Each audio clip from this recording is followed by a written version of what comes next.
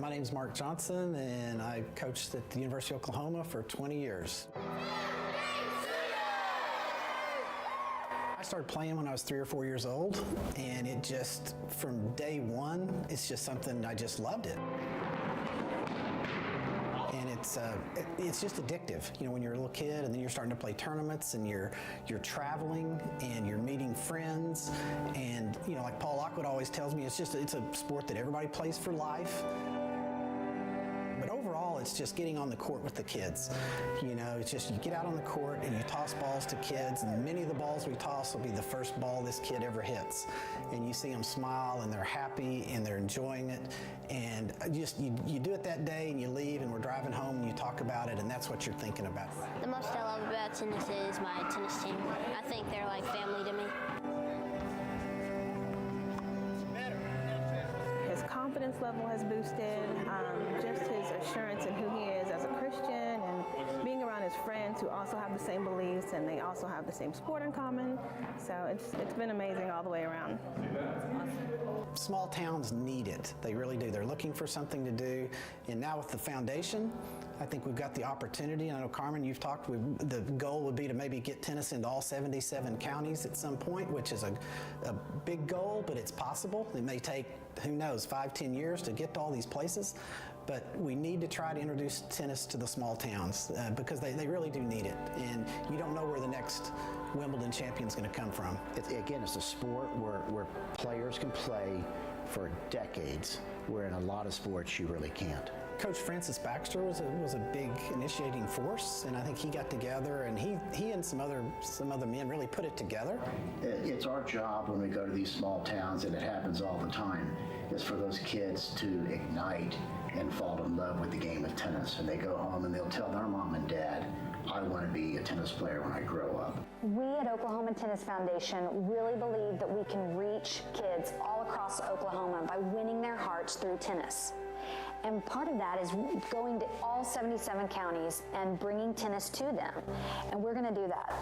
And we couldn't do that without our awesome coaches and our board and all of the volunteers that we have helping us. And we really couldn't do it without you. There's a reason that our tagline is "We Start with Love."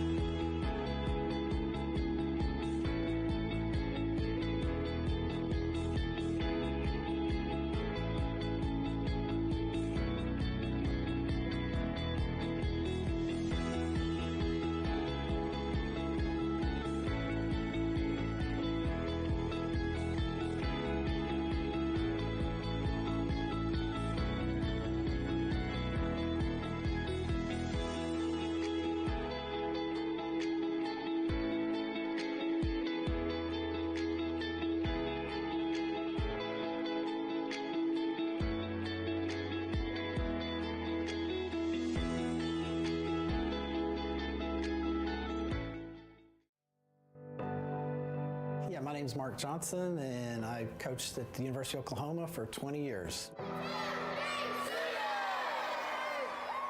I started playing when I was 3 or 4 years old, and it just, from day one, it's just something, I just loved it.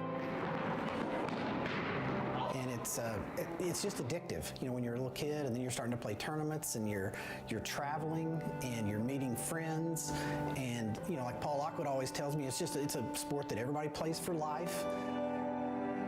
But overall, it's just getting on the court with the kids. You know, it's just you get out on the court and you toss balls to kids, and many of the balls we toss will be the first ball this kid ever hits. And you see them smile and they're happy and they're enjoying it. And just you do it that day and you leave and we're driving home and you talk about it, and that's what you're thinking about.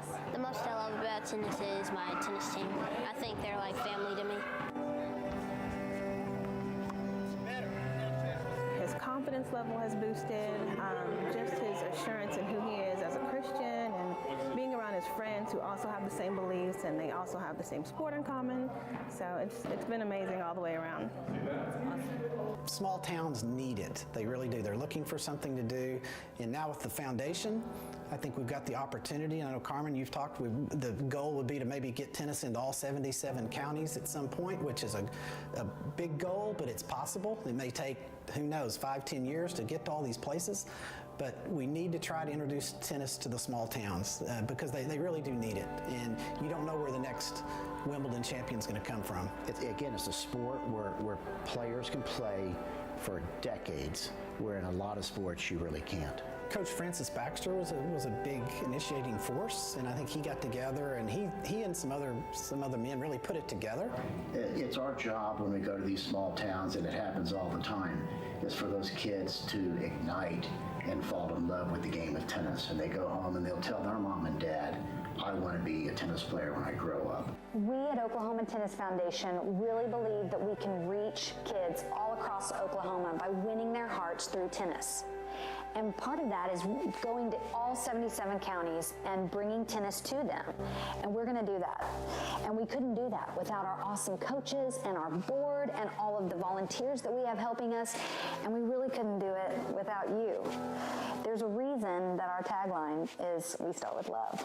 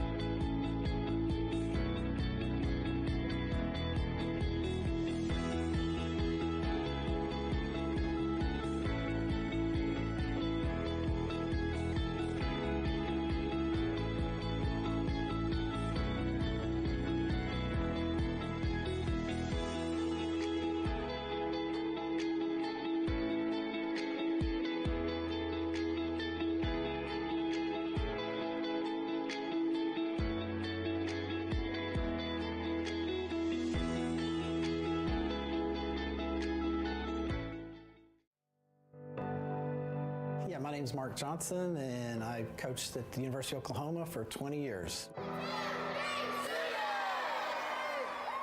I started playing when I was 3 or 4 years old, and it just, from day one, it's just something, I just loved it. And it's just addictive. You know, when you're a little kid and then you're starting to play tournaments and you're traveling and you're meeting friends, and you know, like Paul Lockwood always tells me, it's a sport that everybody plays for life. But overall, it's just getting on the court with the kids. You know, it's just you get out on the court and you toss balls to kids, and many of the balls we toss will be the first ball this kid ever hits. And you see them smile and they're happy and they're enjoying it. And just you do it that day and you leave and we're driving home and you talk about it, and that's what you're thinking about. The most I love about tennis is my tennis team. I think they're like family to me. His confidence level has boosted, just his assurance in who he is as a Christian, and being around his friends who also have the same beliefs, and they also have the same sport in common. So it's been amazing all the way around. Small towns need it. They really do. They're looking for something to do. And now with the foundation, I think we've got the opportunity. And I know, Carmen, you've talked, the goal would be to maybe get tennis into all 77 counties at some point, which is a big goal, but it's possible. It may take, who knows, 5-10 years to get to all these places. But we need to try to introduce tennis to the small towns because they really do need it. And you don't know where the next Wimbledon champion is going to come from. Again, it's a sport where players can play for decades, where in a lot of sports you really can't. Coach Francis Baxter was a big initiating force, and I think he got together and he and some other men really put it together.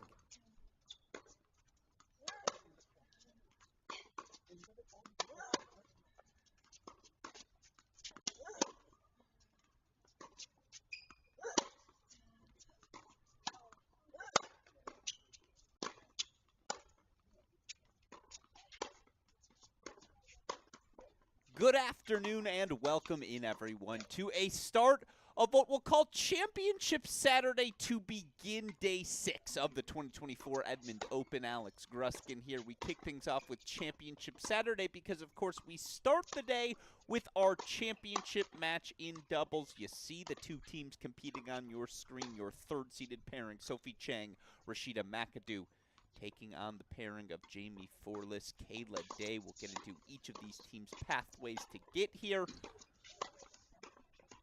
as each of them take their warm-up swings at the net, of course. Just a reminder of what we have in store for you today. We kick things off with a championship match. Then we get into semifinals Saturday in singles. We've got two fantastic matchups we'll have first ball to last coverage of. Of course, it'll start with a battle between two players currently continuing their collegiate careers, two players so accomplished at that level and continuing to further establish themselves on the pro tour. Of course, starts off with 19-year-old Anastasia Lapata. She's knocked out two top 8 seeds on her way to the semifinals, a second career pro semifinal for the 19-year-old, the rising Georgia junior, going to take on preseason college #1 rising Texas A&M senior Mary Stoyana. Stoyana with her success, not just this week, but her second 75K semifinal of the summer,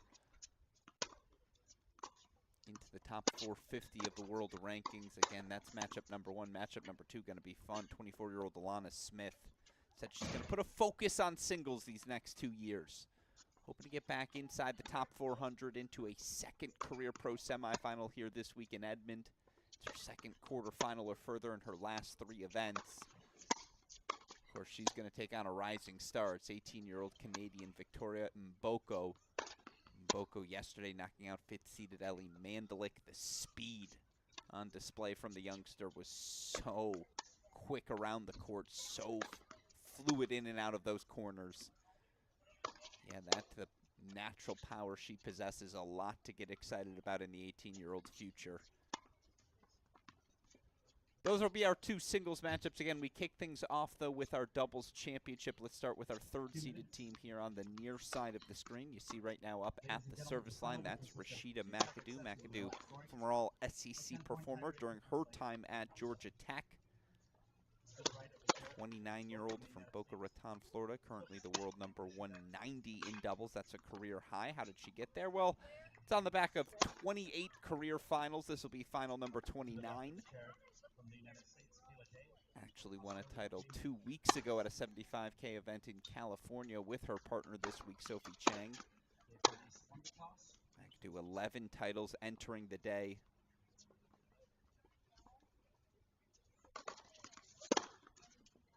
Competing in her 10th ITF Pro Circuit final of the season. Of course, her partner, former top 100 doubles player in the world in 27-year-old Sophie Chang. Chang, born in Maryland. Current world #156 in doubles. Today she's competing in doubles pro circuit final number 41, 23 titles to her name. It's her 5th final of the season. Excuse me, I said a 75K title earlier 2 weeks ago. It's actually 3rd 75K title on the season for this duo of McAdoo and Chang. Won their 2 previous finals this year. Can they make it a perfect 3-0? Certainly that's the question we'll seek an answer to today, as of course Chang McAdoo, straight set win yesterday. They knocked out the unseeded pairing of Han and Novak. Pretty smooth sailing for this number 3 seeded team so far here in Edmond. A straight set win in the semifinal, a win over Perez and Stoyana. 5-5 in their opening round encounter as well. So that's how they got here. What about their opponents? The unseeded pairing, Kayla Day, Jamie Forlis.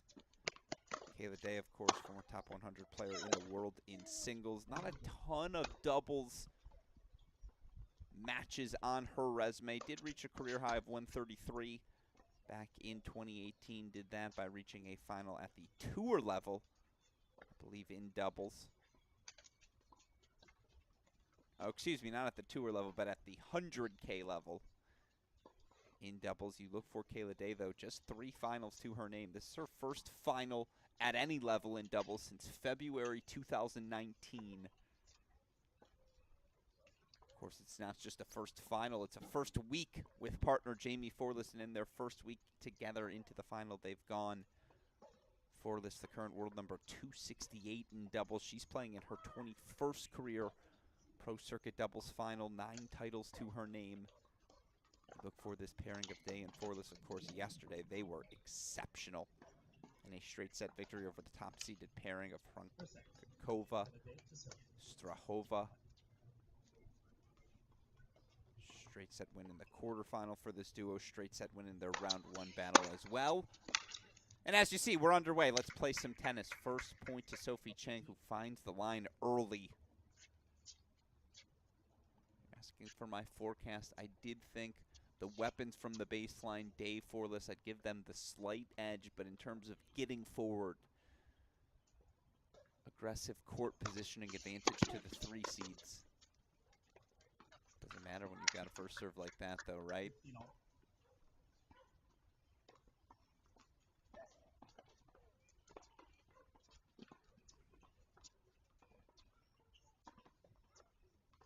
Kayla Day serving first on the far side, the lefty. Only one on the court, so that'll be a clear distinguishing trait.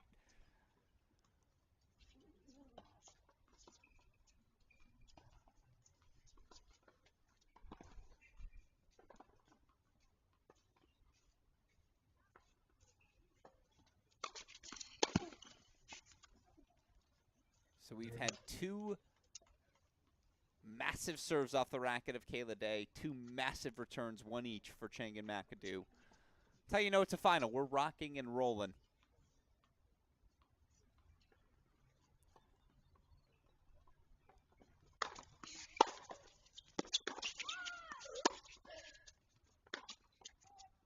And it's an early break point chance, 2 of them for the number 3 seeds. Remember, these matches 2 out of 3 sets, but that 3rd set a tie break to 10, win by 2. No add scoring employed in doubles, so a deuce point, a deciding point, return side chosen by the receiver. Returner, excuse me. And we are going to need a deciding point in our opening game, so what wing do you turn to? McAdoo's gotten a few clean cuts. Chang, the more experienced of the 2, she says, I'll take this early one.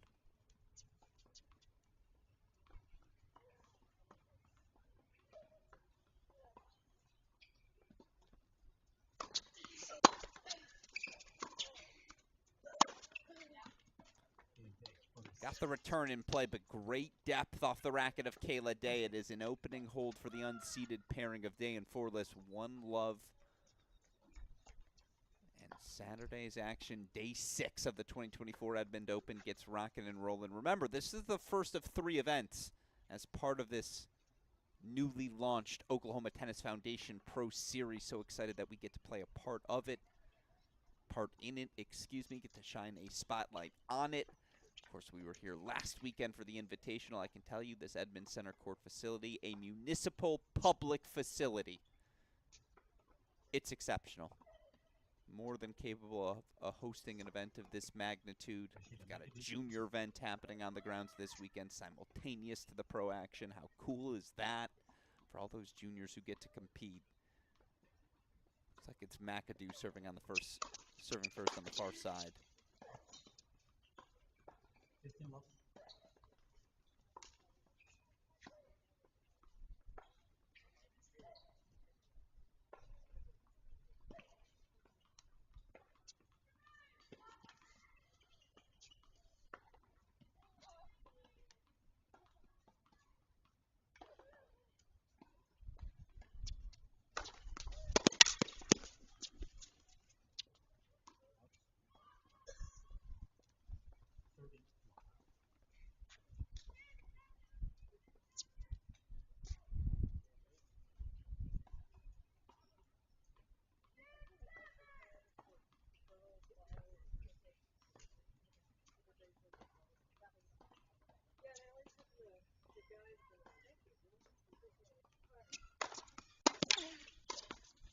Yeah, that's just crisp.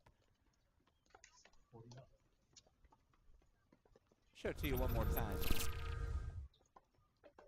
Nope, that's on me. I apologize. But again, that easy first ball. First move off the first serve. They'll be looking to do that all match.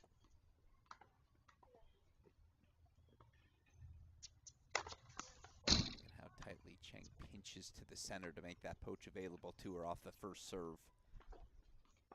Takes a few steps right here for the second.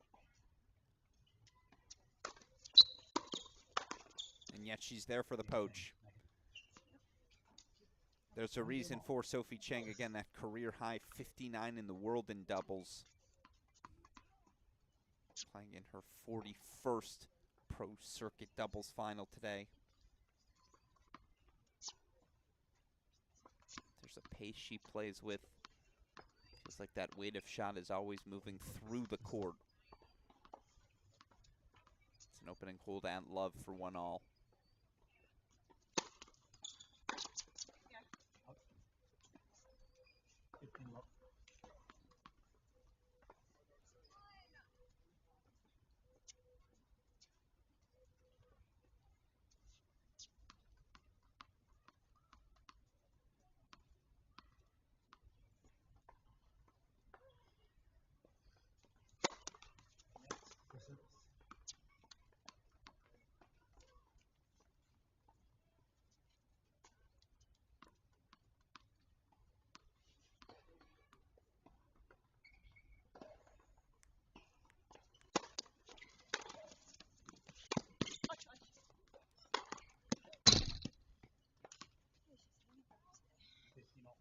Now I'll show you that one more time. It's the depth on that McAdoo return of serve. It's just a cleanup on aisle one.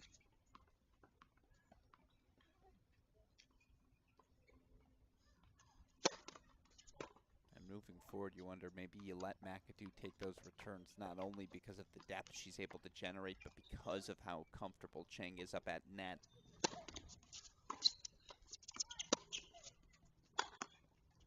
That works, though, too.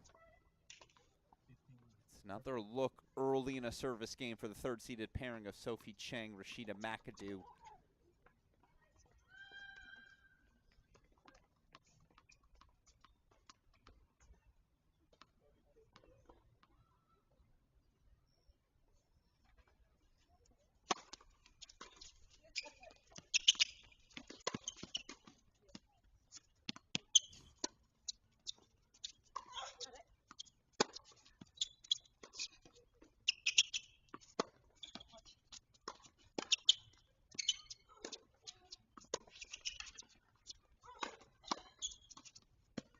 Let's play some doubles.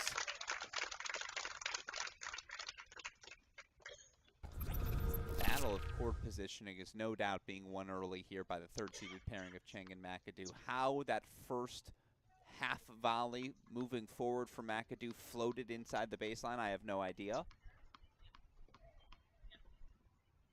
But it's the aggressive posturing that generates 3 more break points early.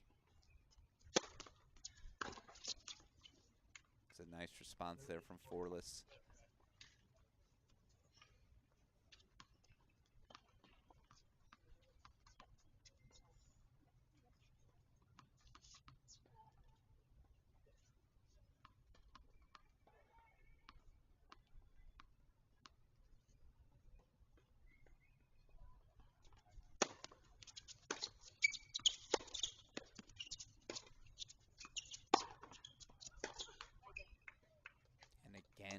4 break points fought off, so they fought off their first 4. What do you do on this deciding point? What, do you throw a different look at them? No, they say let's go right back to Sophie Chang. It's pretty equal, truth be told.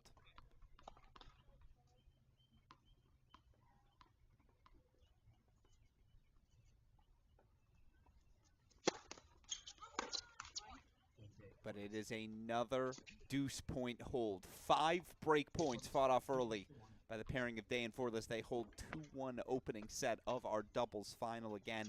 We got a fun day of tennis ahead here in Edmond. Hopefully you'll all stick with us on what I know is a busy day in the sporting world more broadly. Of course, earlier today you saw Arina Sabalenka. 3-set victory over Coco Gauff. She'll take on 2024 Olympic gold medalist Zheng Qinwen in the Wuhan final. It'll be Jannik Sinner versus Novak Djokovic tomorrow in the Shanghai, final. You know, we've got Fairfield Challenger this week. Futures events, I believe, in both California and Louisville on the ITF Pro Circuit here in the States as well. It's a fun time to be a tennis fan. Certainly excited our Cracked Racquets team gets to shine a spotlight on this action in Edmond. Again, 2024 Edmond Open, first of 3 events of the Oklahoma Tennis Foundation Pro Series. Of course, next up will be in Norman for back-to-back men's and women's events. We'll have coverage of them both here on our Cracked Racquets YouTube channel. Fun nexus of players, right? Rising stars like Mboko. Players currently in their collegiate careers like Soyana, Lapata. Established pros like Chang, McAdoo here. Sophie Chang serving on the near side. 1-2 opening set.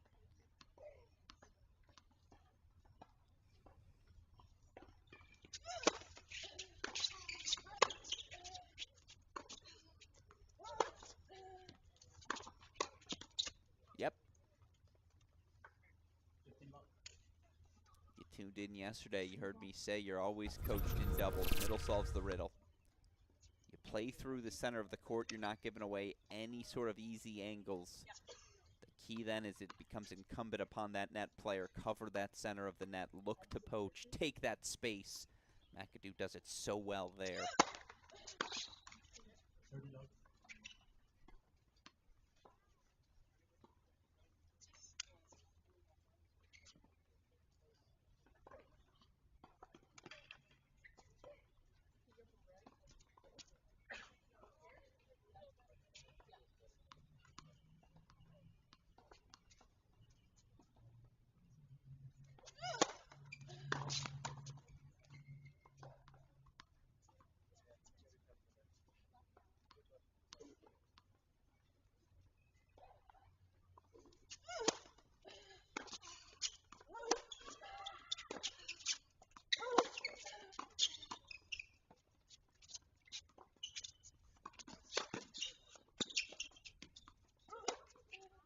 Yep.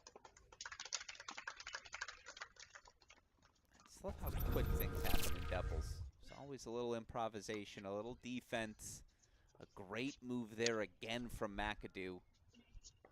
I rescind what I say earlier. You can pick either side. Both return well. Both close the net well. It's a fun pairing. You understand how they've won a couple titles this season together.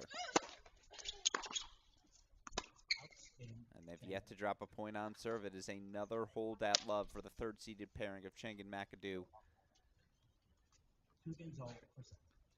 2-all.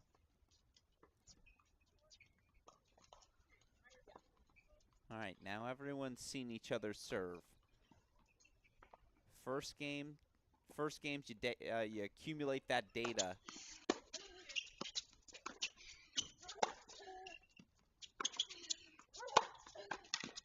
You know the spots, you know what each team's trying to do. I don't know if 1 up, 1 back is going to be good enough for Day and Forless today. Not with the pressure McAdoo and Cheng are continuously applying. Now, they struck the ball so well yesterday from the baseline. So I'm not going to write them off this early. It's on serve. It's another ace here for Kayla Day, who can find those spots so well. That slice wide. Add the slice tee on the douche. You can go flat wide on the ad as well.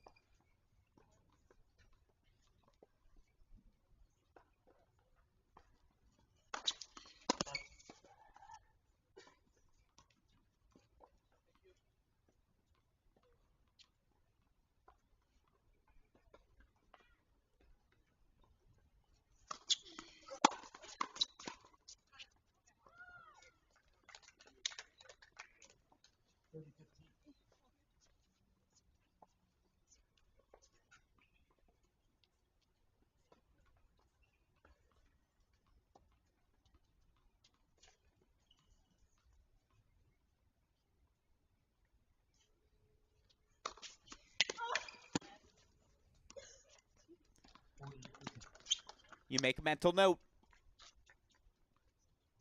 She doesn't rent it. Kayla Day owns that out wide serve.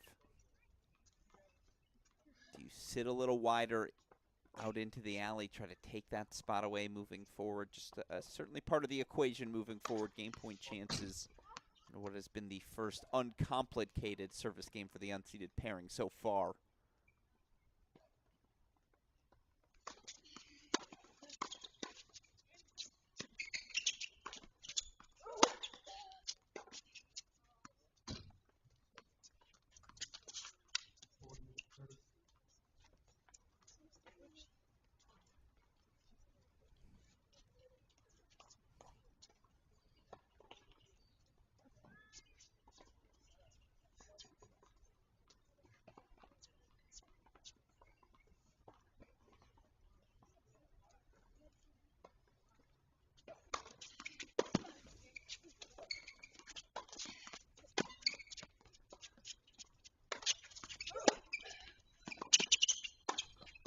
And look how McAdoo immediately pinched forward.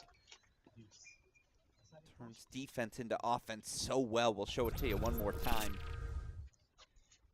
Sophie Chang doing a great job not only getting that lob in the air, but that next backhand keeps it so low. McAdoo immediately recognizes it, pinches forward.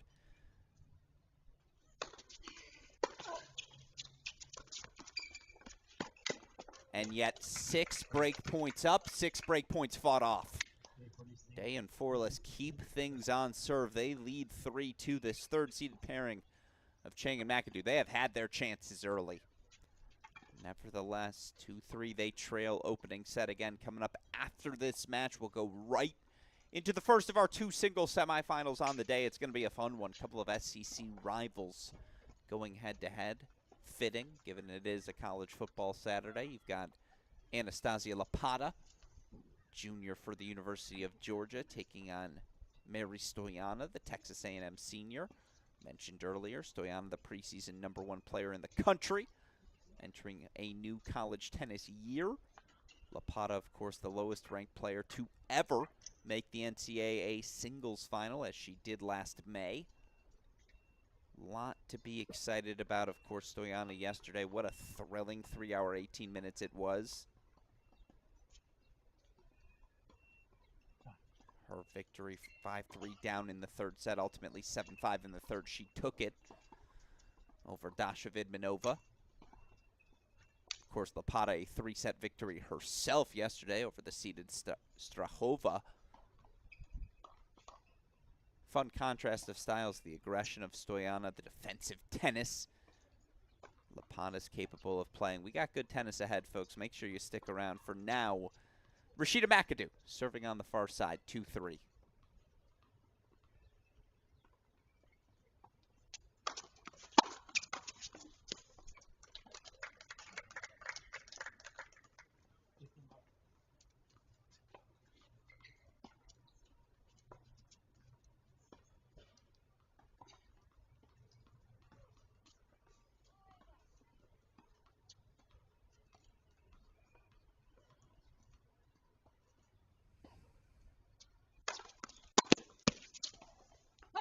Ten points up, 10 points down on serve.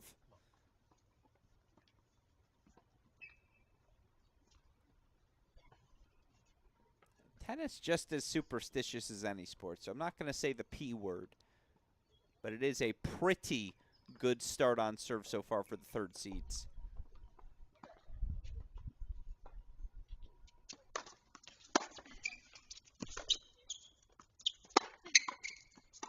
I blame myself. It's the first point they've dropped on serve today. It was inevitable.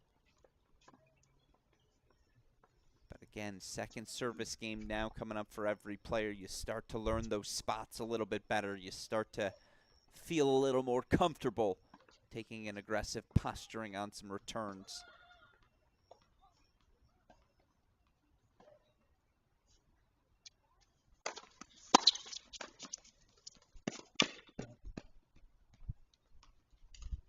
I didn't hear not up called. Must have been a clear double bounce. I mean, Sophie Chang, again, is playing clean up at the net so well. She has owned the center of the court so far. 3 more game point chances to keep us on serve.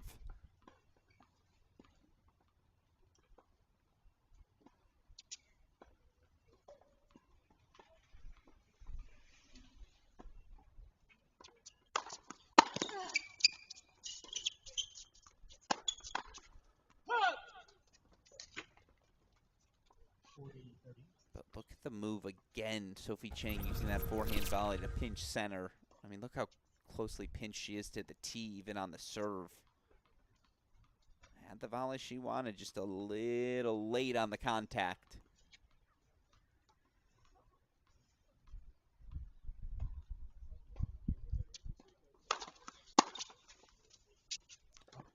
And yet it's another pretty clean hold. Kayla Day going to give that service spot another look. Forless gave it a stare as well. I can't say I disagree.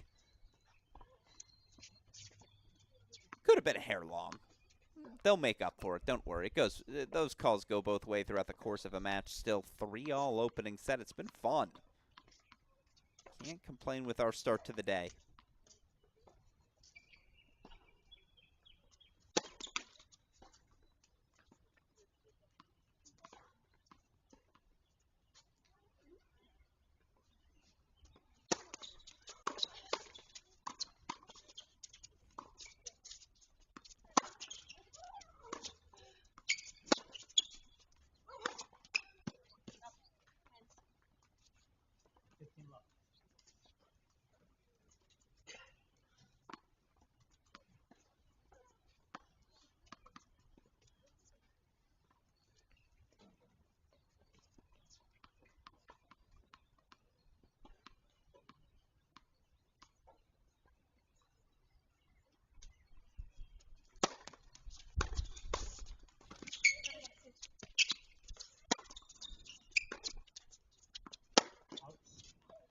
Yeah.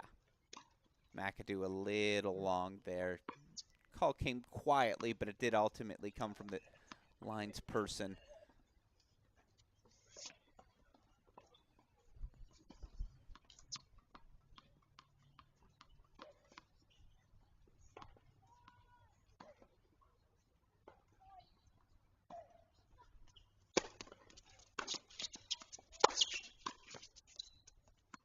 Yep.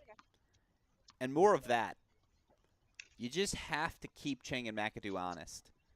Feels like they are pinching so freely wherever they want at the net. Go hard line. Say, all right, I see your hand in the cookie jar.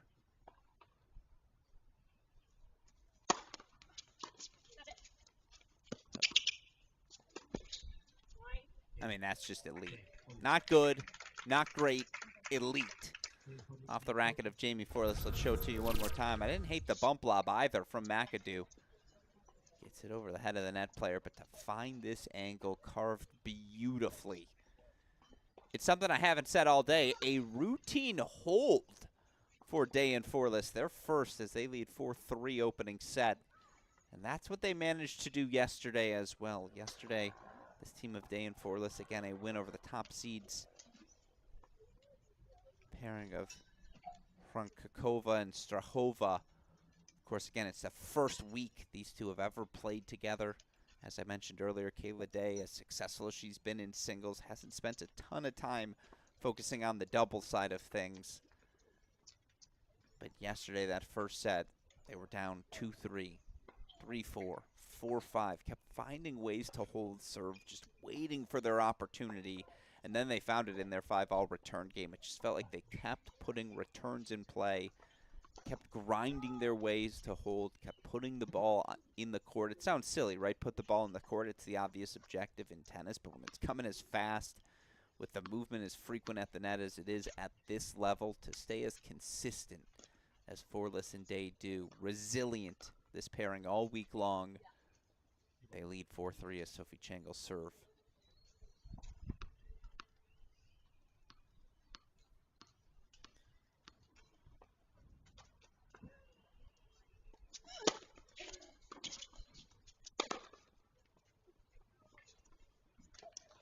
How many of those have we seen from these two? By the way, in my experience, what McAdoo did, that spike, that's the best feeling in this sport, when you know that ball is not coming back.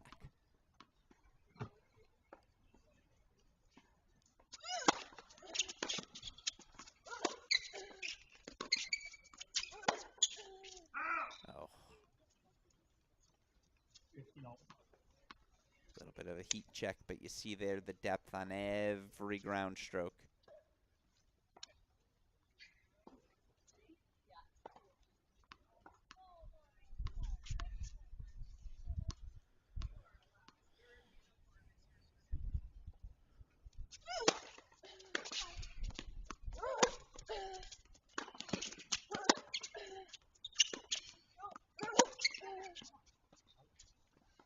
Interesting. Look who's moving forward.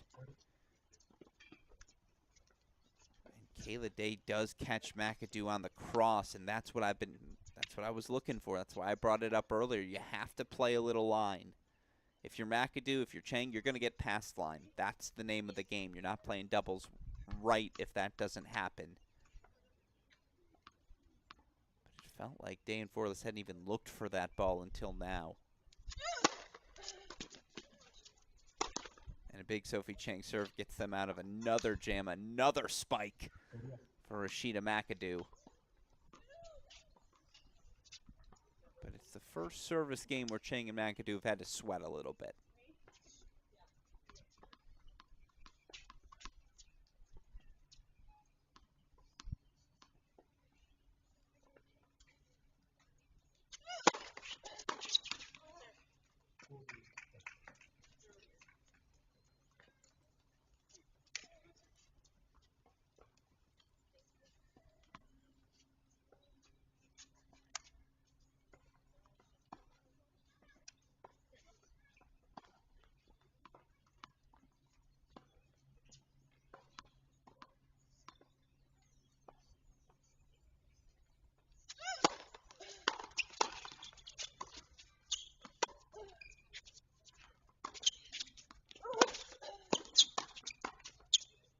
That's ridiculous. Always have the hands up. Rashida McAdoo does. And it's a hold 4-4 all again. It's great pressure from Kayla Day. Great depth. Forless pinches forward. Executed the first volley well. Maybe you want to get it a little bit lower, but that's really nitpicking. It's one of my favorite things to say. Sometimes good loses to great. It's great from McAdoo. They hold for 4 all.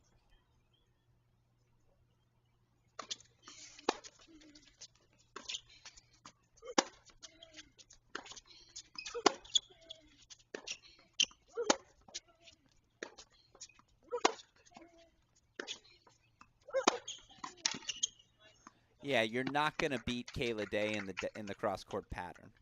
You're just not. It's an excellent redirect from Sophie Chang. I thought Kayla Day was going to do that at some point during that exchange as well. Chang, who's the bolder of the two, takes the initiative.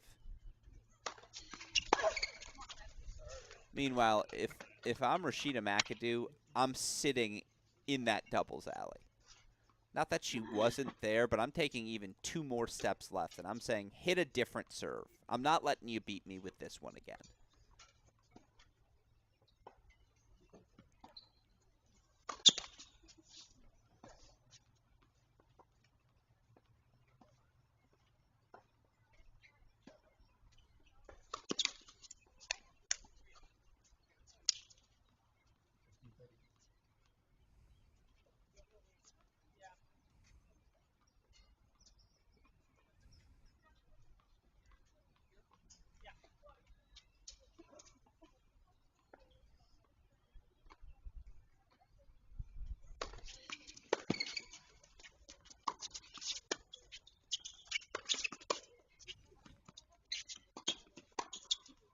The hands have been ridiculous.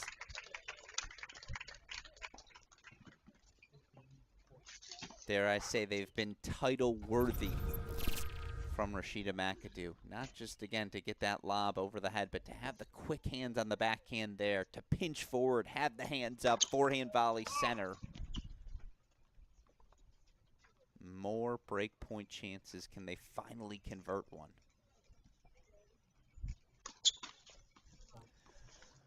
It's an unfortunate double fault off the racket of Kayla Day. A gift offered to McAdoo and Chang, but they had been knocking on the door all match long. And it is on their 7th break point chance.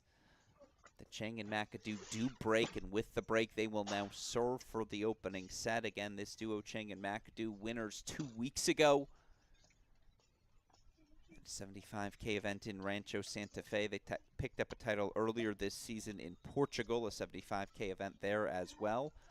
First 2 75K titles in the career of Rashida McAdoo. I mentioned this earlier. She's currently sitting at her career high 190.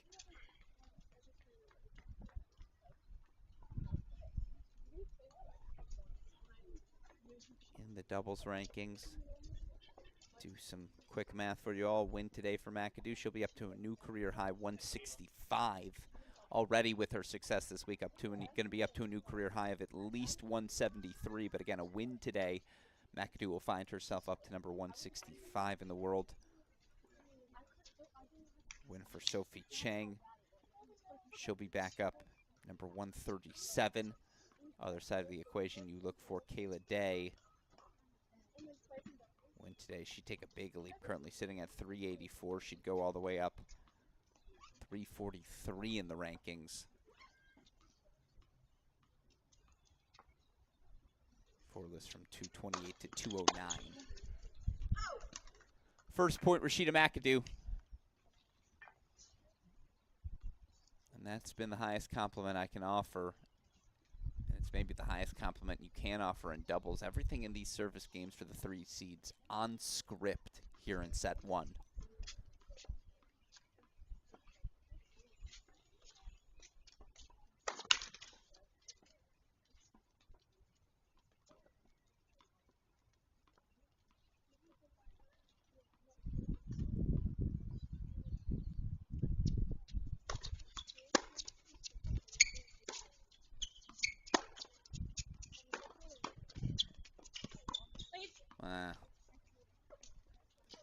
But again, who was the one taking the initiative, redirecting, going line? It was McAdoo.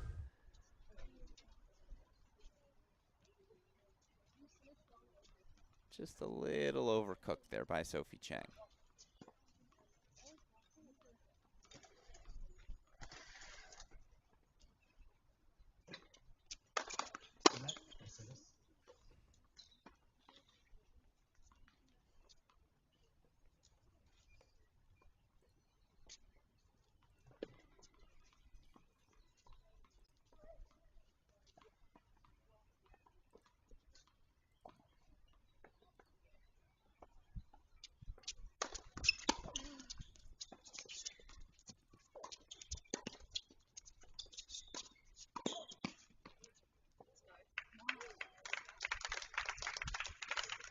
Forless takes a little initiative. And that was our first break of the match. Haven't had many opportunities either way. At least not since those first early service games for Kayla Day and Jamie Forless. Here it's a 15-30 look at on the service game of Rashida McAdoo.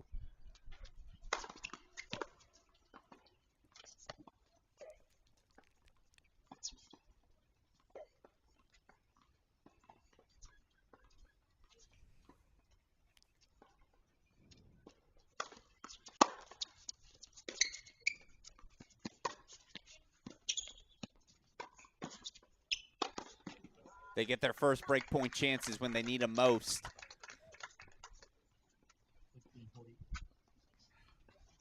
Returns of serve has been a strength for this team all week long, and the depth starting to pay some dividends here in the McAdoo service game.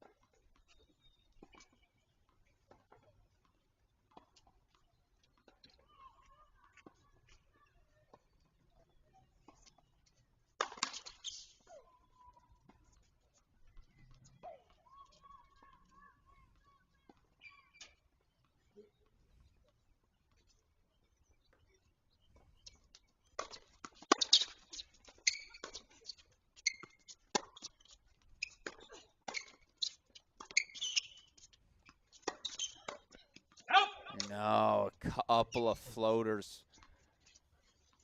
It's long and wide by Sophie Chang in that game. It was a great move, a great pinch, the great defense on the forehand slice from McAdoo. But that's what Day and Forlis do best. They just hang around. That itch in the center of your back, you just can't reach. A duo you just can't put away. They break back. 5-all we play on opening set.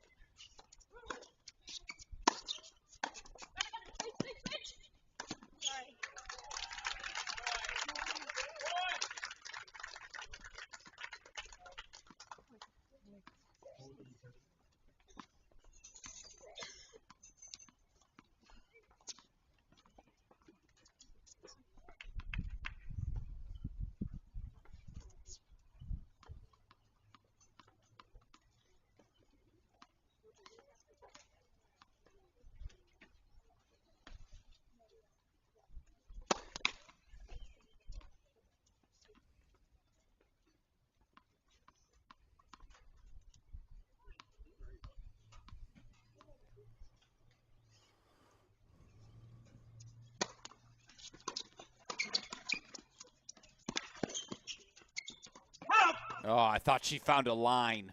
Are you kidding? What a reaction.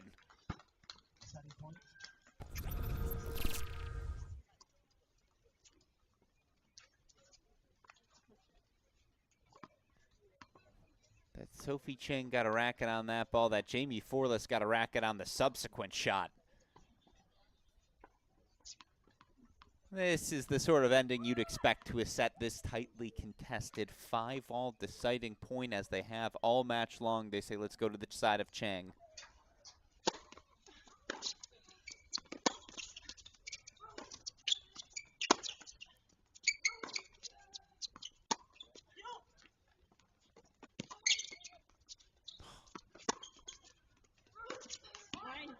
showing the depth on that down-the-line lob from Jamie Forless. An exceptional track down from Sophie Chang. A better hold for the unseeded pairing of Day and Forless, who once again just find a way to stick around. They hold, they take a 6-5 lead opening set. Show you one more time, how did these two teams get to today's championship match? We'll show you quarterfinals onward. As you see,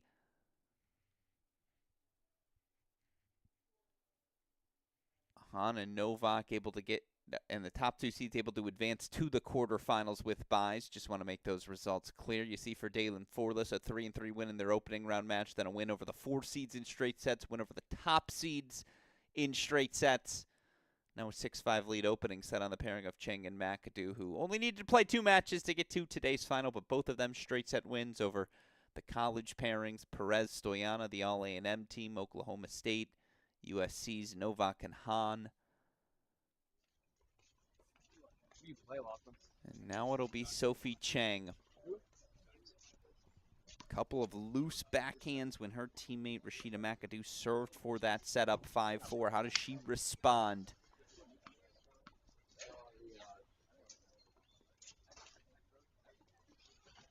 '41st ITF Pro Circuit doubles final of her career, so she's been here once or twice. Serving 5-6 opening set.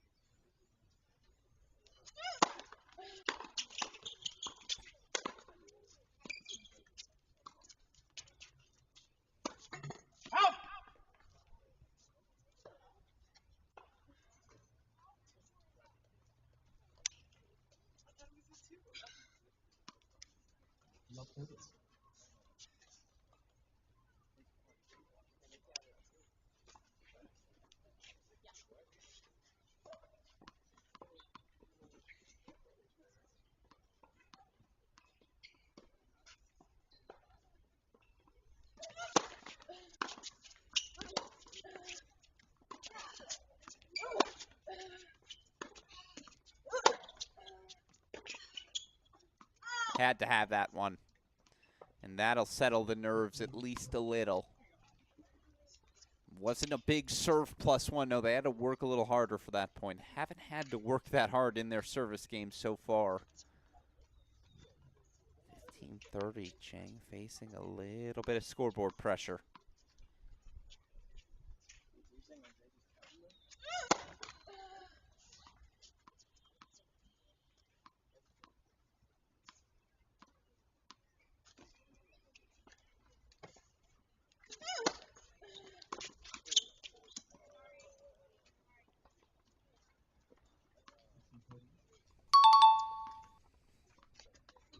Apology in name only, set point chances for Day and Forless.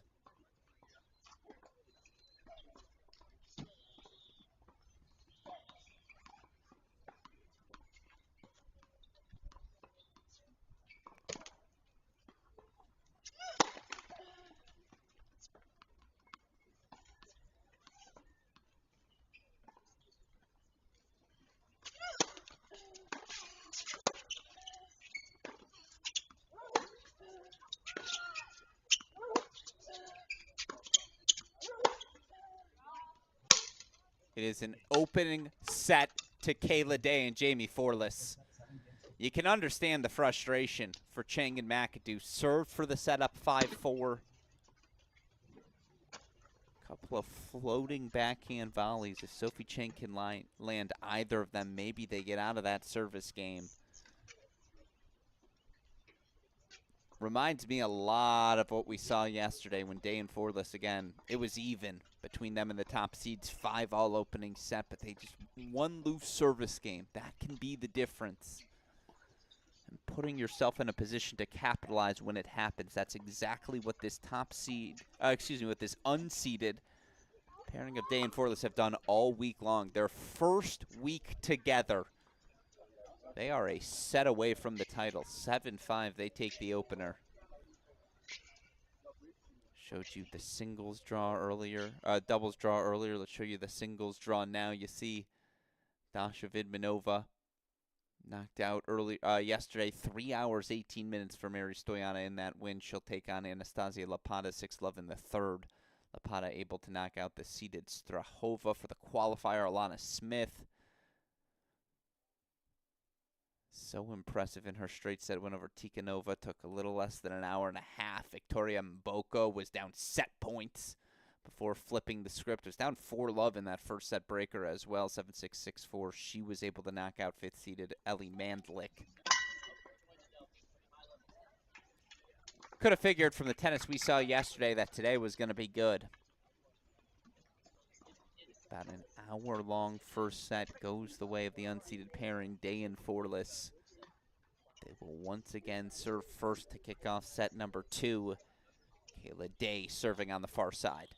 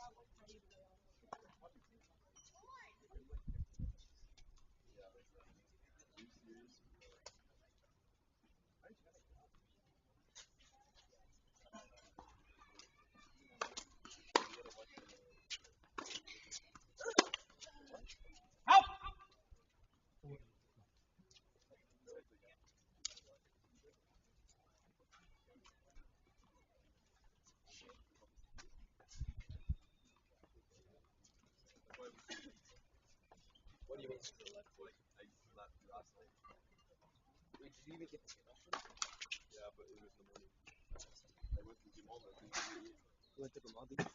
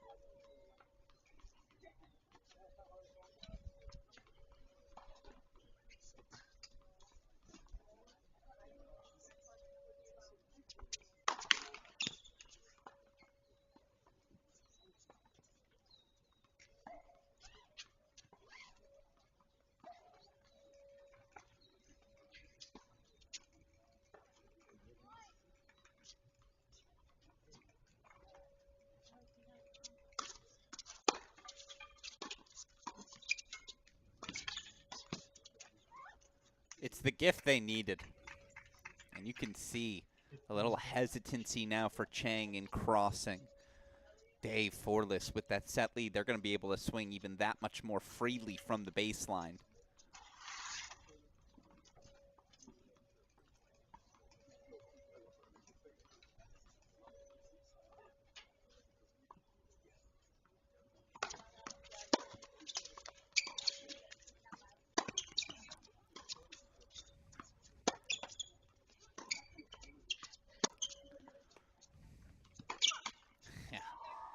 That was a little desperation attempt. The jumping backhand from McAdoo after, again, outstanding depth from Forless.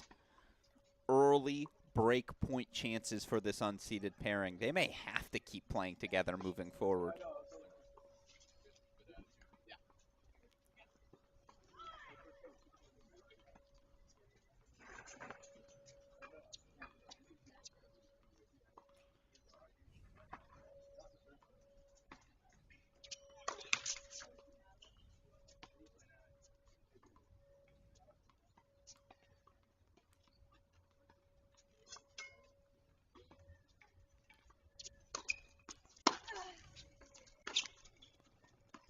And it is an opening break as the McAdoo backhand sails long. So now that trophy, you can almost put one hand on it. If you're Day and Forless set in a break lead in our doubles final. They just stick around. They're the Cranberries. They linger.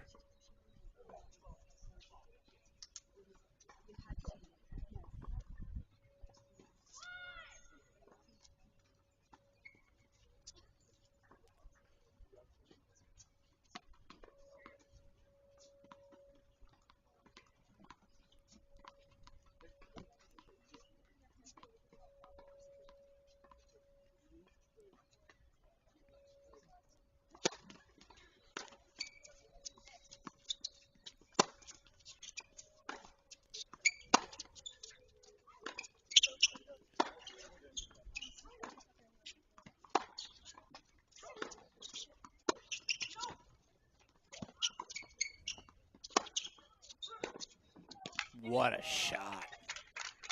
To find that inside-out angle, your partner standing in the service box. Lob over the head. Sophie Chang seen that play now. She's ready for it and then steps up and takes a rip.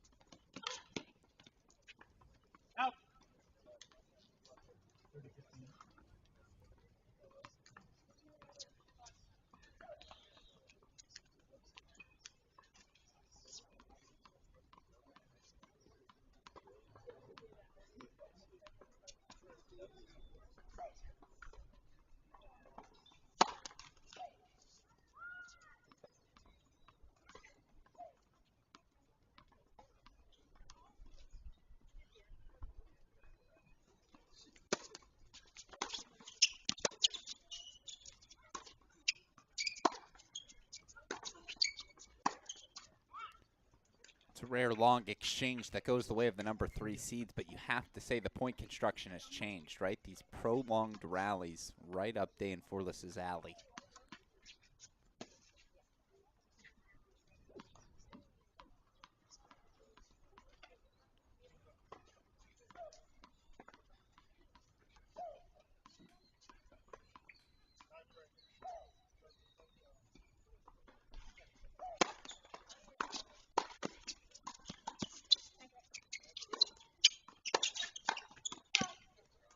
that's more the rally they're looking for. Break point chances right back when they needed them most, just to change up the rhythm. Great hands from Day to extend things, but McAdoo didn't give up any ground. She continued to close. 2 break point chances.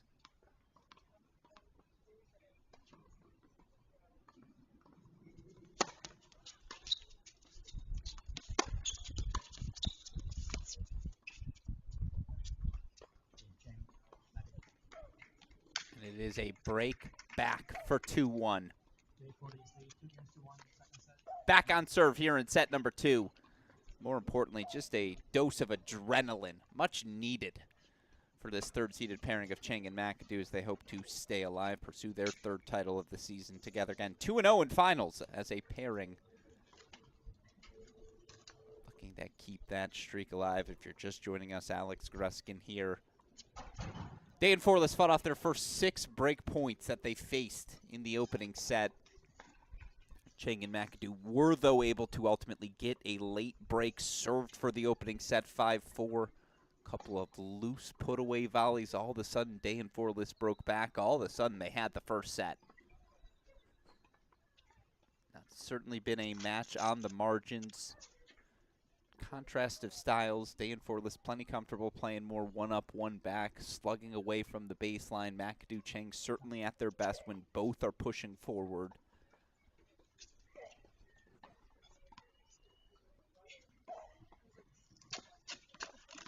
First few service games of the match were real smooth for this third-seeded pairing. Can they get back to that rhythm? Can they find more first serve? Sophie Chang serving 1-2 second set.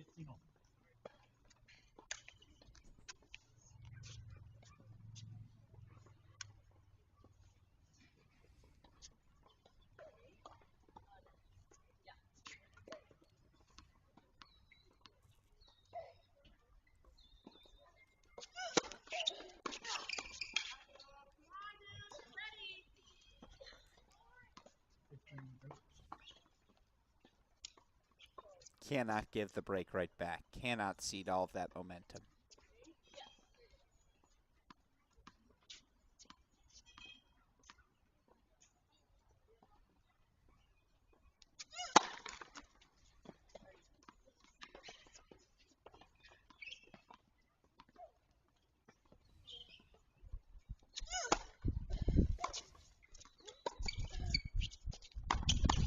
Oh, that's ridiculous. The reaction from McAdoo to extend it one shot further, but the swinging volley from Forless.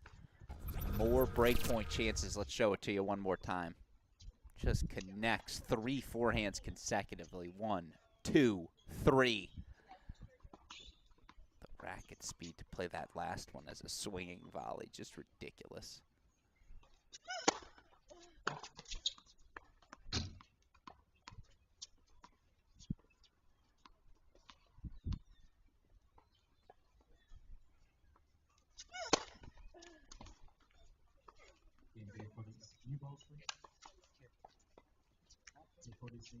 It is a break right back. They'll change balls as it is a 7-5, 3-1 set and break lead once again for the unseeded pairing of Forless and Day.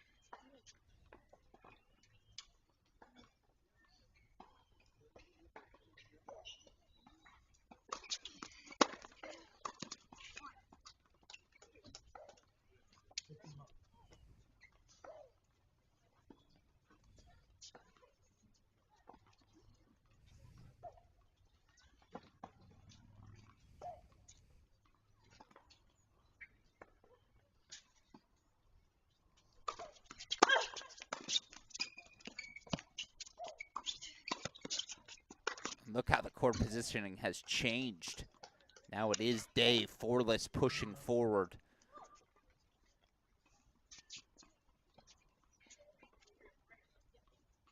Cruise control is too extreme, but they are feeling comfortable.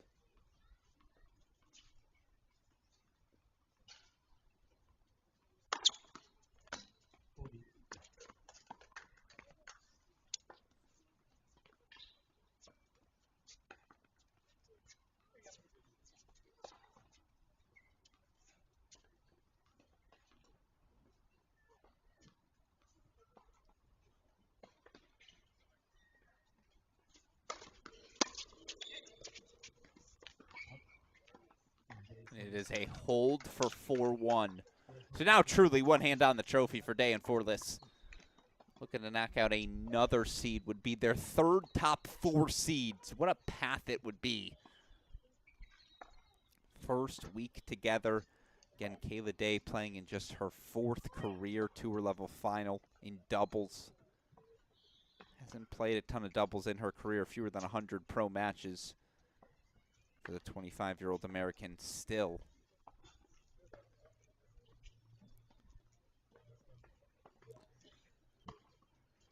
Considering the success Ching and McAdoo have had, and again, regardless of how today goes, Rashida McAdoo going to end at a new career high inside the top 180 for the first time. And certainly her and Sophie Cheng have built some momentum here in 2024, but going to have to find a way to change the script, get back to those easy +1 opportunities they were finding so frequently at the start of set number 1.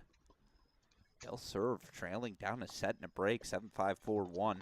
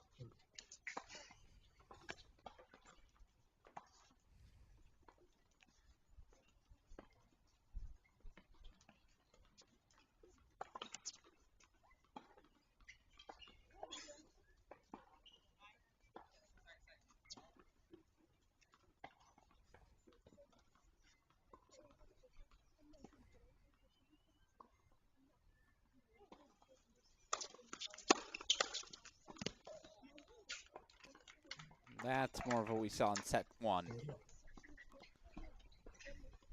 McAdoo hits her spot. Cheng there to clean things up at the net.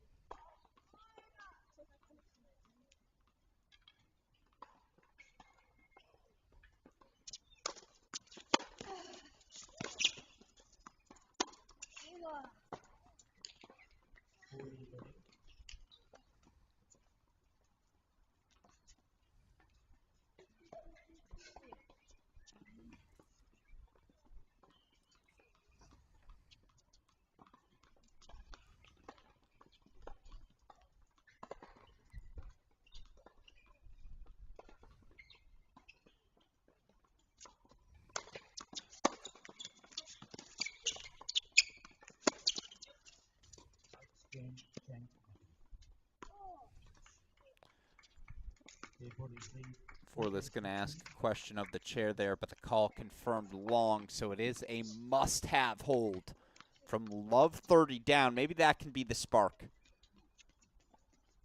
Keeps it a single break deficit, 4-2 second set.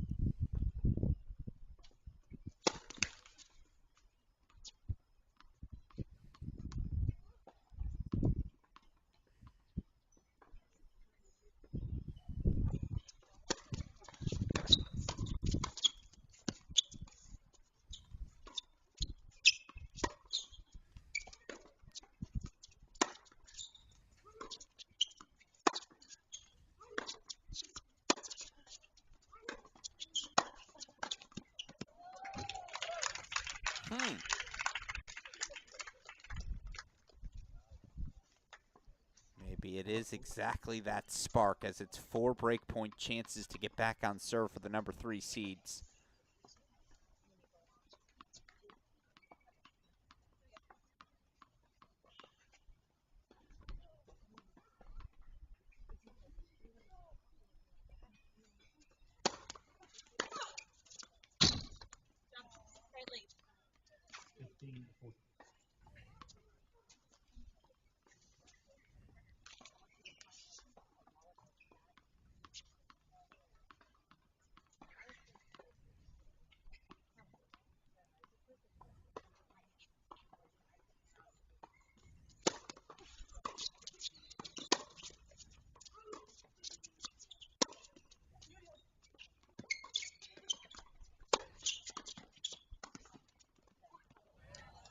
Not yet. 2 breakpoints fought off. We've seen this script before.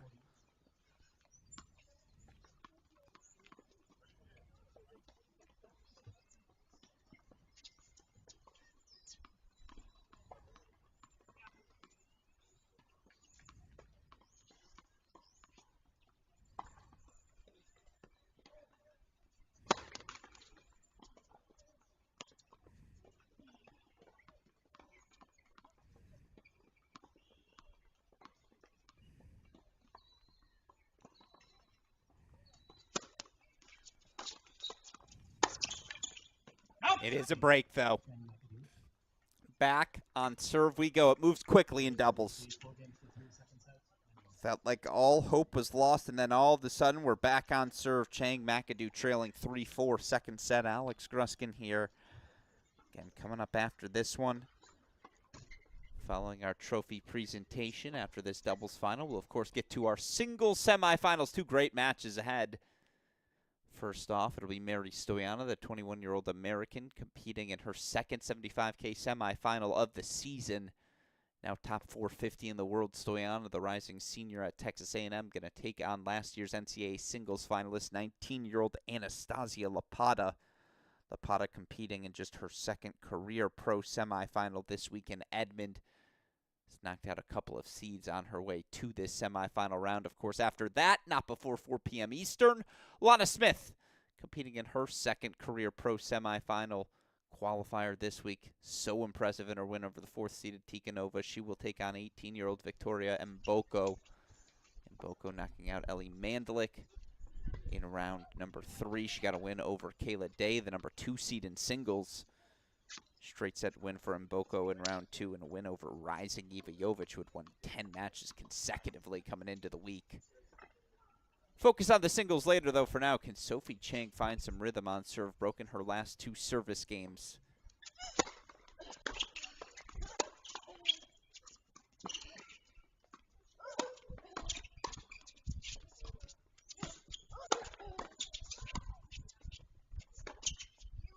Yeah, that's fun. It's a strong start to this service game. And I think both Chang and Kayla Day thought that first Sophie Chang backhand was leaking a little wide. It did not. Great reaction there from Kayla Day. From Jamie Forless at the net. Sophie Chang continued to close.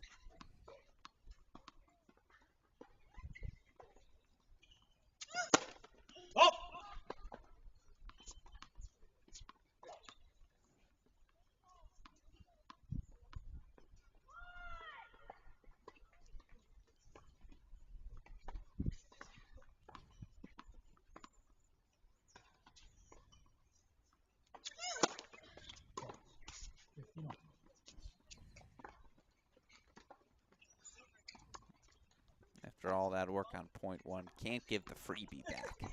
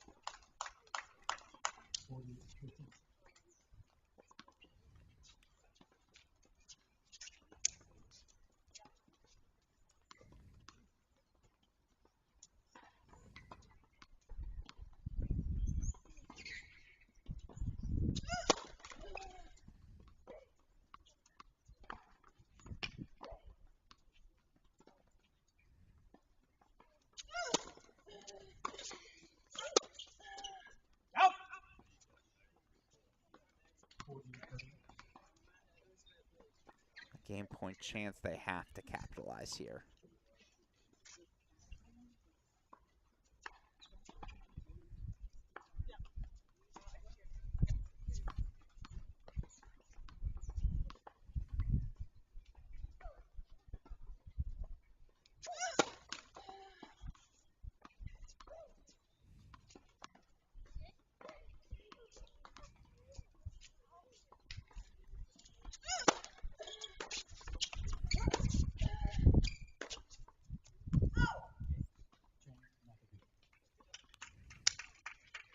They hold for 4-all. Back level we go here in set number 2. It's been a weird second set, much different than the consistent wave of 10 straight holds we saw in set number 1.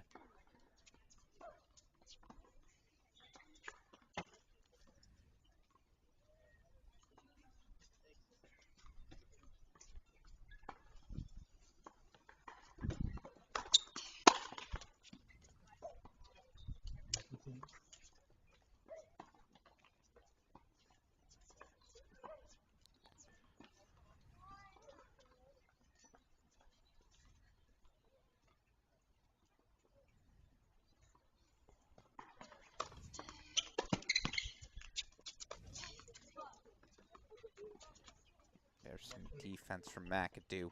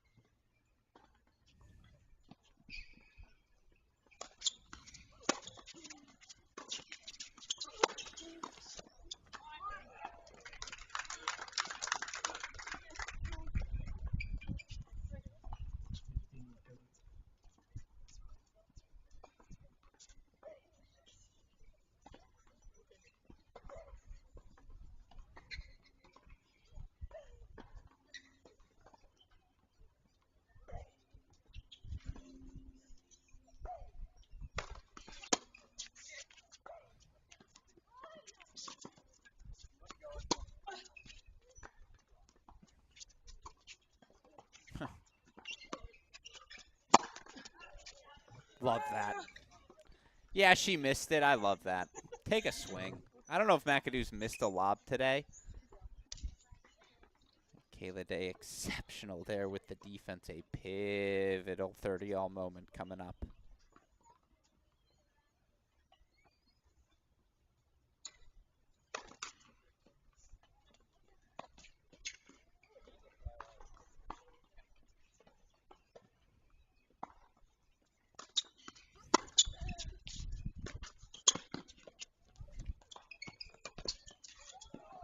Sometimes you mishit that ball. All that momentum going to your left. You're trying to swing full speed as well. Great recovery from McAdoo to follow the poach. And again, I mean, she left so early. There's the determination to cross we saw early, and now it's 2 breakpoint chances.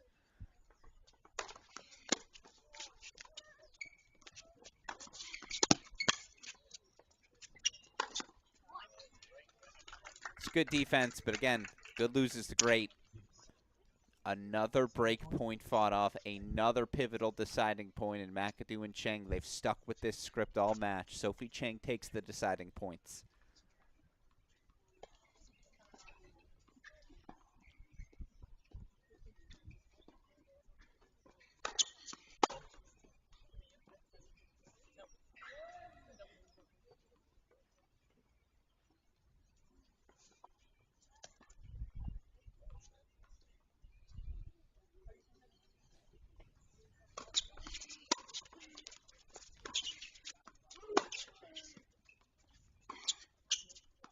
No, that goes wide off Kayla Day's racket. 4 straight games for the third-seeded pairing of Cheng and McAdoo. From 4-1 down to 5-4 up. We've been here before. Cheng and McAdoo, the 5-4 lead in the opening set. They served for it then. Unable to convert. They will serve for it again here in set 2. And again, it will be Rashida McAdoo serving for the set. All right. Stats courtesy of the TNNS Live app. You look right now by the numbers for each of these teams. First serve percentage advantage, Day and Forlis. Again, they fought off 8 of the 11 break points that they've faced. Cheng and McAdoo have faced just 5 break points. They've been broken, though, 4 times. Cheng and McAdoo, 5 of 18 on second serve points today. Good news is they've made 2/3 of their first serves, but again, the moment they're in a deficit, particularly in the baseline, it does feel like Day and Forlis have been there to capitalize. And yet after all of that, they had one hand on the trophy, the set and break 4-1 lead. Now all of a sudden, facing down the barrel of a deciding set tiebreak. First things first, though, Rashida McAdoo will serve for the second set.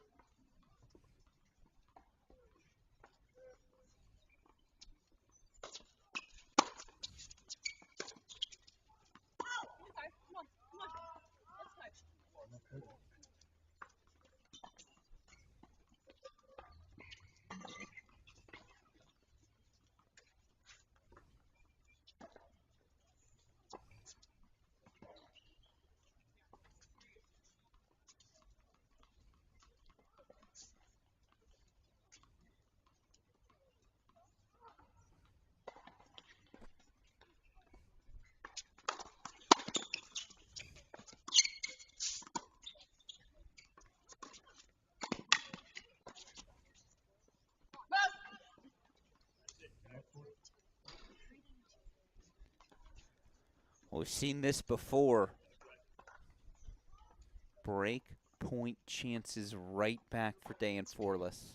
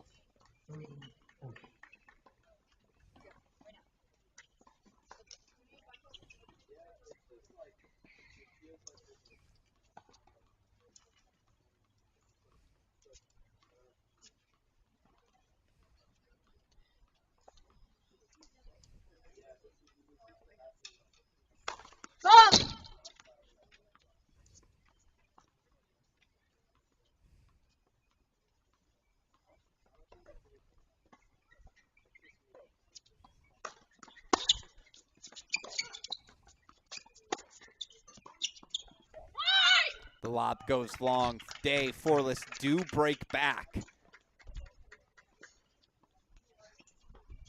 5-all second set.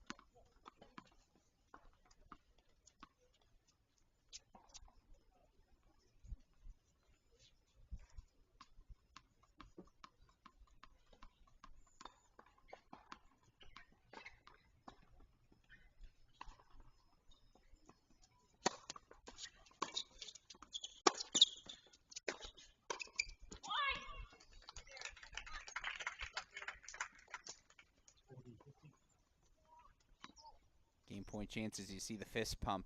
It's been a set of momentum swings.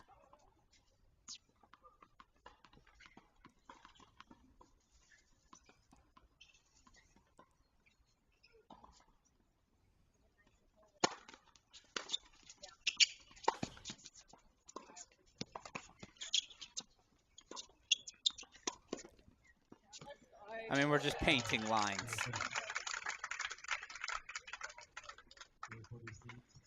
Show you the lob one more time. The pendulum swings this time towards Day and Forless. Look at this lob from 25-year-old Jamie Forless. Gets over the head of the rushing McAdoo. It is a 6-5 hold, and once again from 5-4 down in the set. 5-4 up in the set, excuse me. It is Chang and McAdoo who will serve to stay alive, and again, the pressure will be on the shoulders of the veteran. 41st career doubles final for the former world number 59, Sophie Chang. 23 titles, the most of any player competing in today's final.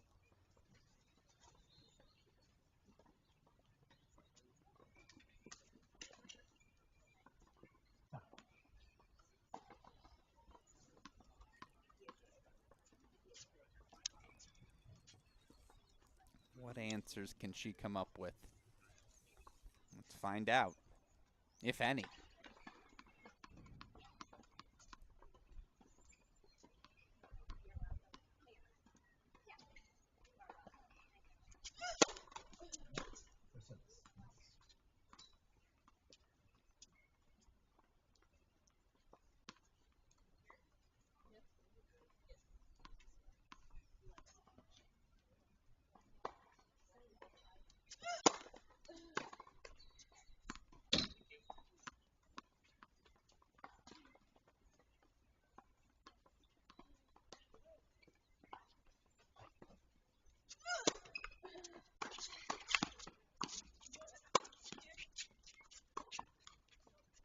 It's a great dig from McAdoo.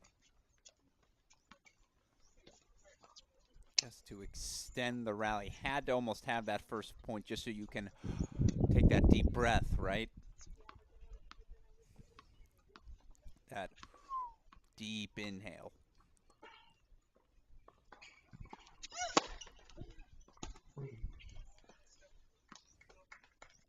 Because then you can follow it up with a second ace of the match.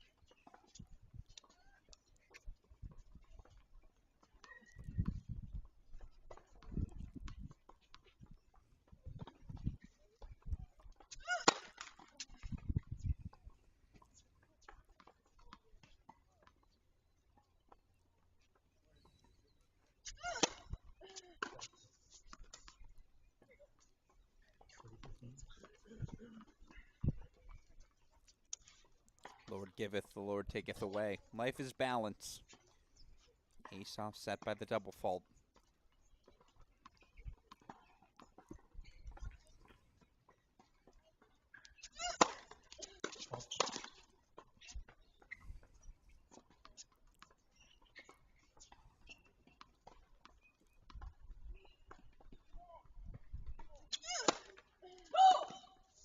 Oh no.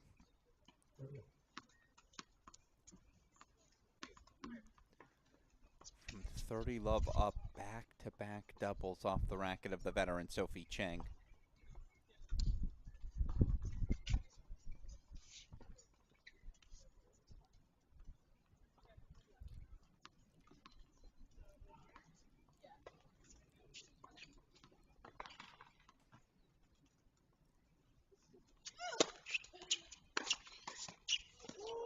Oh no, that didn't go over.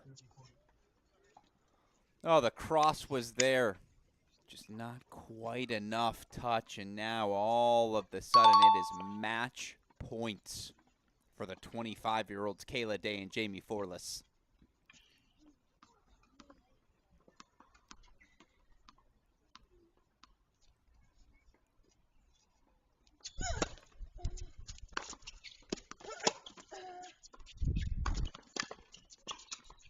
Oh no, the gift given back.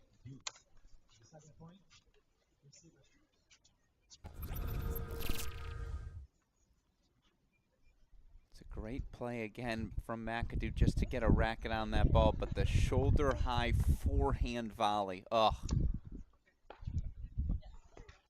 Guess we'll call it even. Deciding point, match point.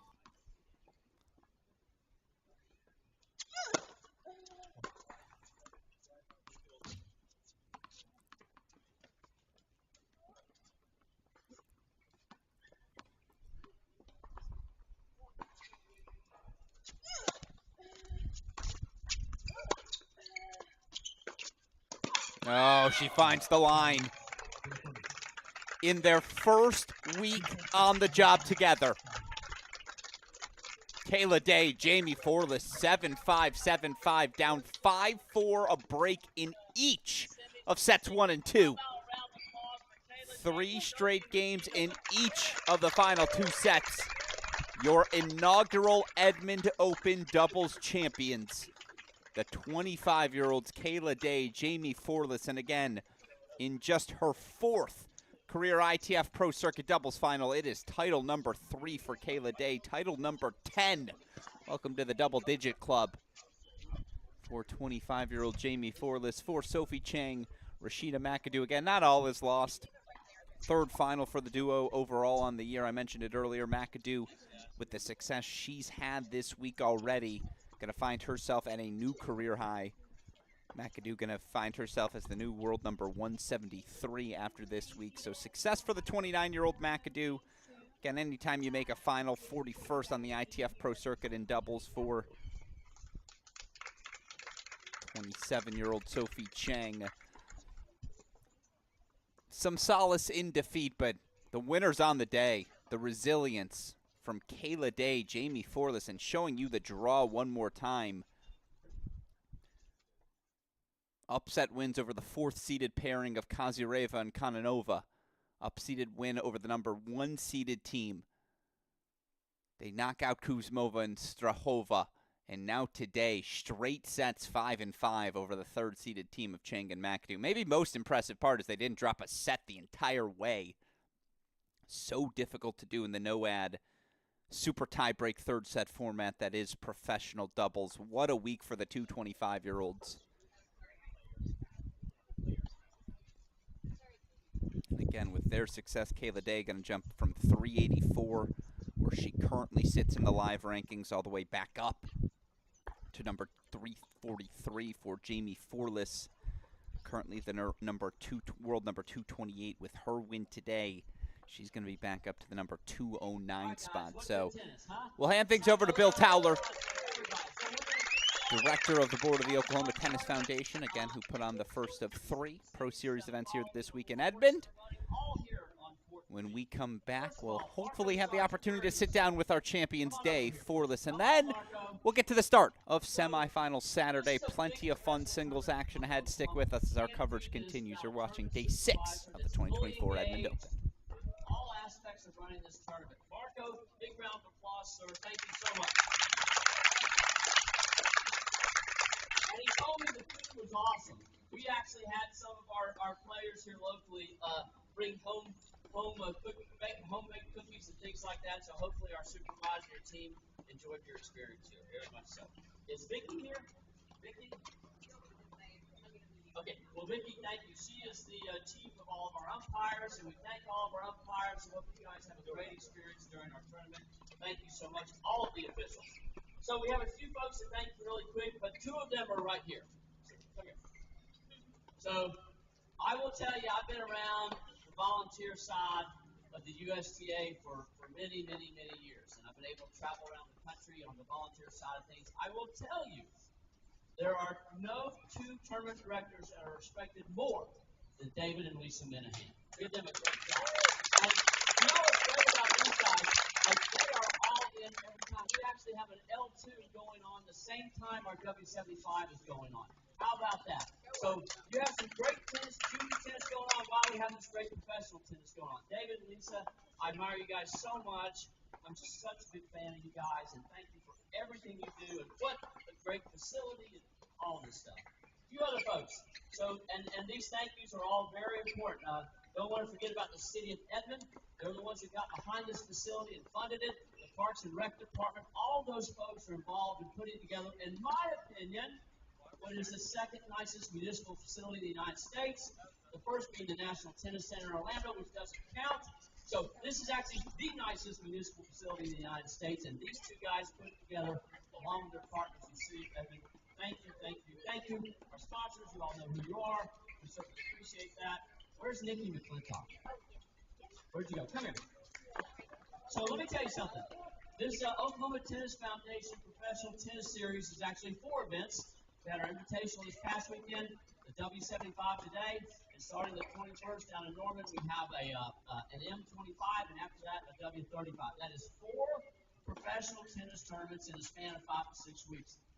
You cannot believe how much work it is to put together the food. We talked about, Marco, how great the food is, right?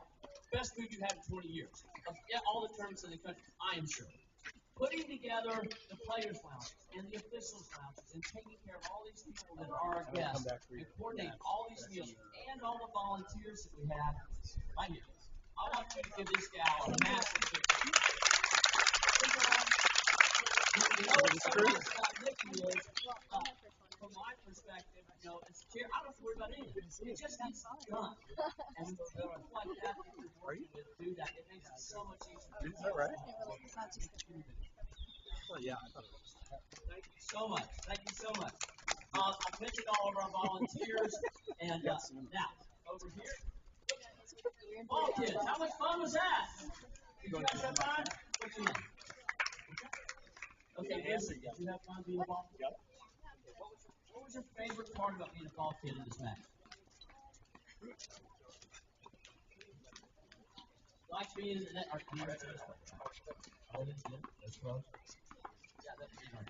So thank you, ball kids. Thank you so much, guys. Give them a big hand. Thank you. It's so important. What you gotta get with all this stuff happens. So, our finalists today, Kayla Day and Jamie. Kayla's an American, Jamie's an Aussie. Sophie and Rashida are Americans. Guys, thank you so much. And to our finalists over here, what great pros you are, and what smiles and engaging. You guys have been nice and gracious. I hope you enjoyed your time in Edmond. We hope to have you back in future professional tournaments. Okay, you guys have been wonderful. Certainly appreciate you so much. Give a hand to our finalists. Come on up here. Yeah, come on. Yeah. And you're going to get from our tournament directors. You guys hold on. Another hand for our finalists.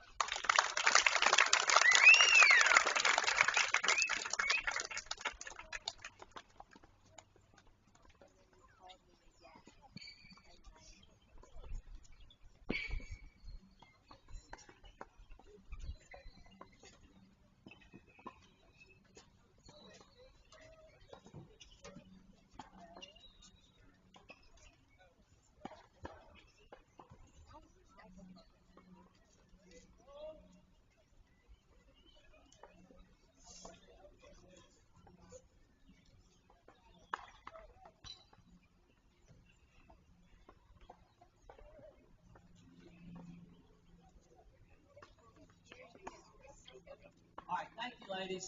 All right, your Oklahoma Tennis Foundation Edmond Open W75 champions, Kayla Day and Jamie Forrest. Come on up.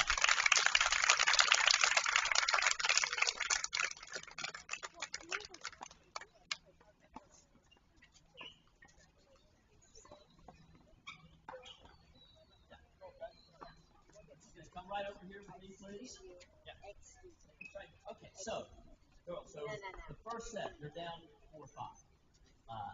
And in the second set, you're down 4-5. So what do you guys talk about when they're serving for the set and you guys are down, as you did in both sets? How do you guys work together on that? Taylor, let's start.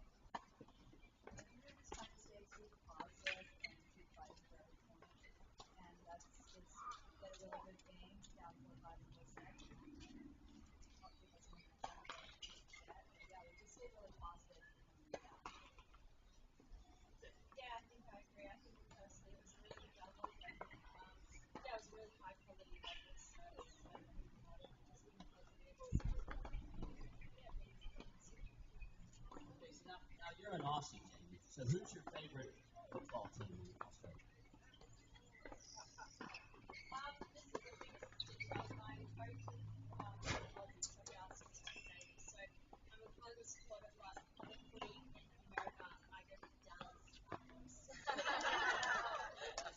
Okay, so now here's another thing that y'all may not know. Between Jamie and Kayla, they actually cumulatively have won over $2 million in tennis professionals. That's a pretty amazing statistic. So what's next after winning an event like this for you guys?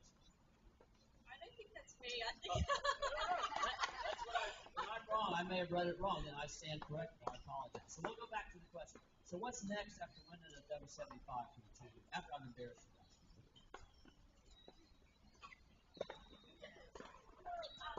Listen, I'm flying to Calgary tonight, so I'll head into the States. And Kayla's playing Ethan. No, she's taking the week off, so she'll play Tyler the next week, and yeah, we'll see each other in States. But how often do you guys play together with others? Is this the first time you played? First time? So do you think there will be a time that you might play together again?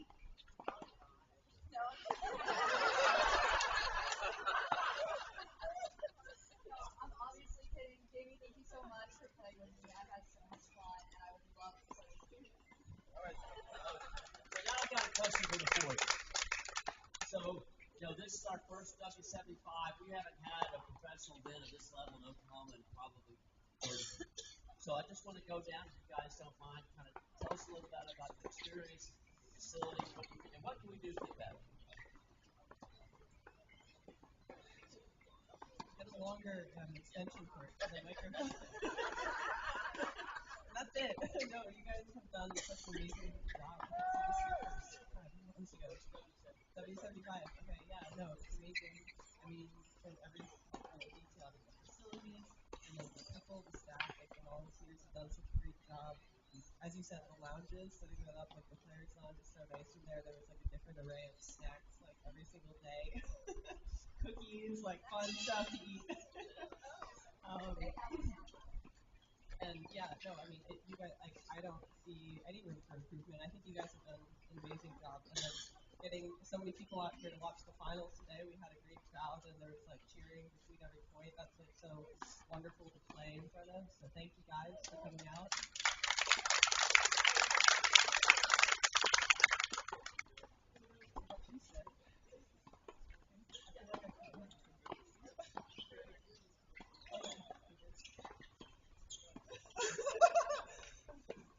Yeah, to go to what Sophie said, I hear there's gym coming too, so I'm excited to next time I come here.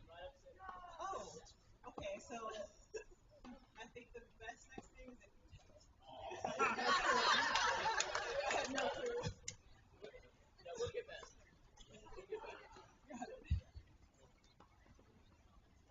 No, it's been a great time, and thank you so much for having us from every player. Really enjoyable to meet guys, fantastic joke from both its alignment to all the volunteers that rock up every day to having a crowd. It's been unbelievable. So hopefully next year we can as well and feel like it's so down and to come watch the amazing thing in front of us. So yeah, thank you so much. This facility is absolutely amazing. There's so many courts, which is so nice for us to be able to use as practice. All the volunteers, and the director, referee, side trainer, thank you so much. Thank you to everyone who helped put this tournament together, and shout out to that homemade banana bread in the players' lounge. Who made that? Apparently somebody. Right there, yes.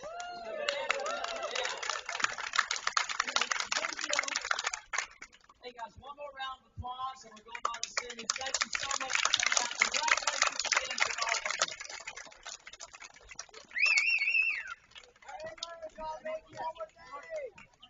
Do you want them right here? Yes. And right there for the doctor. We will. I'll just see if we can do it. On that single slide. Ball kids in. Get on either side of them. Keep them for a picture.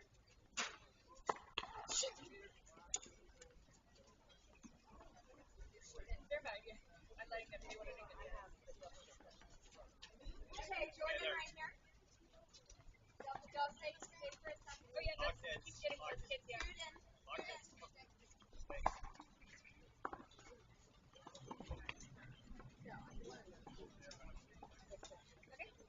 Okay, ball kids, y'all are free to get ready for your next match. And winners Players have to stay. double stick. You're not down, sorry. Okay, my kiddos, come on.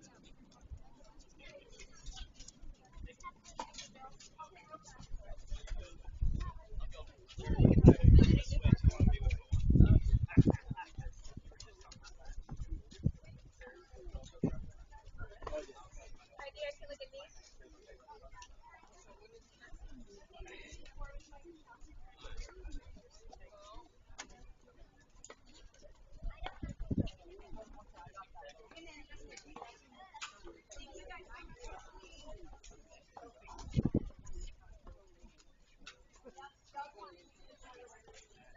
Can I get you guys for the Edmond Center Court?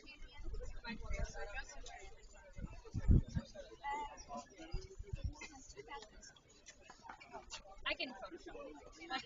We need more cameras up top.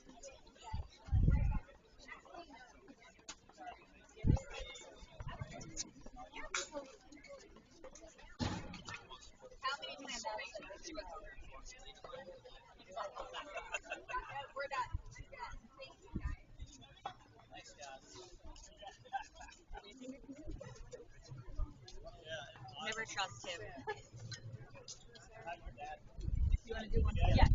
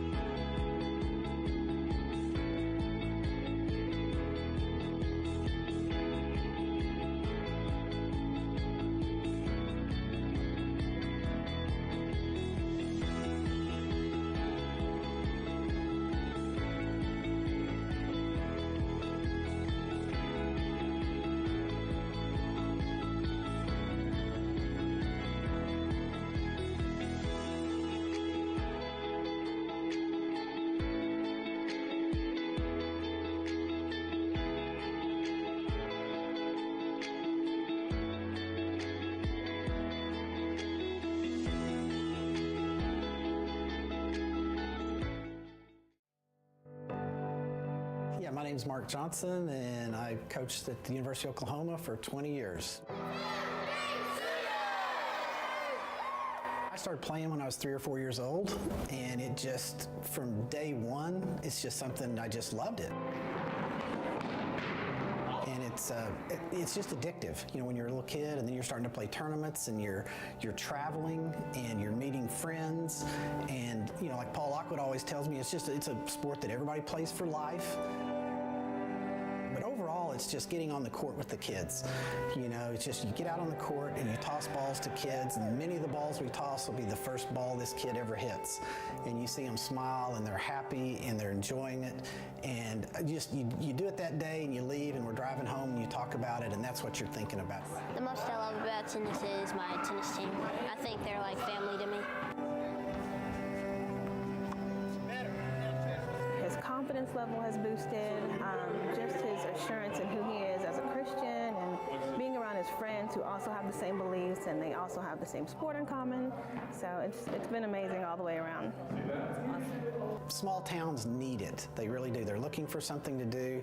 And now with the foundation, I think we've got the opportunity. And I know, Carmen, you've talked, the goal would be to maybe get tennis into all 77 counties at some point, which is a big goal, but it's possible. It may take, who knows, 5-10 years to get to all these places. But we need to try to introduce tennis to the small towns because they really do need it. And you don't know where the next Wimbledon champion's going to come from. It's a sport where players can play for decades, where in a lot of sports you really can't. Coach Francis Baxter was a big initiating force, and I think he got together and he and some other men really put it together. It's our job when we go to these small towns, and it happens all the time, is for those kids to ignite and fall in love with the game of tennis. And they go home and they'll tell their mom and dad, I want to be a tennis player when I grow up. We at Oklahoma Tennis Foundation really believe that we can reach kids all across Oklahoma by winning their hearts through tennis. And part of that is going to all 77 counties and bringing tennis to them. And we're going to do that. And we couldn't do that without our awesome coaches and our board and all of the volunteers that we have helping us. And we really couldn't do it without you. There's a reason that our tagline is "We Start with Love."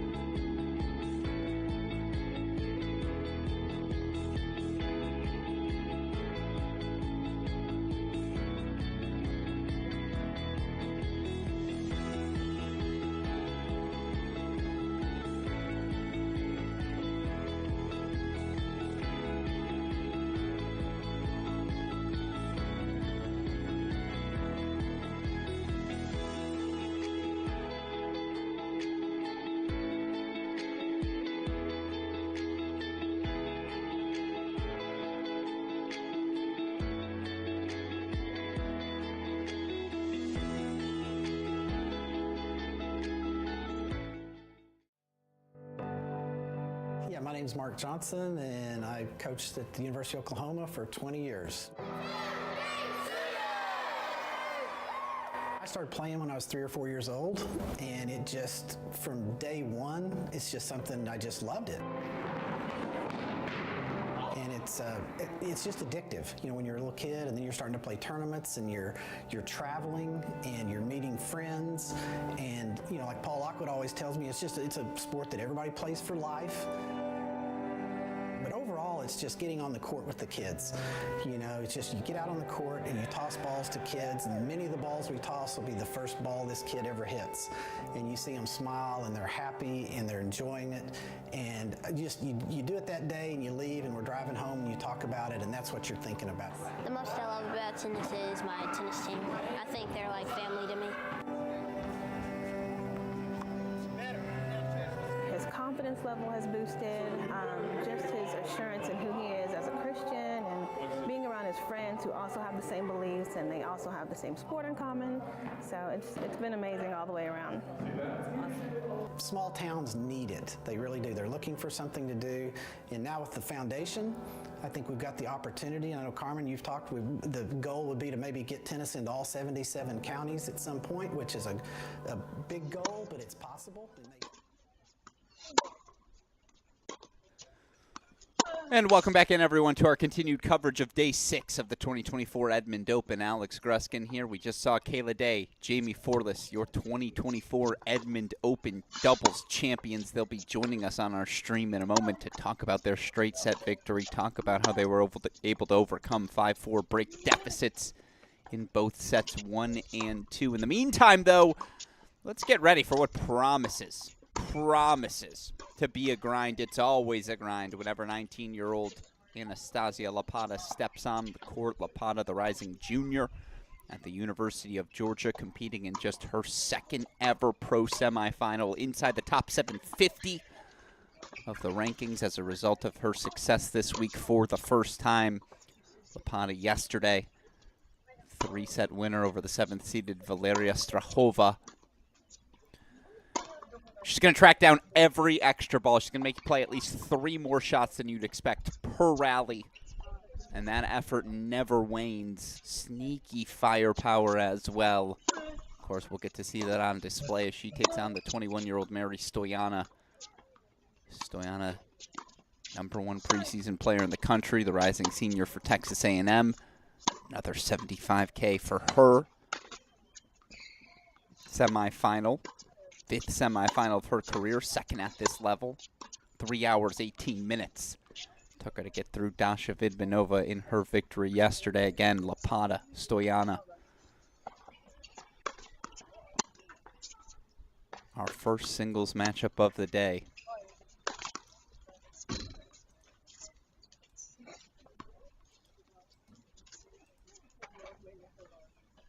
Three minutes.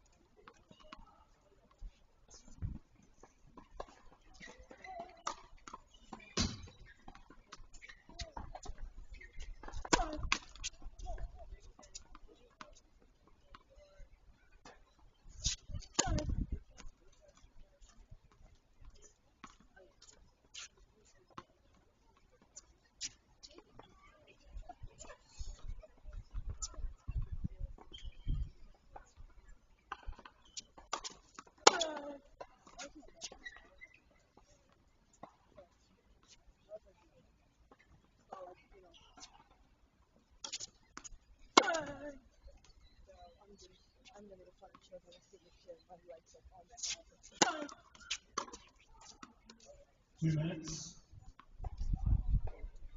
Ladies and gentlemen, the semifinal will be the best of 3 players. Left with the chair for 2 minutes. And joining us now on our feed, as promised, your 2024 Edmond Open doubles champions. It's Kayla Day, Jamie Forlis. First of all, congratulations to the both of you on the title. I'll start with you, Jamie. Talk us through the match. You're down 5-4, a break in both sets 1 and 2.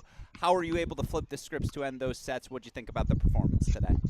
Yeah, Yeah, thank you. Yeah, it was a really good match. I think the quality of doubles from both of us, both pairs, was really high.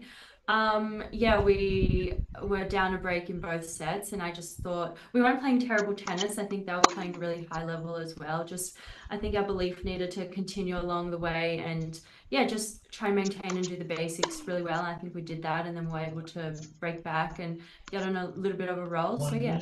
Yeah, it was impressive to see. And Kayla, it's not just, again, your first title together as a pairing. It was your first week playing together as a duo. What seemed to click so well for the two of you? To what would you credit the success?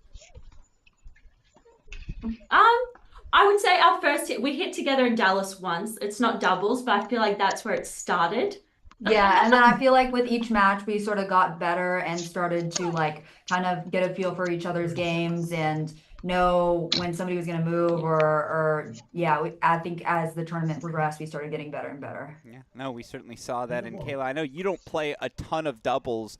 Does a result like this make you reconsider, like, maybe I should get after it more each and every week? And do you try to seek out maybe playing with Jamie more?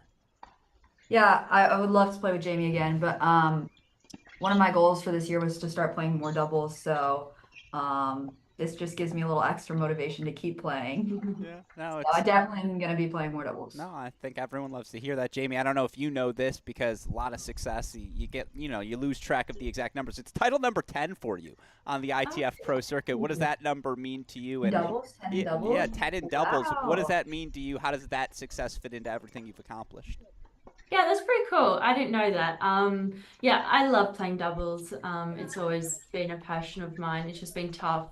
When you get injured, you come back and you just want to play singles, and like the load of playing singles and doubles in a day is a lot. So I've just tried to manage that over the last couple years. And yeah, my goal as well this year was to play more doubles. So when I can, and I think it's paying off. Like, it helps your singles, and then singles helps your doubles, and etc. So yeah, it's been a journey to say the least, but it's been pretty cool this week. It's been really fun. No, really impressive. Again, you guys knock off 3 top 4 seeds. You don't drop a set. My last question for each of you before I let you go. This is an inaugural event here in Edmond. I'll start with you, Kayla, but it's the same question to you, Jamie. What do you guys think about Edmond Center Court as a facility? How'd they do this week in year number 1 of this event? Yeah, they did an amazing job. As a first-time event, they were amazing. Everything was super organized. It really didn't feel like a first-time event, but they had, a great player lounge, great facilities, good gym, tons of practice courts, so really no complaints. Yeah, I second that. It's been an unbelievable event. Definitely recommend anyone that's wanting to play, and if this tournament's on the calendar again, to come play. It's been fantastic. The volunteers, everyone that's put the tournament together, the facility, it's been unbelievable. So yeah, really love it. No, love to hear that. I'm sure it's always made sweeter when you end with a trophy in your hands as well. And, again, it's bittersweet. We're hoping you're both in China having success next year at this time. But if not, we certainly hope to have you back. And, again, congratulations on the success. Jamie Forless, Kayla Day, 2024 doubles champions. Thank you to both of you for joining us. Thank you.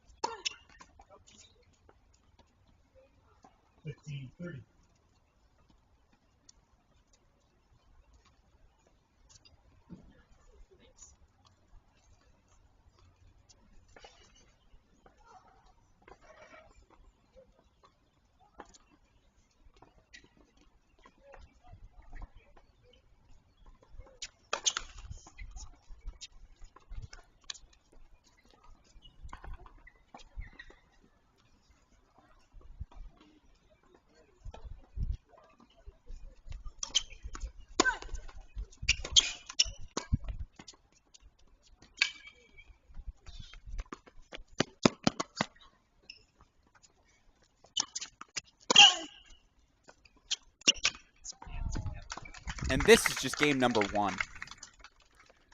A point for the highlight reel early. You see the defense Lapata is able to play.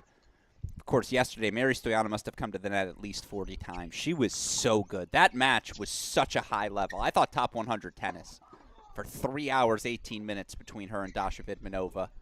Stoyanov from 5-3 down in the third, 7-5. She took it.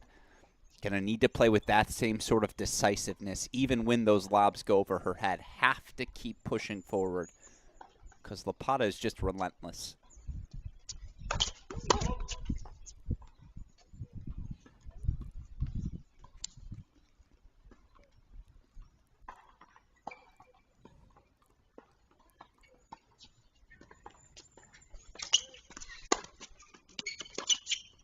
And then she does that.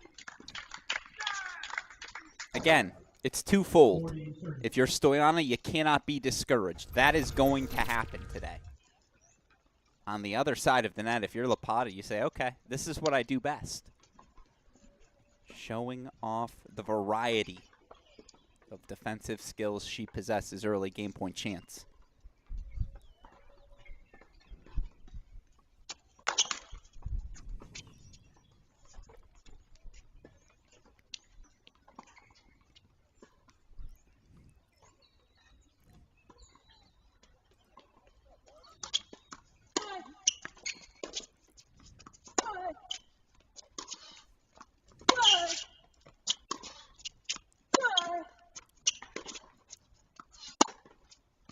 Yep. And that's the ball. Waist to shoulder high. If you give Stoyanov that opportunity on the forehand wing, she's coming forward behind it. 1-2 combination line cross. It is a fascinating contrast of styles here. I'm really excited for this matchup. Not too dissimilar from what we saw in the Vidmanova match, the difference being Lapata lacks that Vidmanova first serve as the leveling tool.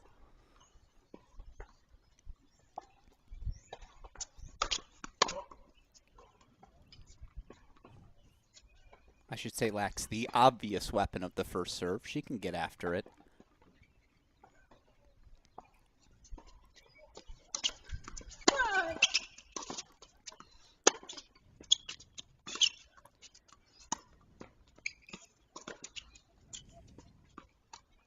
Sure.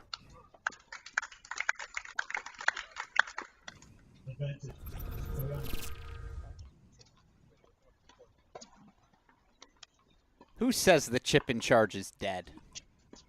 Who says that?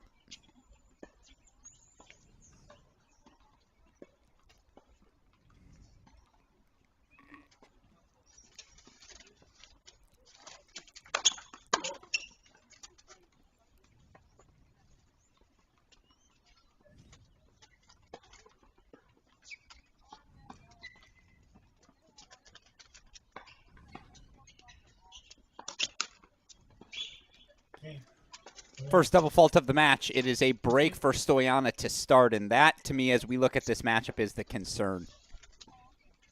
Stoyanov, when we had the opportunity to speak with her, an interview you can go listen to now on our Cracked Interviews podcast feed, she was adamant, being aggressive, making that not just an opportunity to capitalize, or something she capitalizes on when the opportunity presents itself, but just making it instinctual, that aggression, that ability to work forward, because the hands have always been there, the slice, the feel at the net, the ability to spring through the overhead, the ability to get back for it as well. Stoyanov can do all of those things, but making it instinctual, as to some degree it already is. But yesterday, again, even with the defense Dasha Vidmanova was playing, and there were times Vidmanova, some of the things she did on the stretch, just ridiculous. But even that relented under the pressure of Stoyanov. What can Lapata do to create for herself today, to disrupt the rhythm of Mary? High and heavy into the backhand corner. We'll see plenty of that.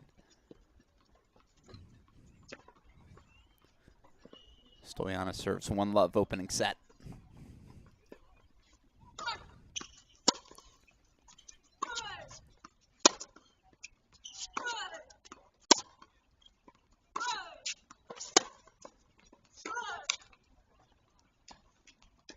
That ball. 10 feet of elevation over the net.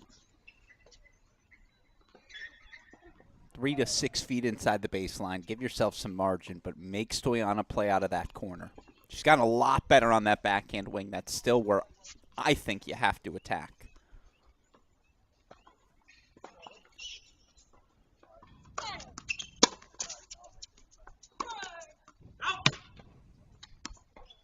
Love 30.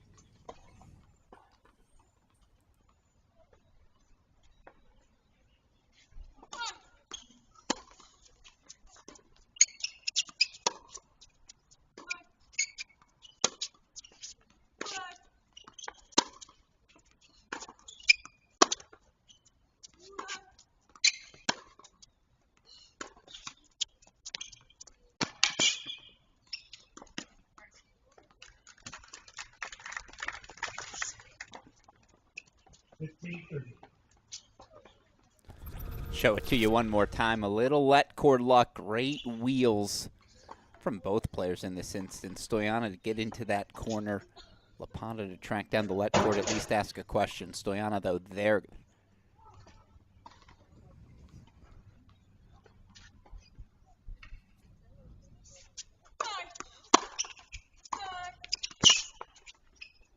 And shows off the serve and volley as well.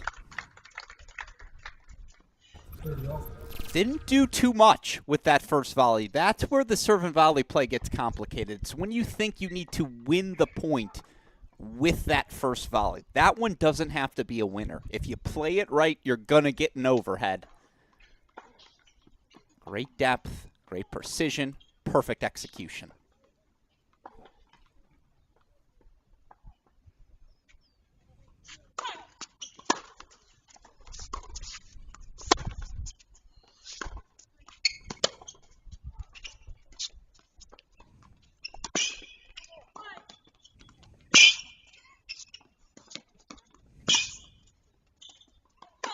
You guys don't realize it. We're playing on ice today.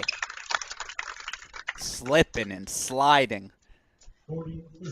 Skating into corners goes Anastasia Lapata, but that Mary Stoyana backhand slice somehow finding the sideline. And as I mentioned earlier, she is comfortable doing all of the things at the net. 3 straight points, a game point chance to consolidate the early lead.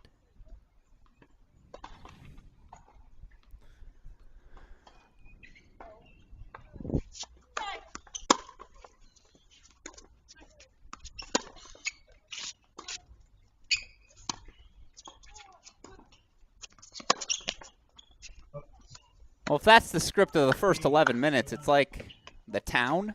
That's the movie I'll choose. You have a bank robbery right away. You're just like, I'm in. Let's do this thing. It's a break and a hold, but again, the contrast of styles on display early and attacking Stoyana. Consolidating the early lead, and now it comes back to the question, what can Lapata do to create? I'll tell you what, she went 1 of 8 on first serves in game number 1. I'm no math guy, probably has to get a little better. I am a math guy. It has to get better.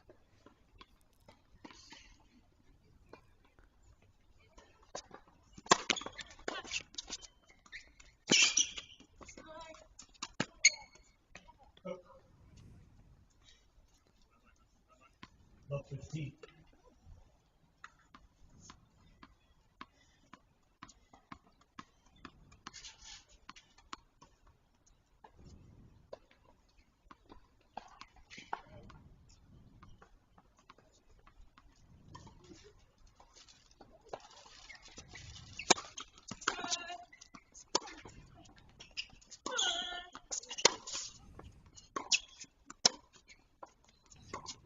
Aye. If she's making that, you're just not going to beat Mary Stoyanov. The Karolina Muchova comparison I always like to make when talking about her game on display. Defense into offense, holding the baseline, looking to move forward. Upside. That's the word that comes to mind when you watch Mary Stoyanov play.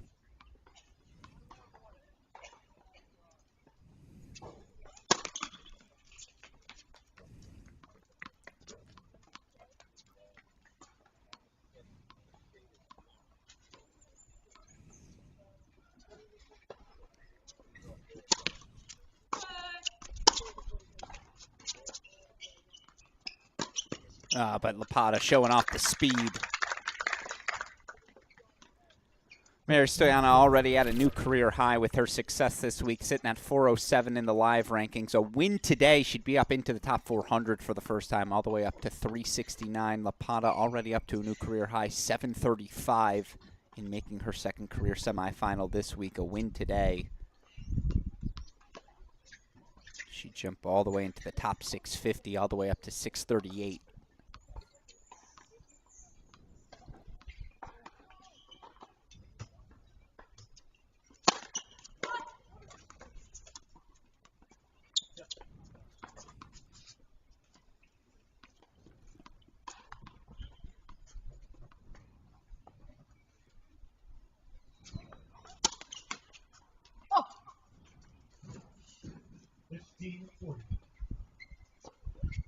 It's a third double fault, 2 more break point chances.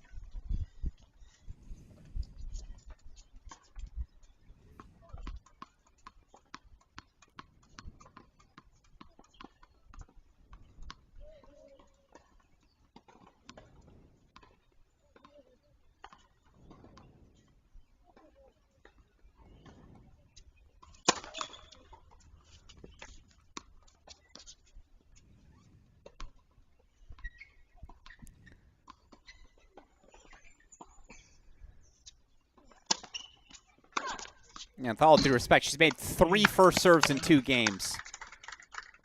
That is just not going to be good enough. Not when Mary Stoyanov is striking the ball like this. Grip, rip. And I said it earlier, anything shoulder to waist height for Mary Stoyanov on that forehand wing. The weight's going to be moving forward. She's going to look to come forward behind it. She dealt with that second serve like an approach shot. 3 straight games for Stoyanov to kick off our semifinal action. 21-year-old American again, competing in her 5th career tour semifinal, 3rd of the 2024 season. Made a final in Evansville back in July, made a semifinal in Dallas that month as well. A fast start as the rising Texas A&M senior leading 19-year-old Anastasia Lapata, of course, coming up after this one. Make sure you stick around. It's going to be fun. Alana Smith, the 24-year-old American, she's competing in her 2nd career pro semifinal today as well, at least in singles. Smith, the technique looks so smooth when she's on her front foot, when she's attacking on script as she was yesterday. You see where the upside would be. Going to take on talented 18-year-old Victoria Mboka, who is just beginning to scratch the surface of becoming the tennis player she will one day be. Speed, power, creativity. A lot to like about the 18-year-old Canadian. That coming up not before 4 p.m. Eastern time. In the meantime, Mary Stoyanov, 3-love, double break, opening set.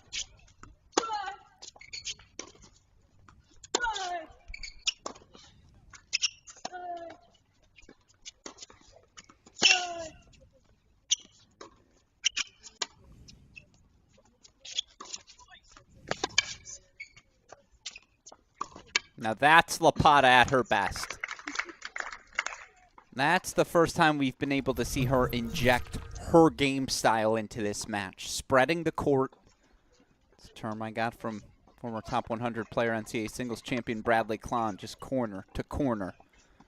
Oklahoma State men's tennis head coach Dustin Taylor calls it 1-in-1. 1 ball here, 1 ball there. Just move you side to side, make you work.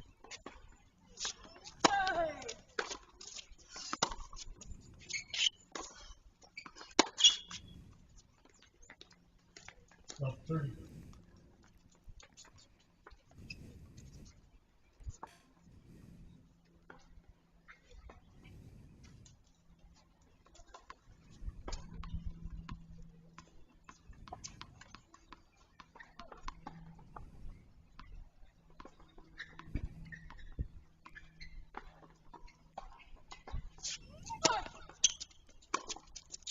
Oh. 15-30.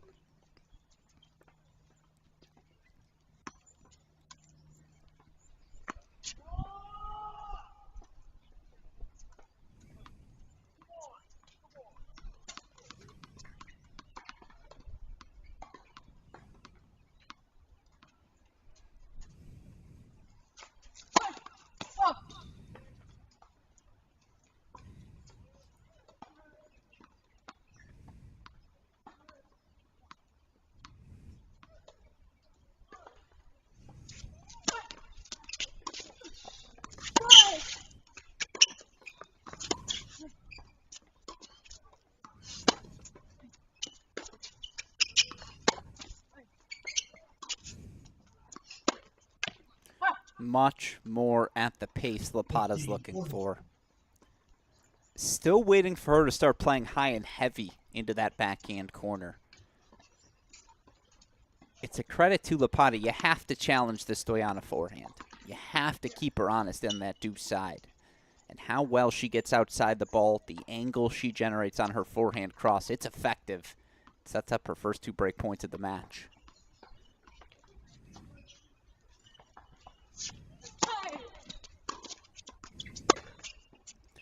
Certainly a loose service game, but Lapata's starting to wake up. Welcomes herself to the match with a break of serve on the scoreboard. She gets 1-3 opening set.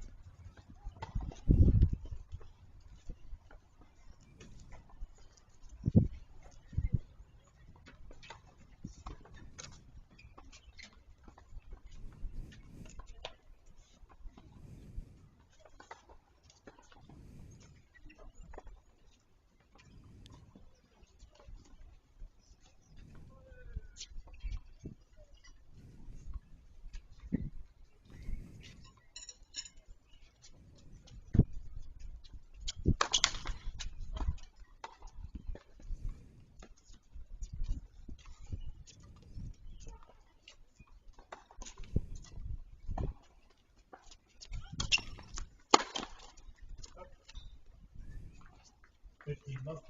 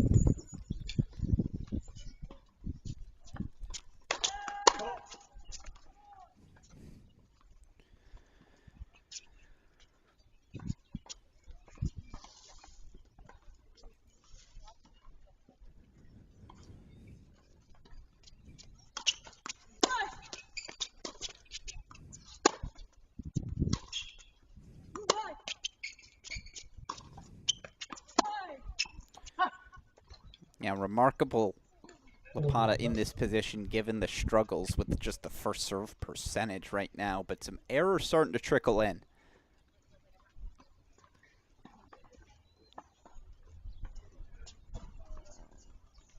Game point chances for Lapata. She tries to put her first hold on the board.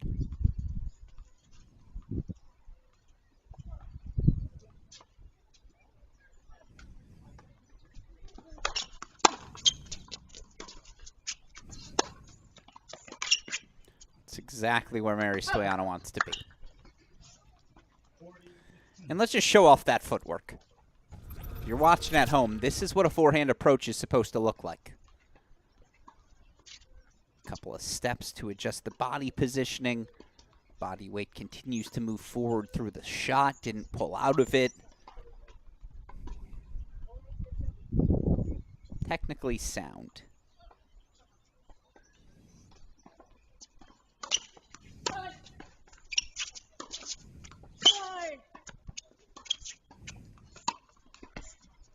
And yet it's Anastasia Lapata who puts the hold on the board. We've got a match. Stoyana still up a break 3-2 opening set, but Lapata starting to change the geometry of the match.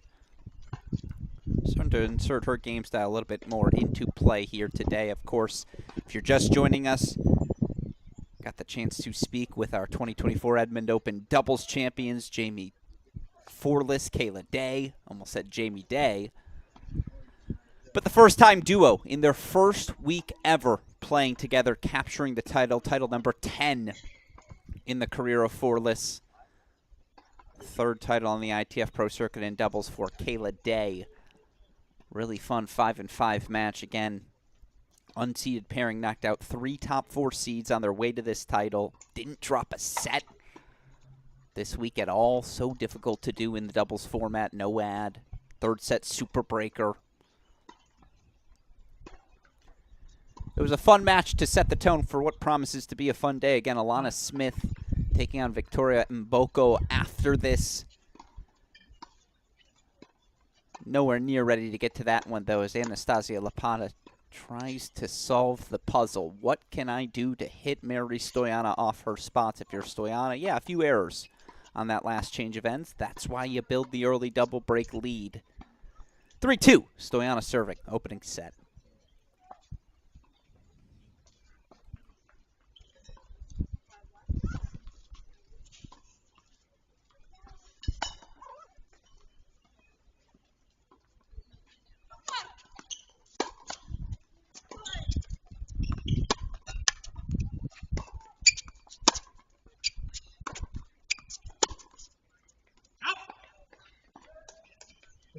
Up.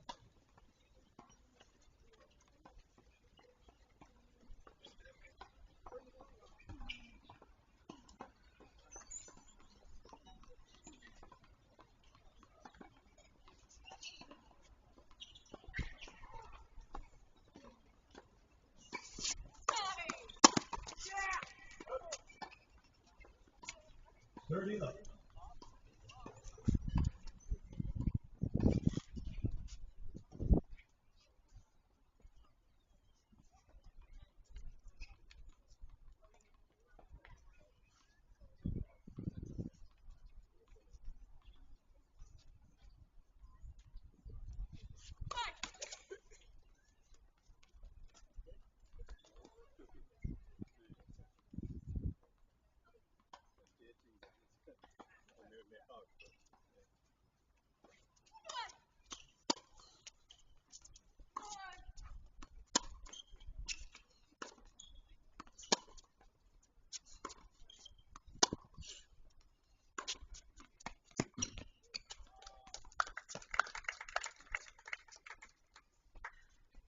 Up.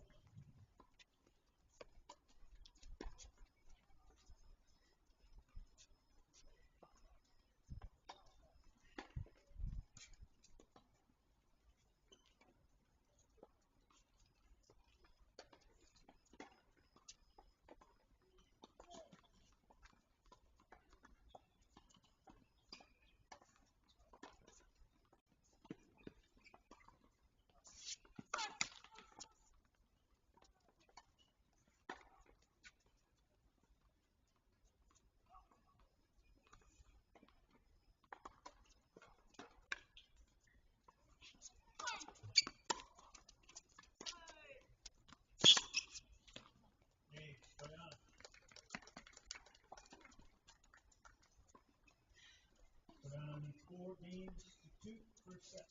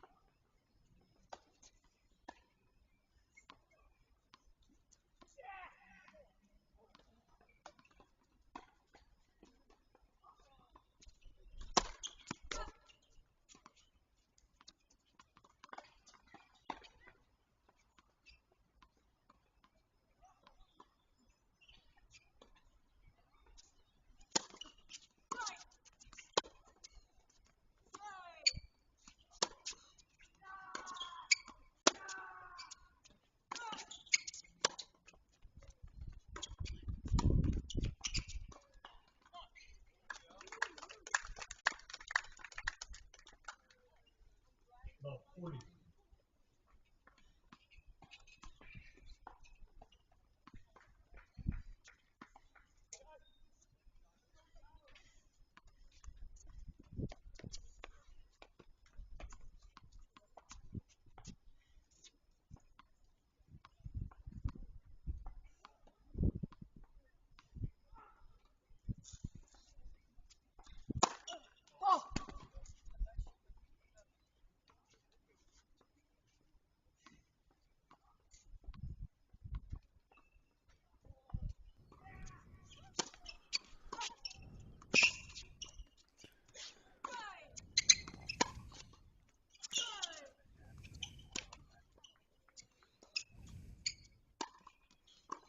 Ah, still no panic from Mary Stoyana. 2 more break point chances as she gets right back on it here in set number 1.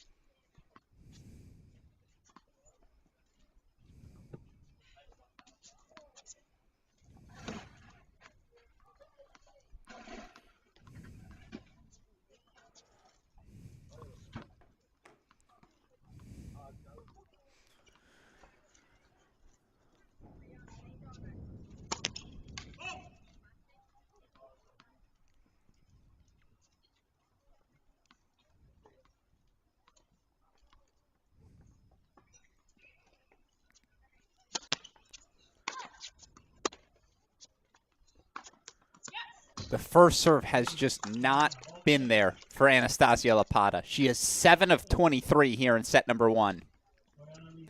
30% is not going to do it. Mary Stoyana so aggressive when she can find that forehand. And when she's hitting it with comfortable feet underneath her, good luck. 5-2 double break lead restored. She will serve for the opening set. Again, coming up not before 4 p.m. Eastern Time, Alana Smith, the 24-year-old former NC State All-American, one of the best doubles players certainly we've seen emerge from the college tennis universe in the last half-decade. She's going to take on rising young Canadian 18-year-old Victoria Mboko. It's a fun contrast of styles. Smith, the aggression with which she plays on each and every ground stroke, Mboko. So creative yesterday. The improvisational skill on point. Can crack the ball with the best of them as well. Needed to in a straight set win. She fought off set points in set number 1. That win over 5th-seeded Ellie Mandlik. Make sure you stick around. I know it's a busy afternoon.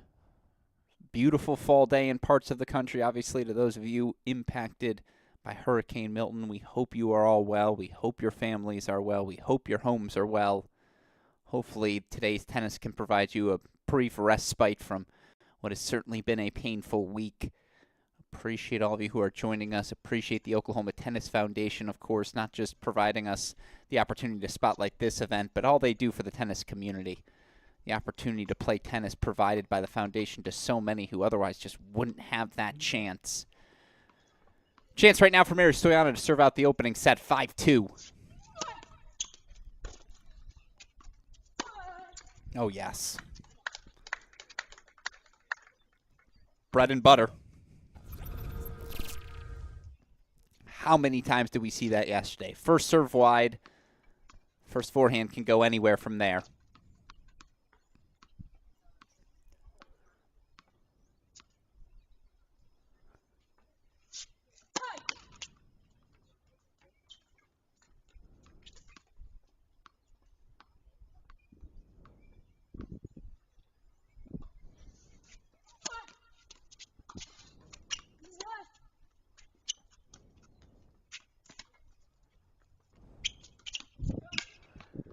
Well, that drop shot's not going to do.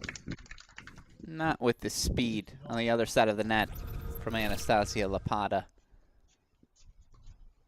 And that's the interesting part. Both these players possess unique touch. That ability to play the slice comfortably with depth, with feel, with angle. Comfortable enough to play the drop shot as well. It's an option in both of their arsenals.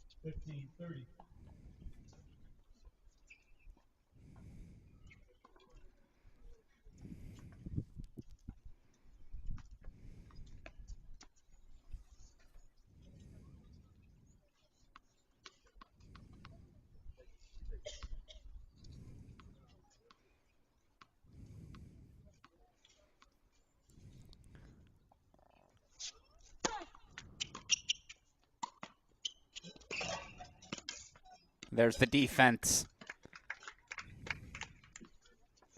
Lapata last season, the lowest ranked player to ever reach the NCAA singles final. It was shots like this. On the slide backhand line. Simona Halep-esque with the defense.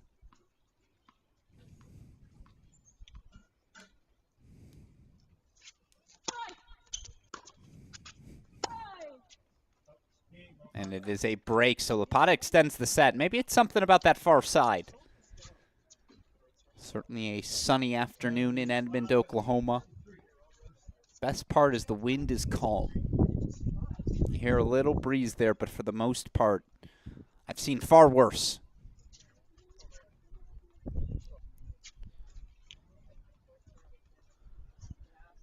Ideal conditions for tennis. What can Lapata do to sustain this momentum?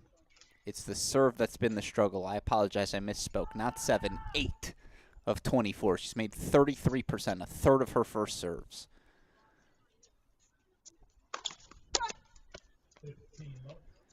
When she can make the first serve, it looks like that.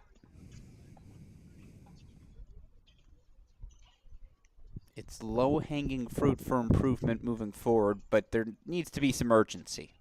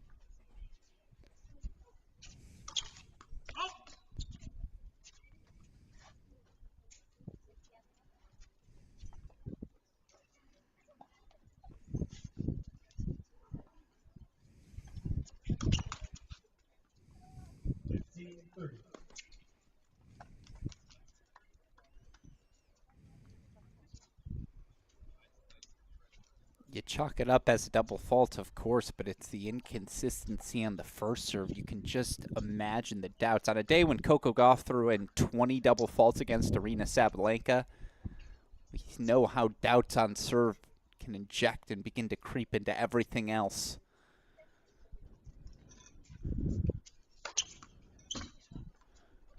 So, of course, an ace wide. 30-0. Did not see that coming.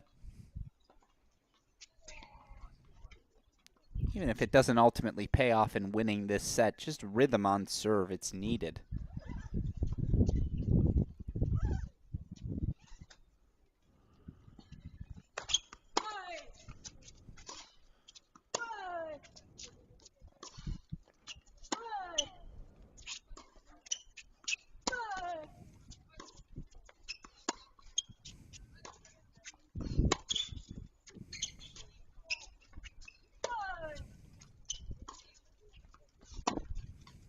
The 1-1 is in effect.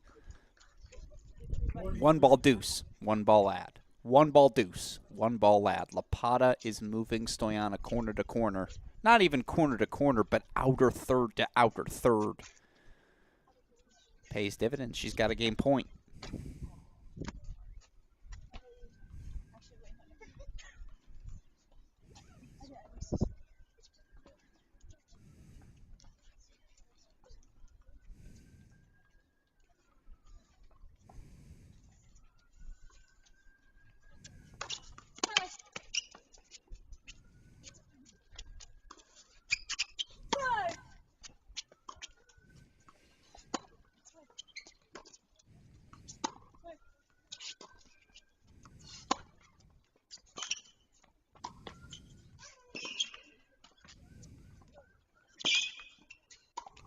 Ugh.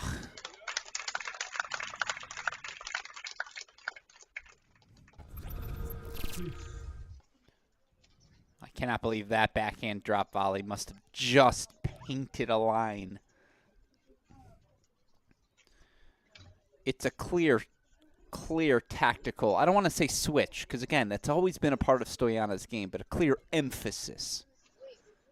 I'll emphasize the word emphasis, that movement forward to the net.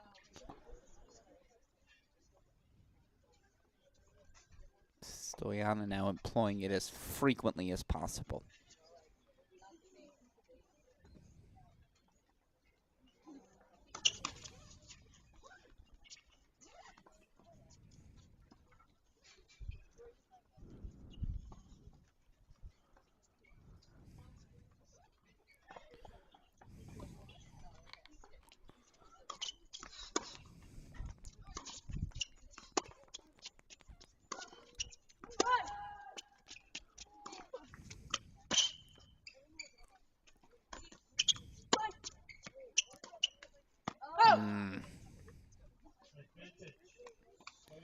That indecision to move forward. That ball into the backhand corner was so effective. But commit, right? You got to commit if you're Anastasia Lapata.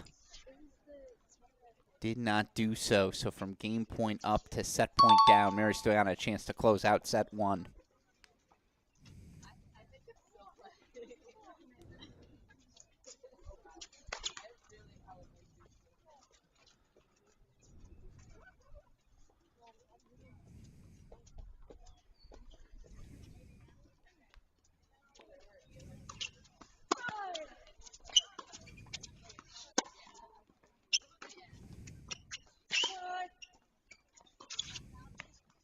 Put it on the board. It's a 6-3 set. Belongs to 21-year-old American Mary Stoyana. Halfway to another 75K final here in 2024. 6-3, she takes the opener.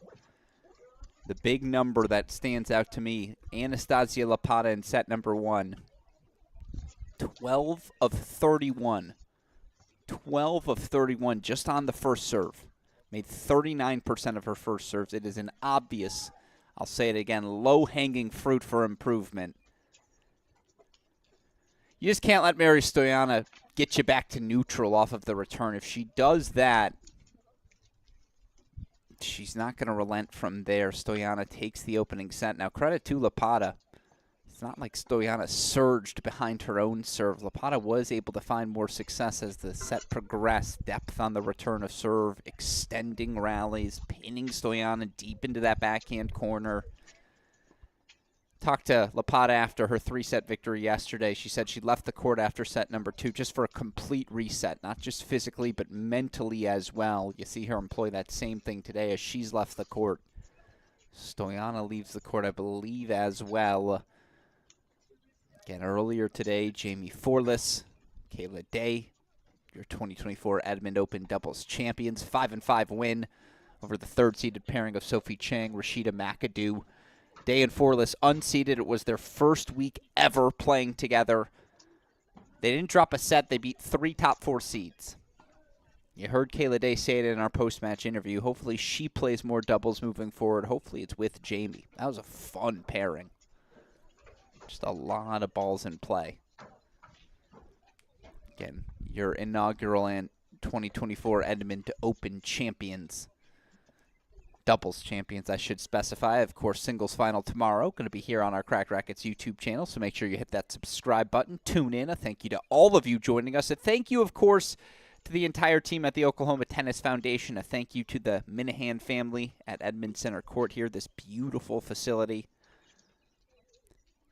Home to this weekend's action. For those of you that don't know, the 2022 USTA National Facility of the Year, located in Edmond, Oklahoma. Edmond Center Court is considered as one of the top public facilities in the world, identified as a USTA premier facility, conveniently located, and has 24 outdoor courts, including 2 stadium courts, as you see on your screen, with seating, 6 indoor courts, as well as a state-of-the-art clubhouse. Edmond Center Court has become the pride of the local tennis community through the facility construction by the City of Edmond, Edmond Public Schools, and the ongoing support of the Edmond tennis community. I should say, having been there, high school teams have their own locker rooms in the Edmond Center Court clubhouse. How cool is that? And again, a public municipal facility. These high school teams play their matches. They practice on these courts. Edmond Center Court clubhouse, a fully equipped pro shop featuring rackets, accessories, lounge areas with TVs. Tennis shop also offers stringing services, general public servicing for tennis rackets. Fantastic smoothie bar, I should mention, as well. Center Court also offers programs for both juniors and adults. Private lessons, junior classes, and camps are offered as a part of their junior development programs. Adult programs include USTA and recreational leagues, private lessons, clinics, and drill groups. Again, a thank you to the Minahan family. A thank you to the entire Edmond community for welcoming professional tennis into their community. I'd be remiss if I didn't mention one of the names you see constantly on your screen, Bill Towler and the Towler family. Every tennis community needs a Bill Towler. All the guy wants to do, it's in the core of his bones. He just wants to grow this game. Just wants to bring the community together through tennis. So many positive experiences he's had with this sport. I've had those same sorts of experiences. I just appreciate his commitment, the entire Oklahoma Tennis Foundation team, Carmen Bond, Bruce Johnston, who's helped facilitate all of our media this week. And again, you can hear from every singles quarterfinalist right now in the Cracked Interviews podcast feed. Really fun week. The second of 4 total events, but the first of 3 pro events as part of this Oklahoma Tennis Foundation Pro Series. Again, we've got men's, women's events on the horizon in Norman. We'll have them here on our Crack Rackets YouTube channel. So for the last time, I'll ask, hit that subscribe button. We got more tennis coming up after this. Again, a not before 4 p.m. Eastern time start, although given the pace of this match, we should push up right up against that. 24-year-old Alana Smith taking on 18-year-old Victoria Mboko.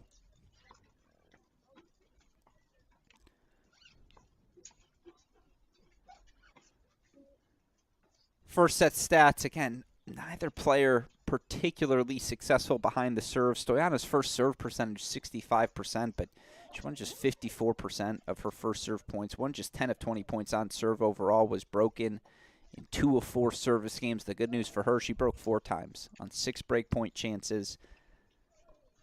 Lapata making just the 12 first serves in the opening set. She went 6 of 20 on second serve points. Stoyana was able to take advantage, hit play early offense in rallies, and just, again, never looked back from there.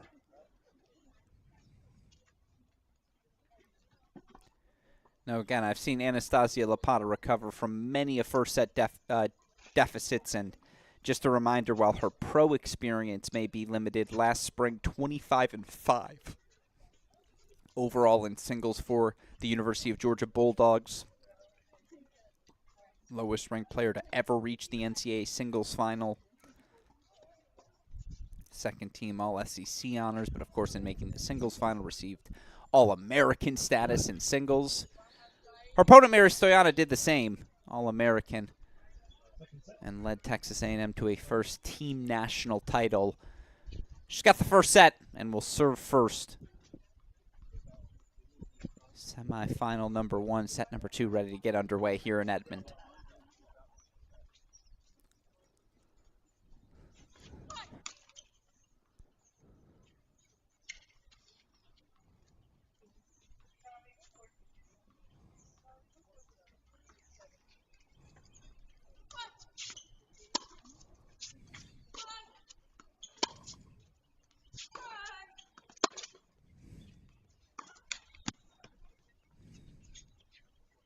12-15.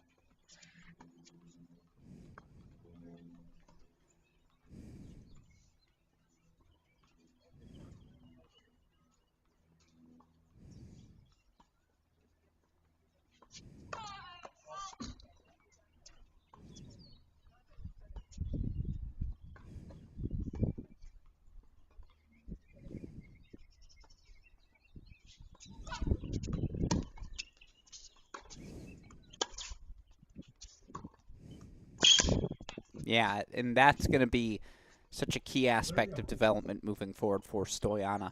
If she can make that backhand routinely,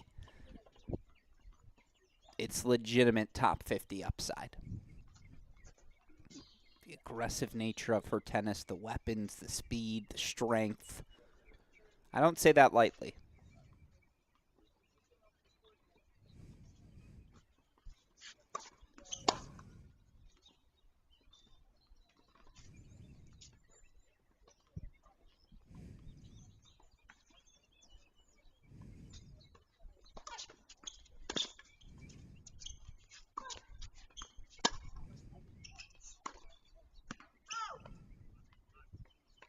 Thank you to our friend Chris Halioris at College Tennis Ranks, his website, collegetennisranks.com, offering you weekly updates on what players with college ties are doing in the pros. As of right now, 8 players in the WTA Top 100 singles rankings with college tennis ties. Of course, most notably, top 10, Emma Navarro, Danielle Collins, 20-year-old Diana Schneider, played a season at NC State. She's 16 in the world. Lulu Sun, Peyton Stearns, 2024 Cleveland Open champion, McCartney Kessler.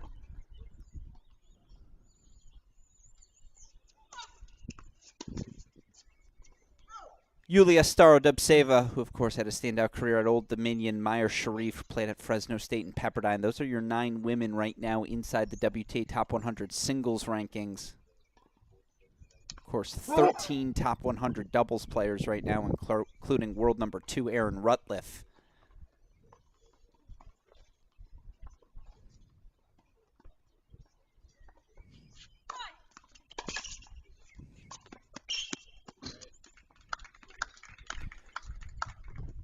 By the way, very similar story on the men's side. 15 men inside the ATP Top 100 of the singles rankings with college tennis ties. The obvious ones, of course, Ben Shelton, Nuno Borges, Cam Norrie. Breakthrough players like Jake Fernley, Adam Walton, Alex Richard. Of course, you have 20 top 50 ATP doubles players. 21. 42 inside the top 100 of the doubles rankings. Whoa!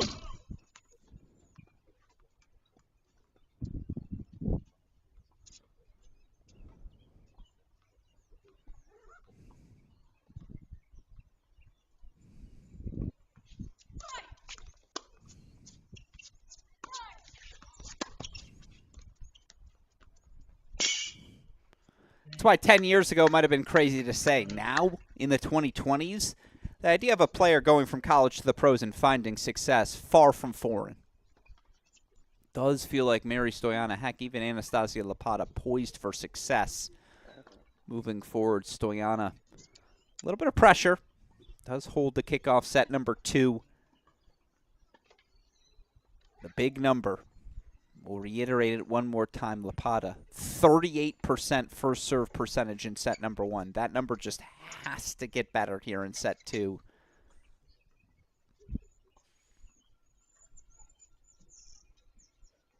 If not, a long flight to make in Georgia, which the next ITF Pro Circuit event she told us she'll be playing, awaits.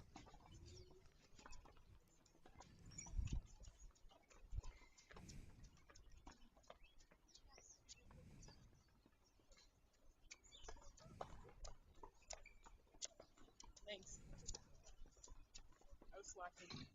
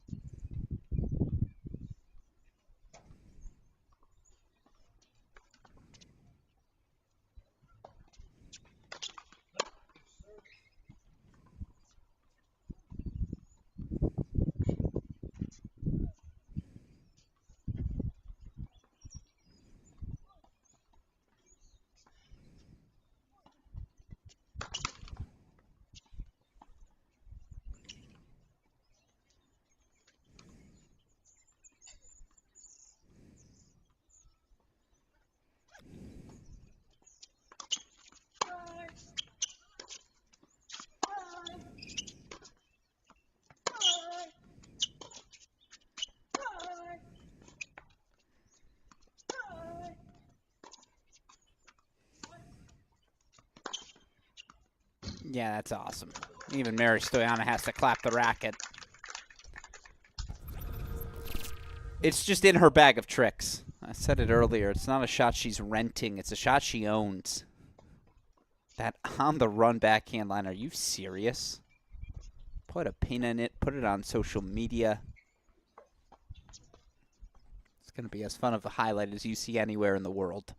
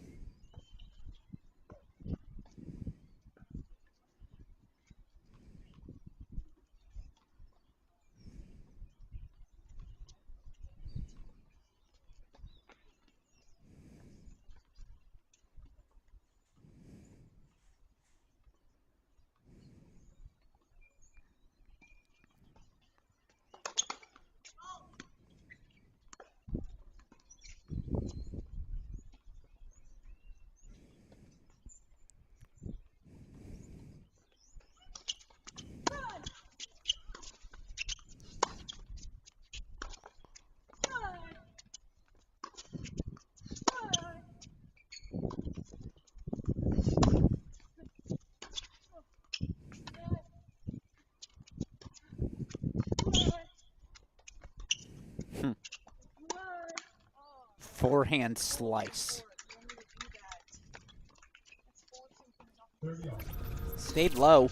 Hit the spot she was searching for. And again, corner to corner tennis. That's where Lapata's at her best.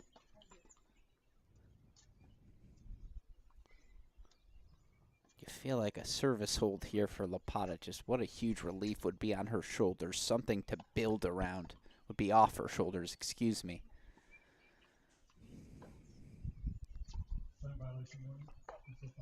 Wow.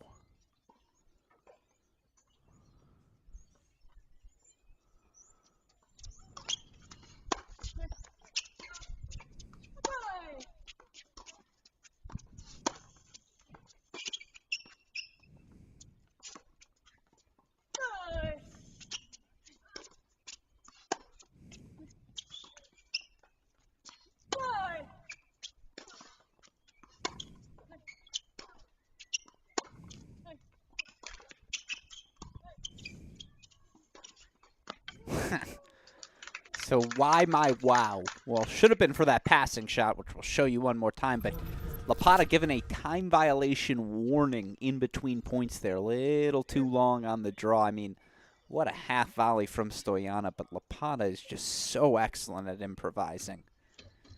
Game point chance here in her opening service game of set 2.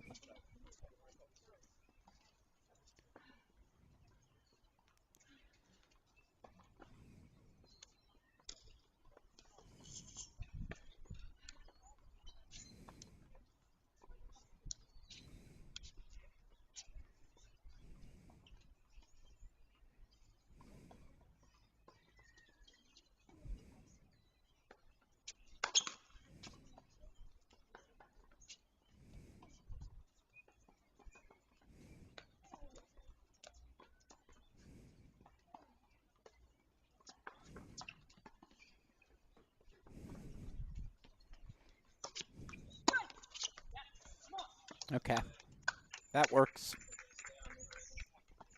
It's exceptional footwork. Split step, small adjustment, explode.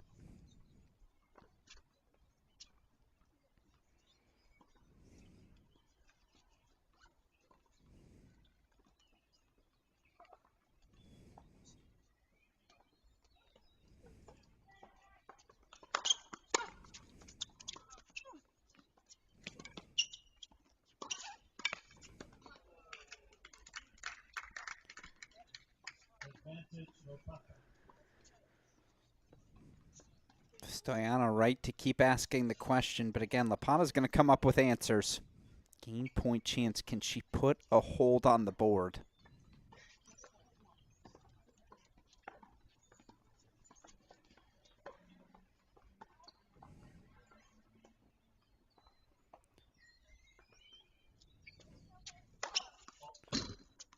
Fell down an immediate double break in set number 1. She's been playing from behind from the start.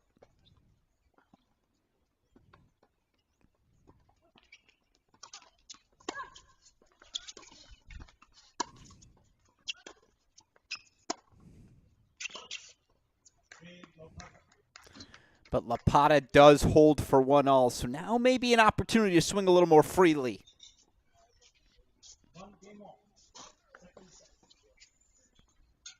Can breathe a sigh of relief as she does finally put a hold on the board. For what it's worth, for those of you keeping track at home, 3 of 7 on first serves. Doesn't sound great, but that 43% clip better. 3 of 7, excuse me, 4 of 8 better than what we saw from her in set number 1.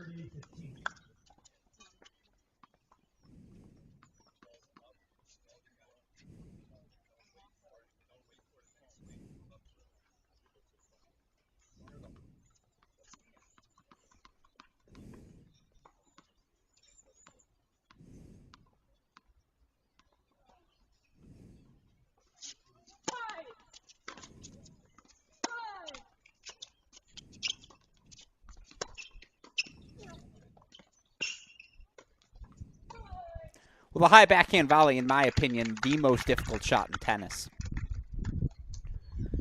Lapana did well on the response there. Good two-pass combo from Stoyana. Great touch on the movement forward. Holds the finish, game point chances.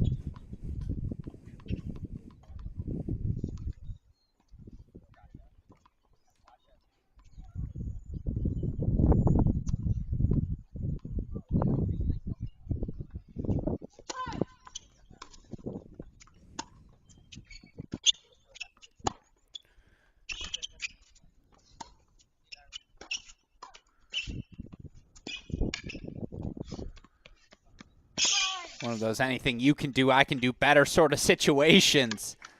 Lapana says, I see your volley, I raise you. I raise you unreturnable.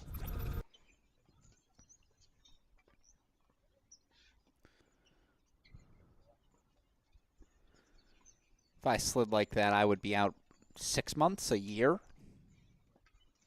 Stoyana going to recover right back to the baseline for the next point. Game point chance for the 21-year-old.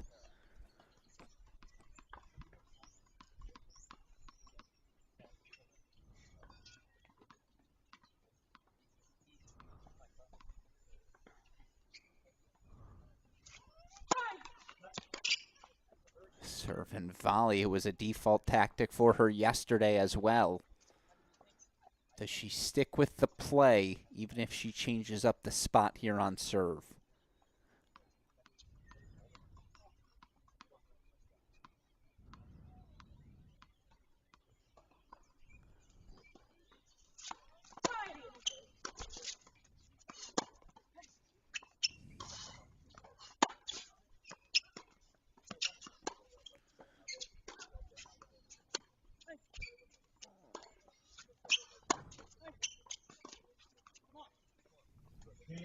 A little lackadaisical on the slice. But you're starting to see a pattern emerge. Lapana, rather than play through the backhand corner, which I might have expected, no, it's just never more than 2 balls in the same direction. Keep Stoyana on the move. Don't let her attack with her feet set. When she does, she's too dangerous. She holds again for 2-1, but far more balanced competitively here to start set number 2. Alex Gruskin here, Alana Smith, Victoria Mboko, our nightcap match. That will come after this, not before 4 p.m. Eastern. Guess it's not a nightcap if it's 4 p.m. It's our afternoon, our primetime match, I suppose I should say. In my colloquial, the nighttime match is the primetime match. Anyways, primetime match coming up after this. Alana Smith, Victoria Mboko, looking forward to it. Of course, already Kayla Day, Jamie Forless crowned your 2024 Edmond Open doubles champions. First ball, last coverage of Championship Sunday tomorrow here on the Cracked Racquets YouTube channel. You want to hear from any of our singles competitors, you can hear from all 8 quarterfinalists right now on the Cracked Interviews podcast feed. Looking forward to covering the remainder of this Oklahoma Tennis Foundation Pro Series as well here on our YouTube channel. Again, Anastasia Lapana, 15 of 40 on the first serve so far in this match. Did find a hold. Took a second, but did find a hold to kick off set number 2. First serves, first serves, first serves. Do you try to take some off it? Focus more on spot than pace? Do we see an adjustment? Let's look for it. She'll serve 1-2.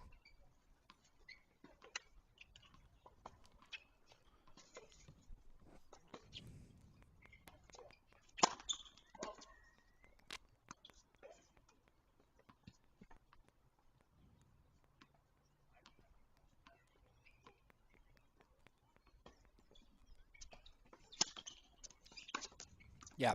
How many times have we seen that? We saw it on set point.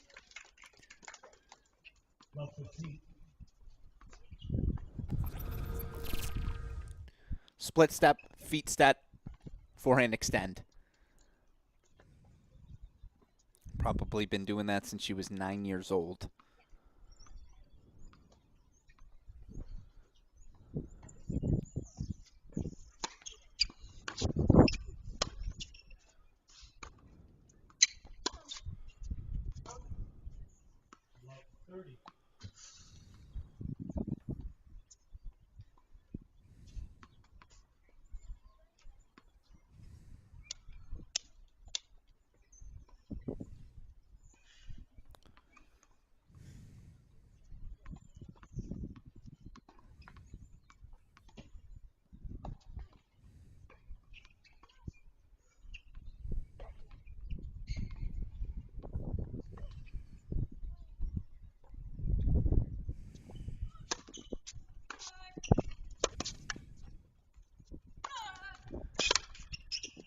see these last 2 points, the first serve not doing much.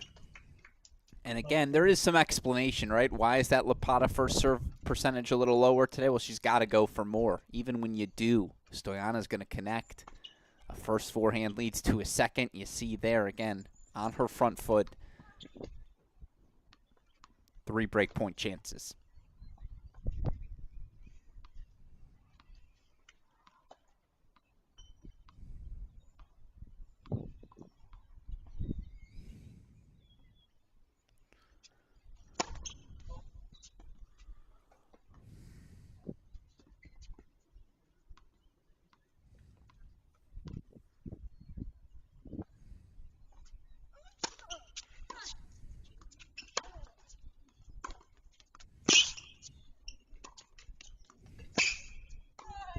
Yep. Movement forward to take the break. Excuse me. Watch it one more time. And it's the biggest misconception, I mentioned it earlier, that you need to finish the point with your first volley. Absolutely not. That first volley's the table setter. It's nice when you get the forks, the spoons, the knives all in the right position. But it's the volley that's supposed to set up the finishing volley. It's the one that gets their court positioning your opponent so compromised, all you have to do is make the next shot. Perfectly executed from Stoyana. Much better than my explanation. She breaks for 3-1.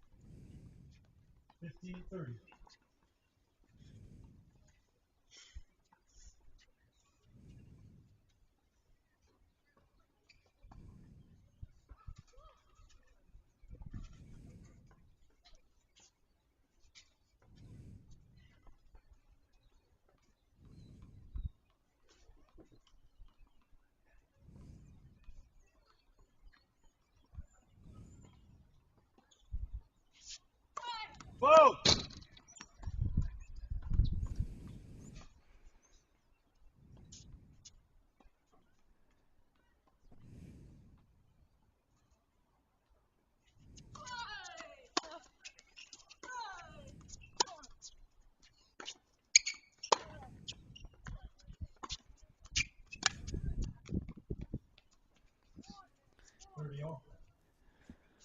It feels unconventional. That's just part of Lapata's game. I'm not going to criticize that shot selection because she likes to throw in the slice. Just keep you off speed. Different looks, different spins, different directions.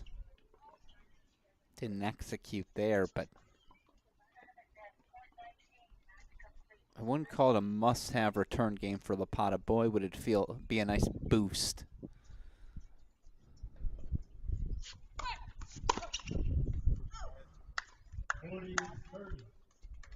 Instead, Stoyana finds a big first serve with it. She finds a game point chance to consolidate.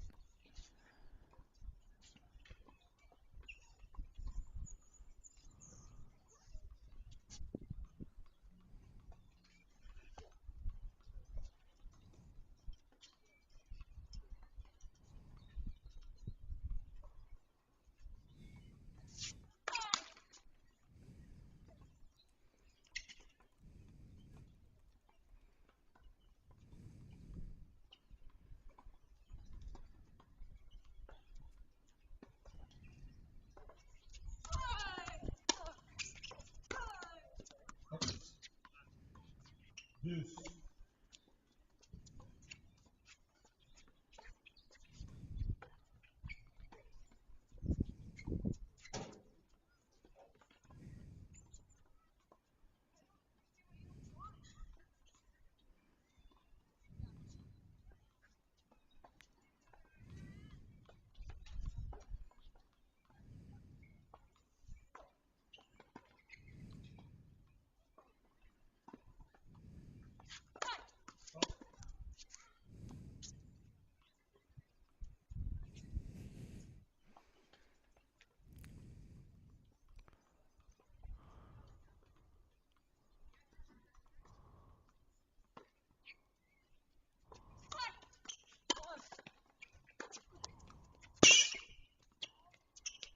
+1 perfection, and look at how she captured that first forehand.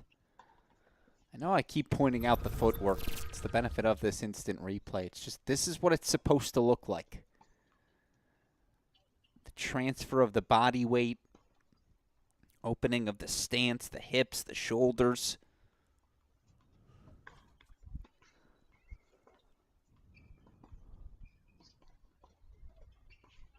Good technique leads to good results.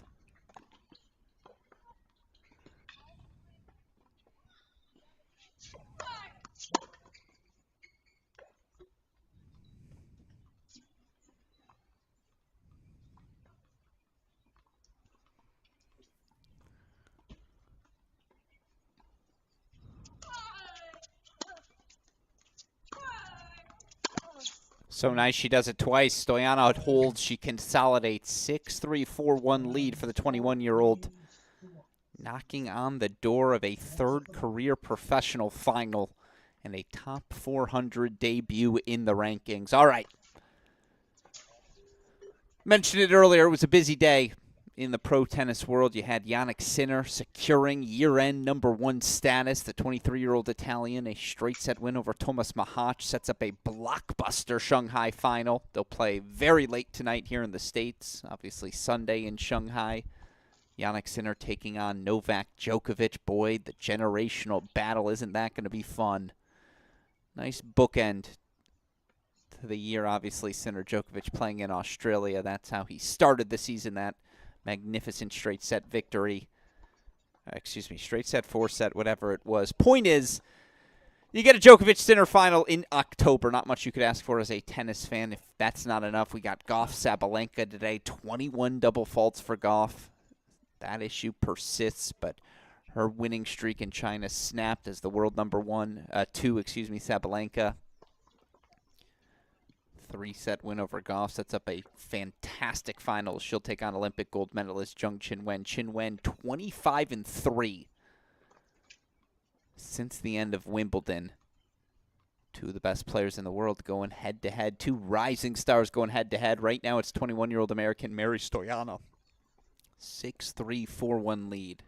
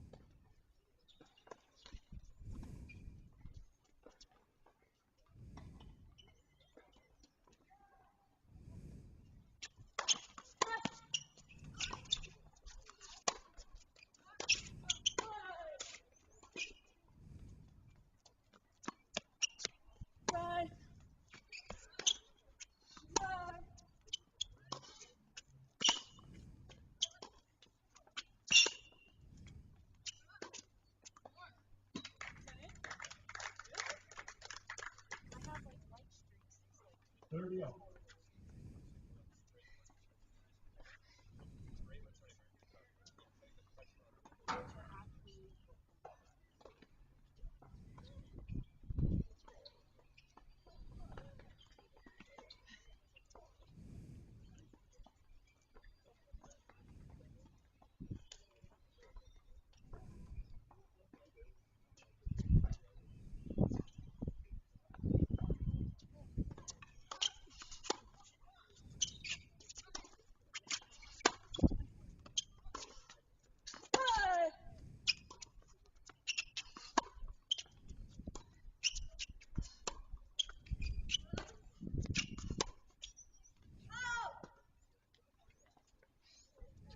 Forty 30.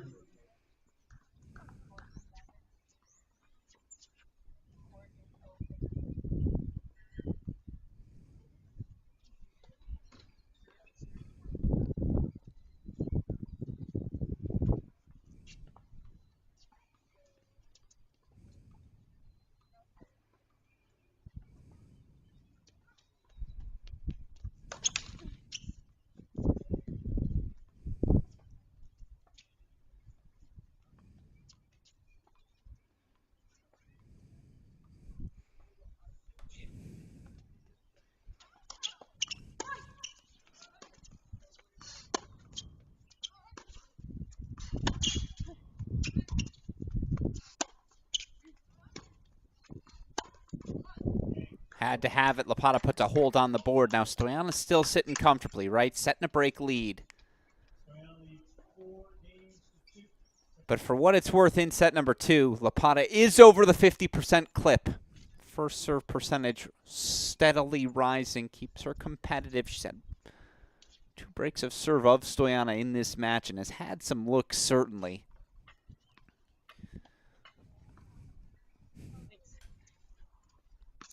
Still, the match is on Mary Stoyana's racket.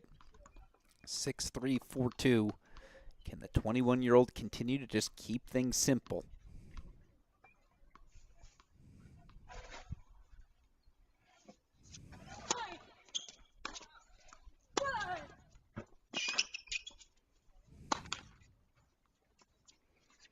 Play was simple. The execution was there. The intent was correct.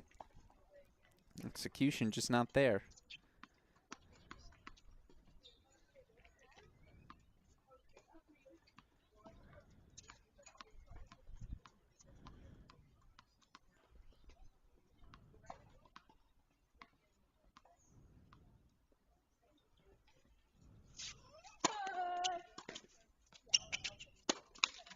Uh-oh. About 30.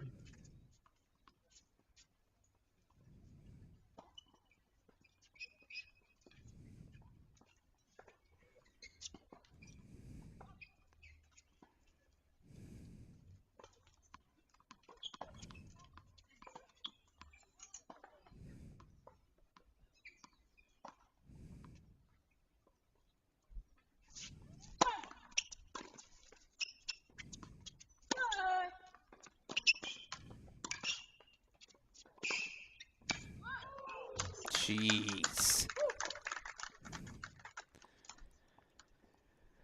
We're going to look back on the day at our highlight reel here at Cracked Rackets, and I'm just going to have passing shot after passing shot from Anastasia Lapata. How many times have we seen her hit that backhand on the run in particular? It's electric. It sets up 3 breakpoint chances to get us back on serve.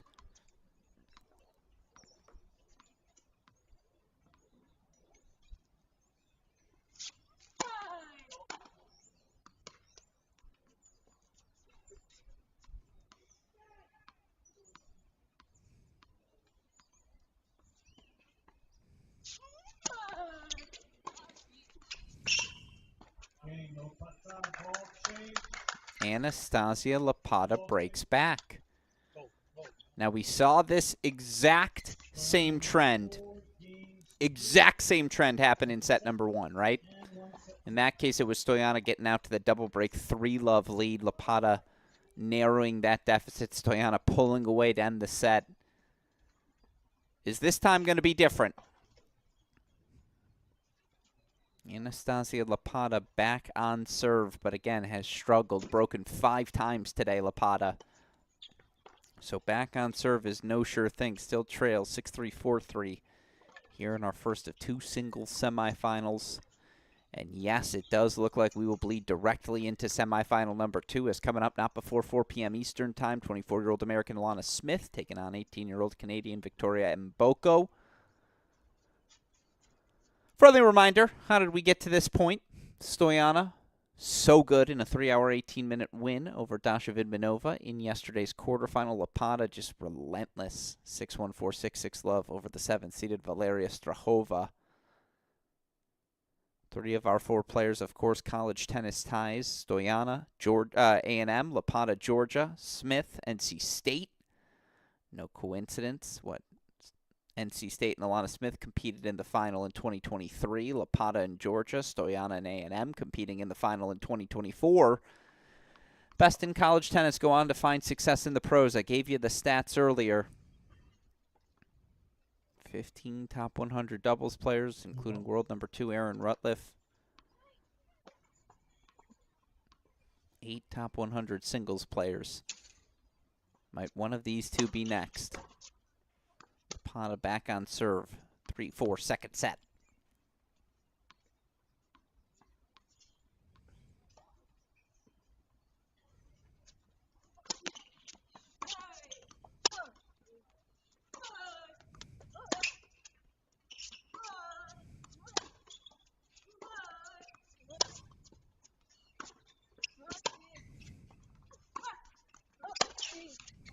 I mean, the depth of that cross-court Stoyana forehand.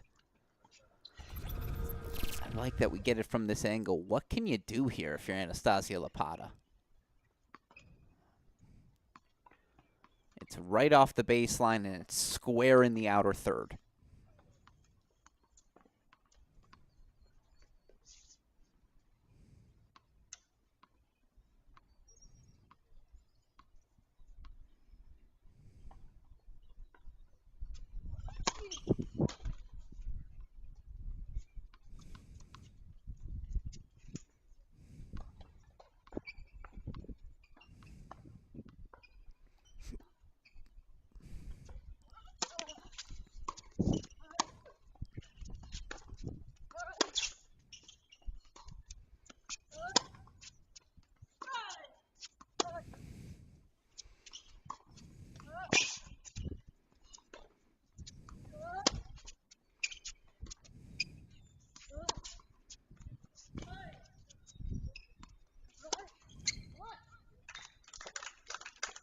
Had her in the blender.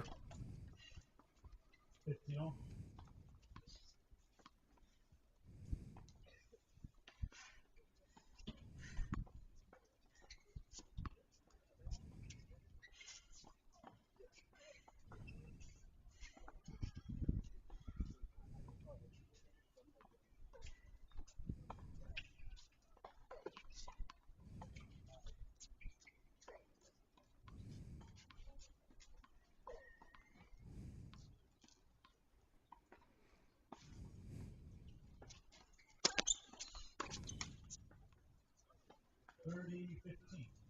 It wasn't the strongest first serve, but the perfect place, right?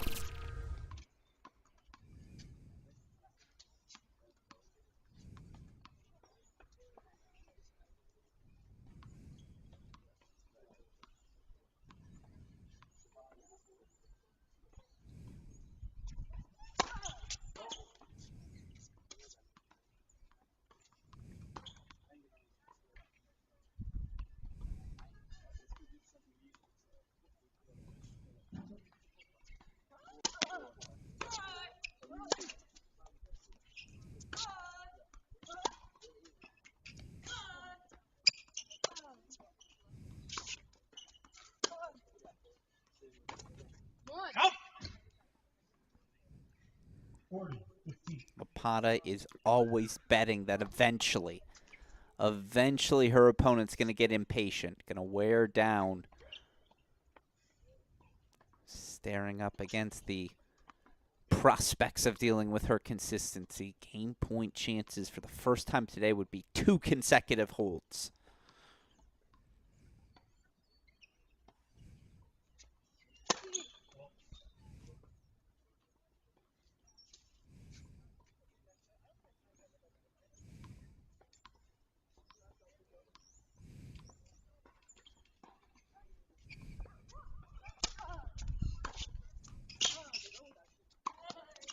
Stoyana says nope.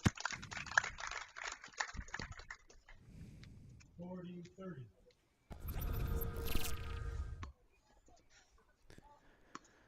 She's been great with that forehand return, particularly on the deuce side all match long. That's why that misfire on the last, unexpected. It's a game point chance. She is far from out of this service game.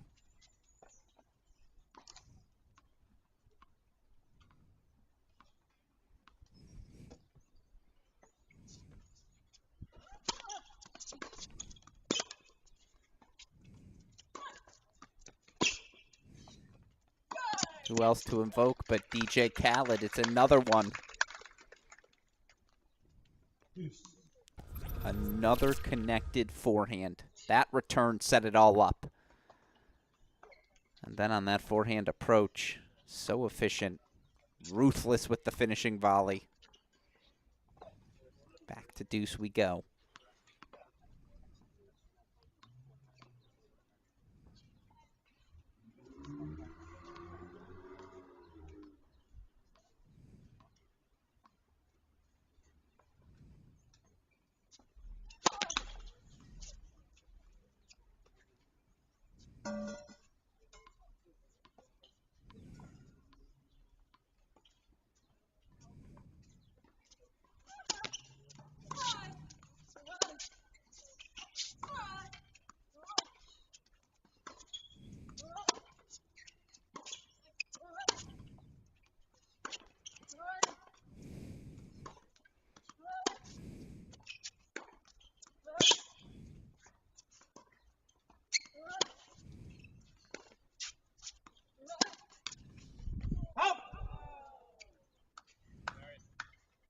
Advantage, Stoyana. And now all of a sudden it's break point chances.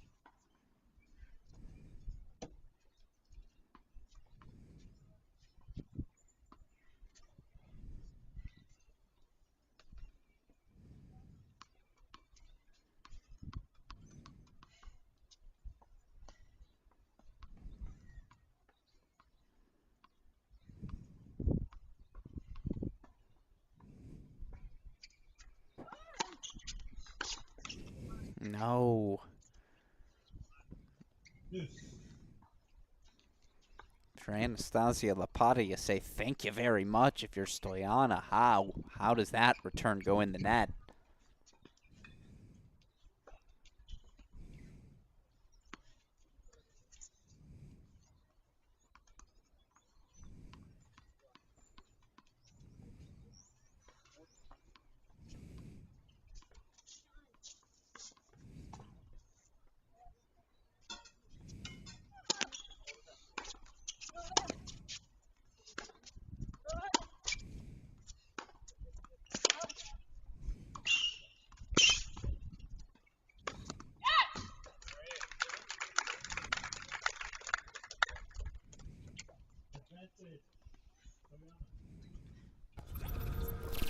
That is Mary Stoyana at her best, moving forward, so sound on the overhead. Yeah, she'll miss one or two. We all will. But her confidence to turn back to that play under pressure just asks the toughest questions of her opponent. Breakpoint chances again, as she looks to secure her spot in the final.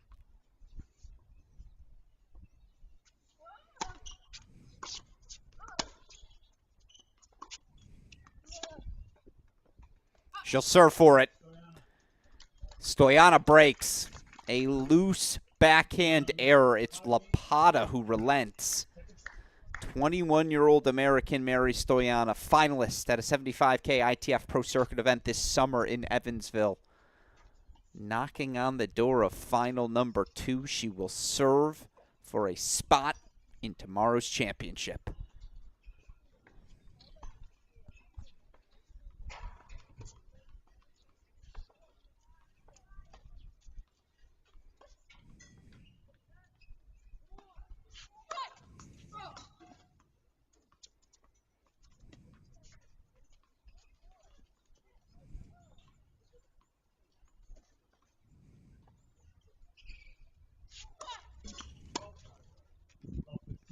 Well, that's why you build the 5-3 lead. First double fault of the day. An inopportune moment, certainly.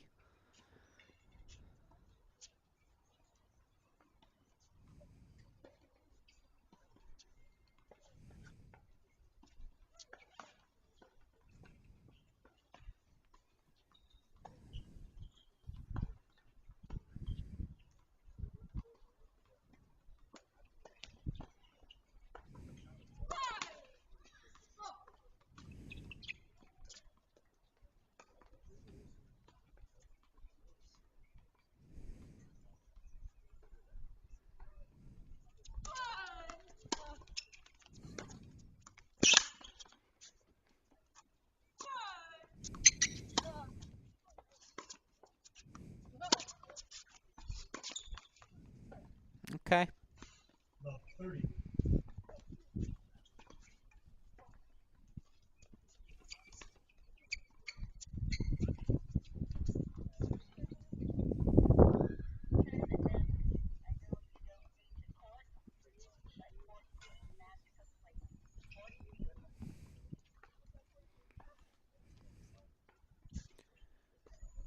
So thoroughly expect Lapata to go into backward mode here, staring down the gauntlet of defeat.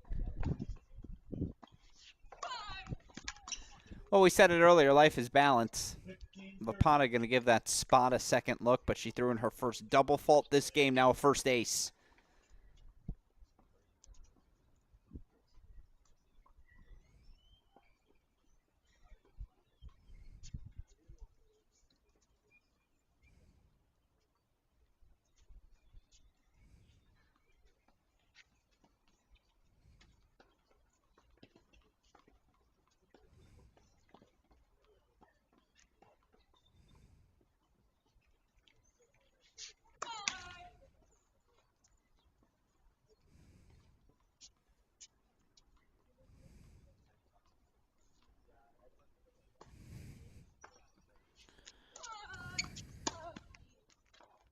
Oh, yes. It's clutch. 15-40. And look at the aggressive court positioning for Lapata. Gonna lose. You might as well lose swinging.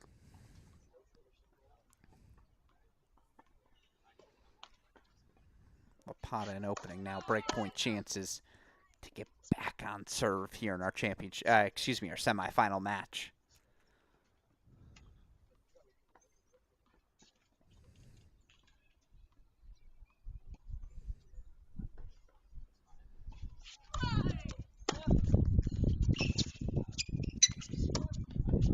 Oh no. Oh, it's good. Oh no. I thought she missed the approach. Was the backhand ultimately in the net? Let's see it one more time. Must have just clipped the baseline. I think it caught Lapata off guard as well.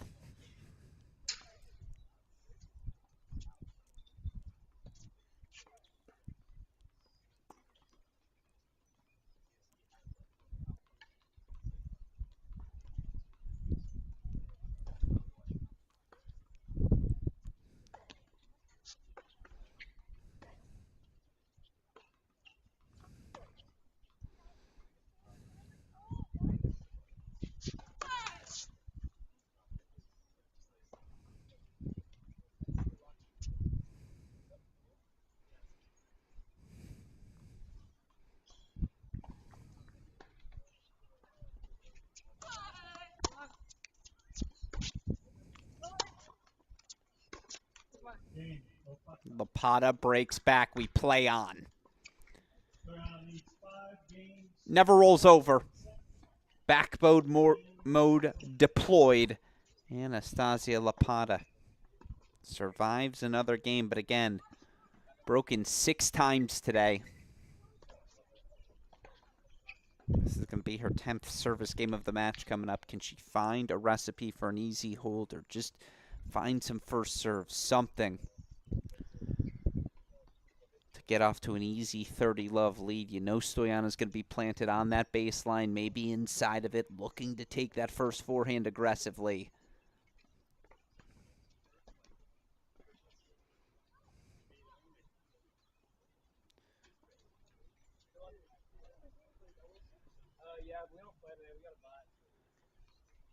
Still alive though. Lapata breaks 4-5 second set.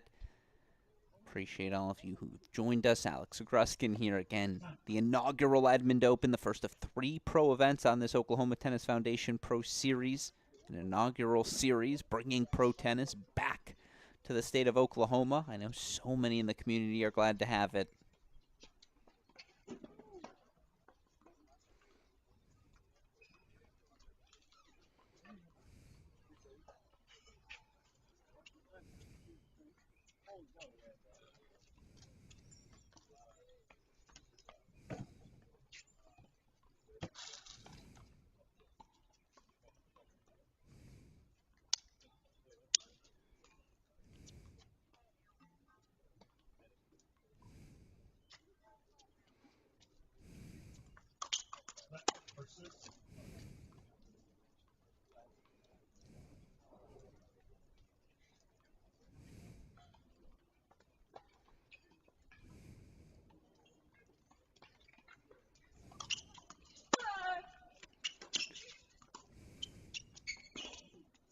Oh.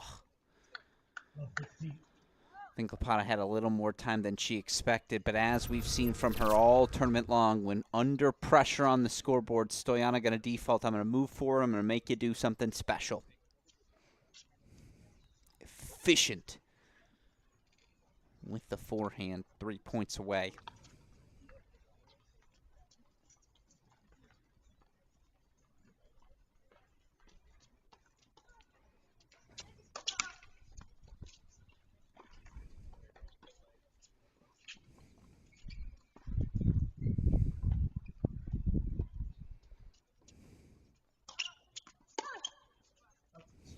That one gets away from her. Lapata will take it.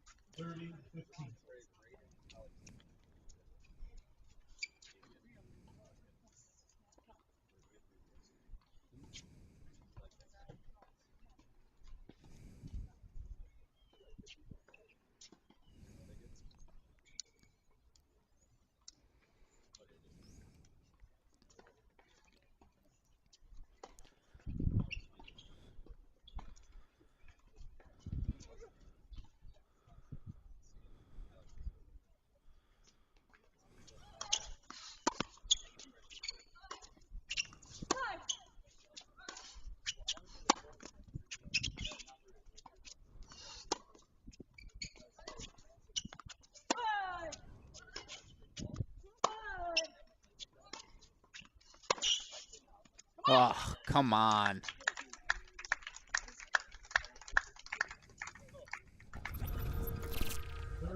Defense turned into offense here from Mary Stoyana. gets outside the ball so well. It's not just the drive, it's the angle produced on that forehand.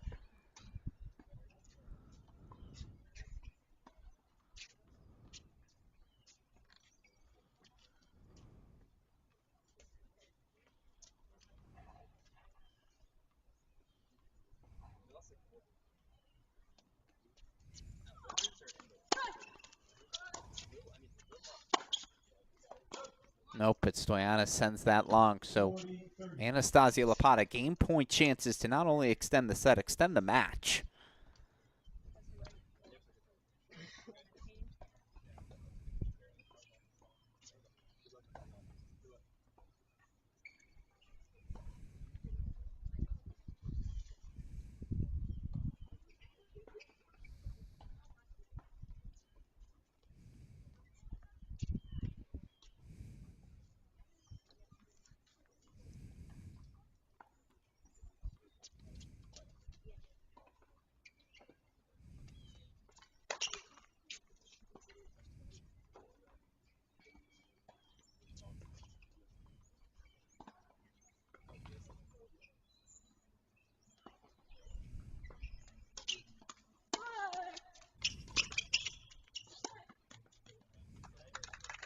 Right back to deuce we go. Again, Stoyanis so comfortable whenever she's got that opportunity to push forward.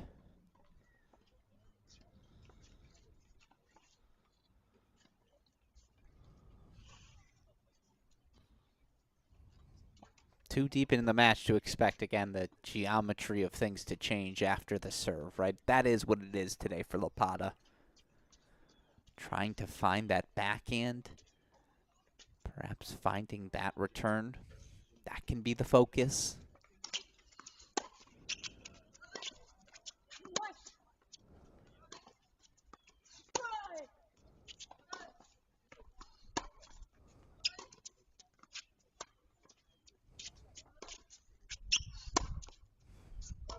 No, but off the back foot there, Stoyana a little loose. I think she thought that first Lapata shot sailed long. Said it's another game point chance for the 19-year-old.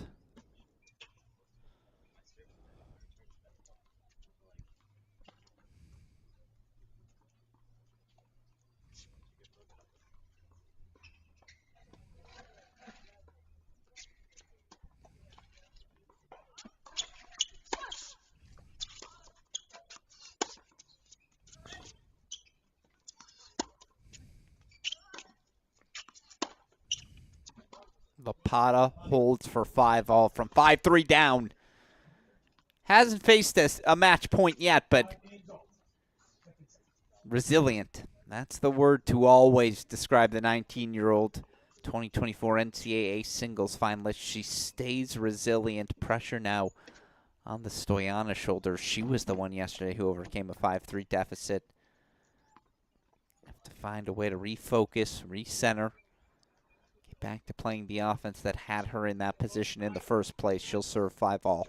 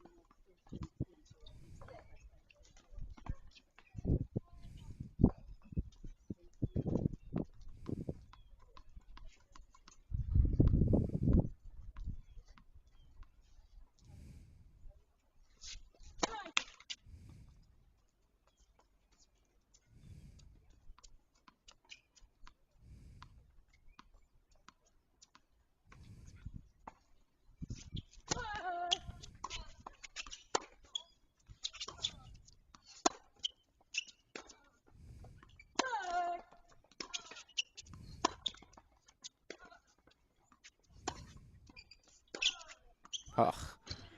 Thought she was going to go slice on that backhand approach for sure. You give Lapata something to pass with on that backhand side in rhythm. Give her top spin to work with. Good luck. I like the decision again from Stoyana to push forward, but that was too close to a center third approach, and even a great approach Lapata will always have a look at.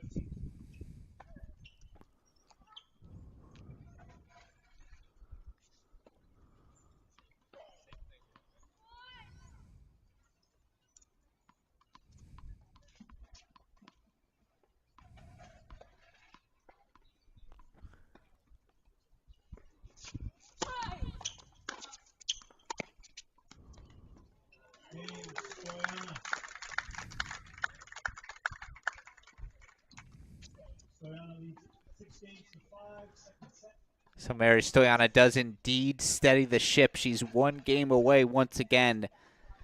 6-3, 6-5 lead for the 21-year-old American Alex Gruskin here again coming up immediately after this one. Alana Smith, the 24-year-old, taking on 18-year-old Victoria Mboko. If you're Anastasia Lapata, what's going through your head? Well, certainly serve's going a little bit better here in set 2 than set 1. Was a 38% first serve percentage in the opening set. Set 2, she's up to 53%. Now, I still struggled and fallen behind early in rally. Stoyana so aggressive with that return of serve, holding her ground so well on the baseline. But Lapata's starting to create and starting to do it in a couple of different ways. Whether it's the drop shot, I thought she might play more angle, more horizontally today than she has. She spread the court well, but she spread it with depth. I thought we'd see more slice from her. I thought we'd see more short angles. Tough to do with the feel, the creativity of Stoyana. But hey, was down 5-3 in this second set, still alive in the fight. She'll serve 5-6 to extend this semifinal into a second set break.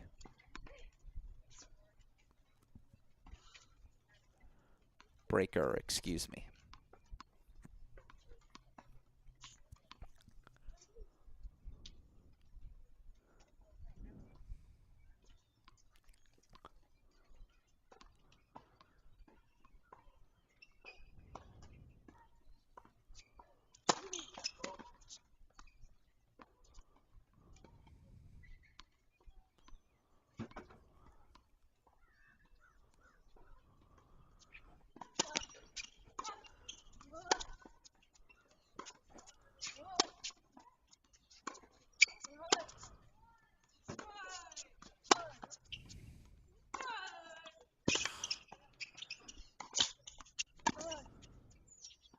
The footwork from Stoyana to find that inside-out forehand took the additional 2 steps needed.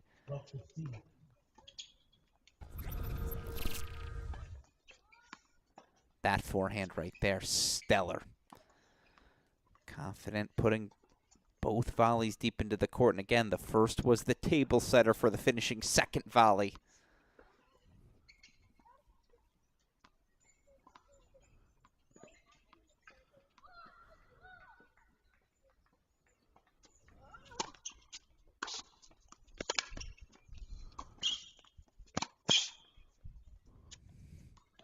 Stoyana again finding her way forward. It's the sort of aggression that's going to work at any level of this sport. That forehand return, the depth on the first volley.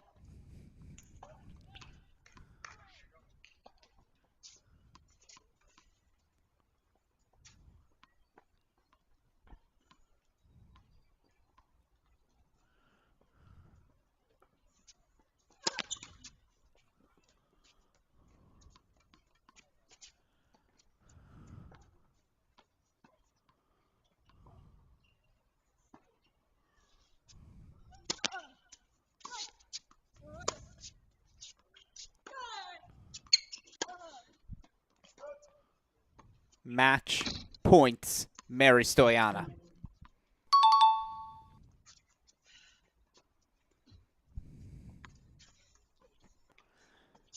Hide that scoreboard, make sure we don't have any spoilers accidentally.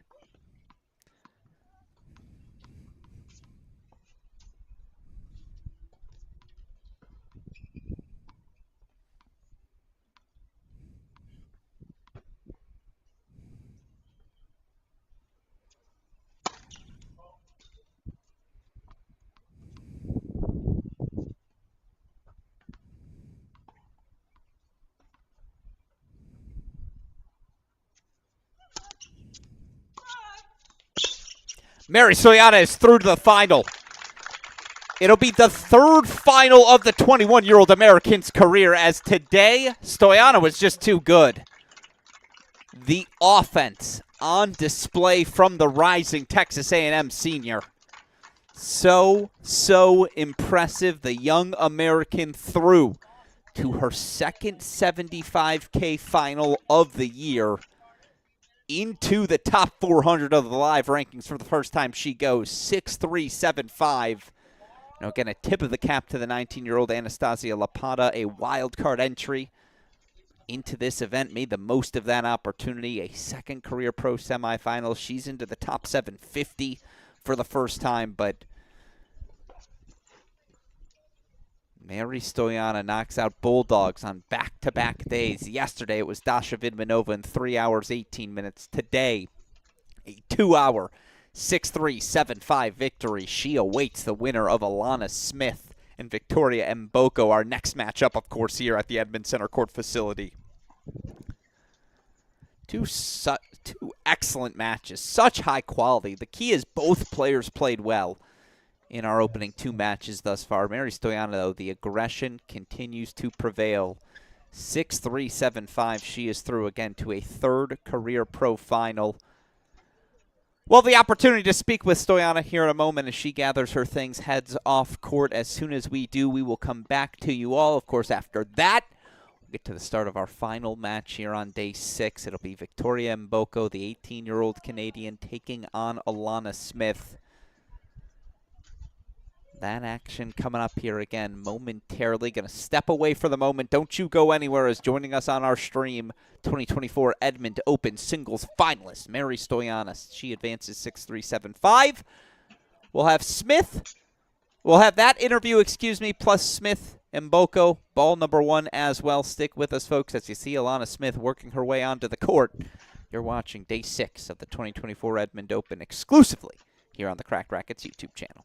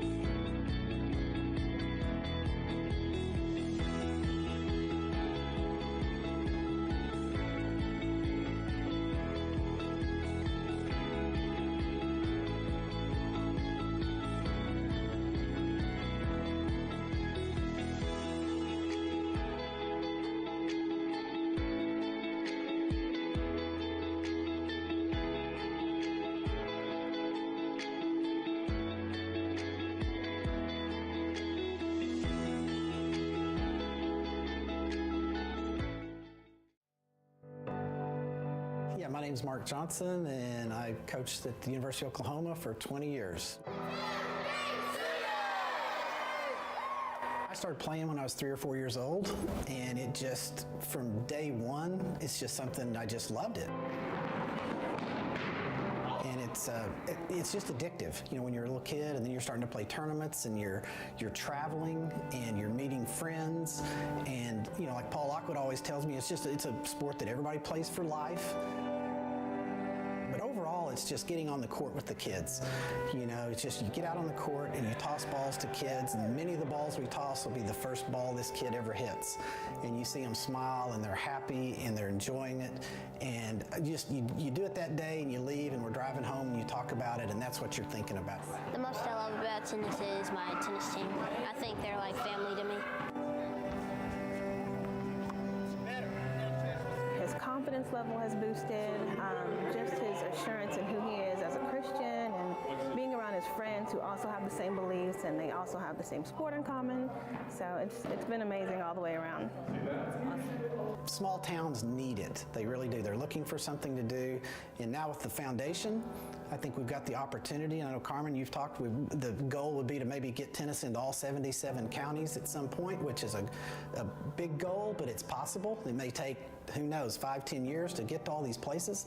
But we need to try to introduce tennis to the small towns because they really do need it. And you don't know where the next Wimbledon champion's going to come from. It's a sport where players can play for decades, where in a lot of sports you really can't. Coach Francis Baxter was a big initiating force, and I think he got together and he and some other men really put it together. It's our job when we go to these small towns, and it happens all the time, is for those kids to ignite and fall in love with the game of tennis. And they go home and they'll tell their mom and dad, I want to be a tennis player when I grow up. We at Oklahoma Tennis Foundation really believe that we can reach kids all across Oklahoma by winning their hearts through tennis. And part of that is going to all 77 counties and bringing tennis to them. And we're going to do that. And we couldn't do that without our awesome coaches and our board and all of the volunteers that we have helping us. And we really couldn't do it without you. There's a reason that our tagline is "We Start with Love."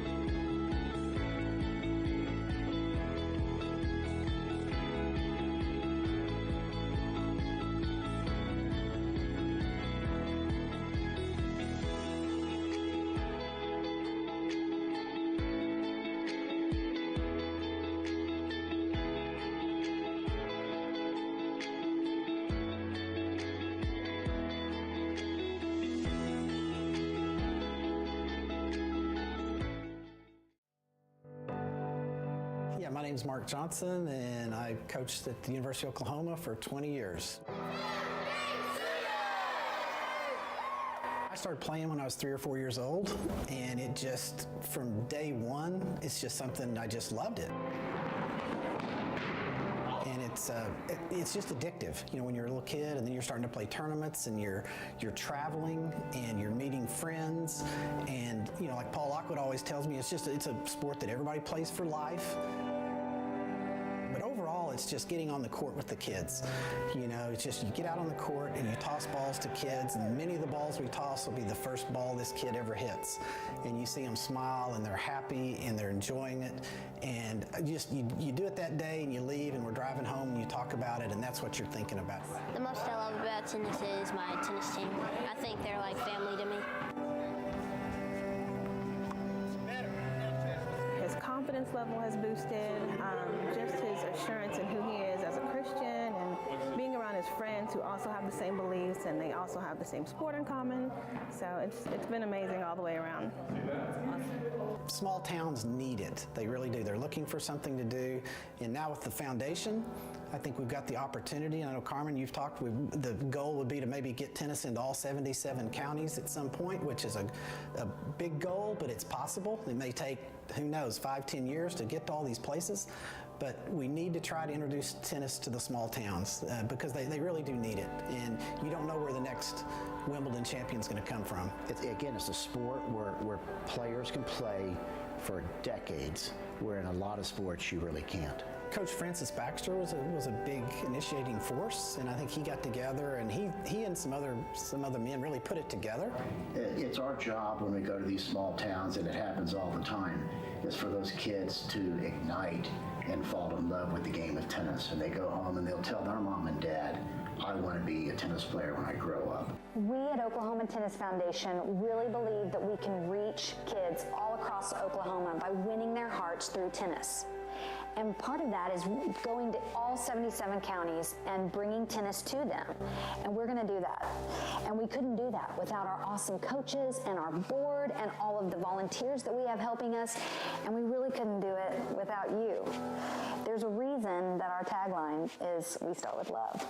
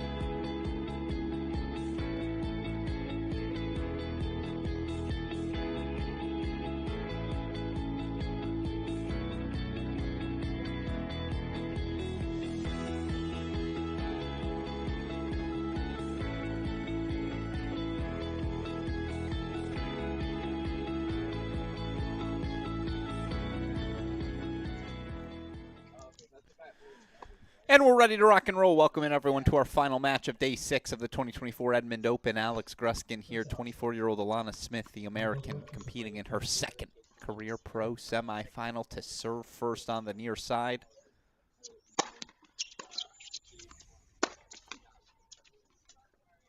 .24-year-old Smith's second quarterfinal or further appearance in her last 3 events. Qualifier this week. Earned a victory in 3 sets over Heba Sheikh in her one lone qualifying victory.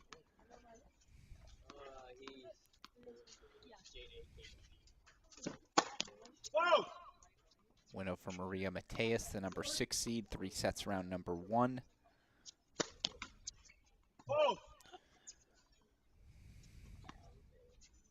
Second round victory knocked out Victoria Franskova 2-6, and then yesterday the straight set win over Anastasia Tikhanova.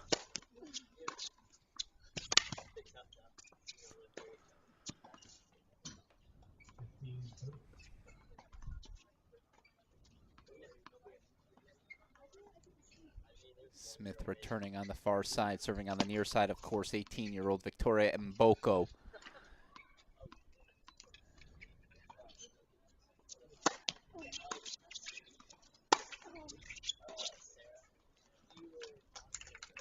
That's Mboko's game, a little bit of everything. We'll mix in that first serve, the power of that first forehand, but she's creative. We'll play the forehand slice, we'll play the drop shot.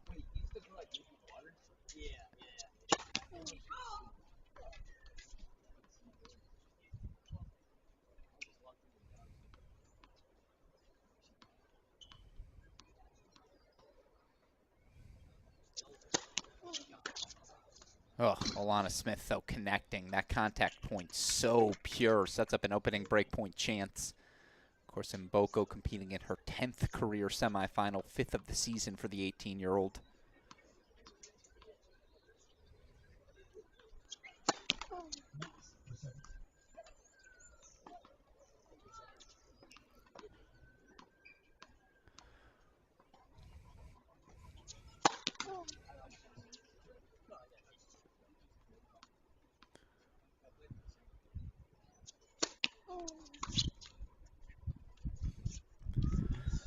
Mboko with her results this week already up to a new career high, 284 in the live rankings, the 11th highest ranked 18 and under player in the world right now. Victory today will send Mboko up to a new career high, 273.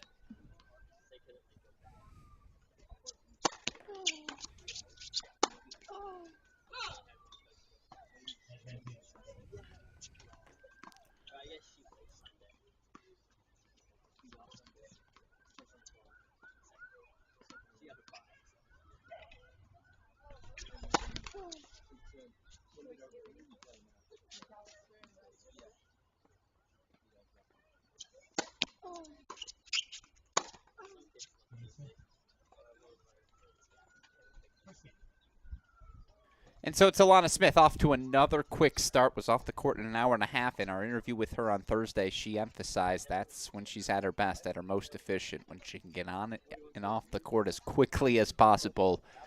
Stays aggressive, she breaks to kick off our second semifinal.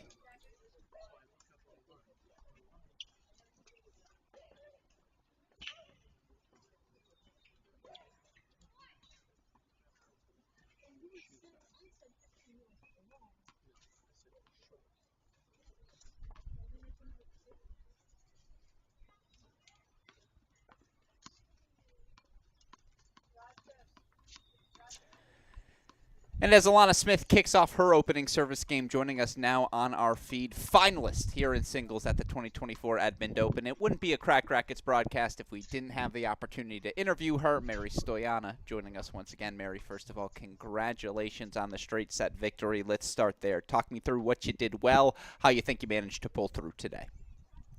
Yeah, well, thanks. Yeah, definitely not easy. She's such a tough player, and I'd always wanted to play her, seeing how well she has been doing and all that. So I was excited for this battle, and I think what just really helped was sticking to my game, kind of like I've been mentioning, coming forwards, tagging my shots when I can, and just keep stepping in the court, and it worked today. So I'm pretty pleased with the performance. It's funny to hear you say you were looking forward to playing her. She mentioned that about you yesterday as well. Wow. And, you know, having the opportunity to broadcast the match, I noticed today her game plan was pretty clear. Never more than 2 balls in a row on the same side. She had you moving corner to corner, it felt like.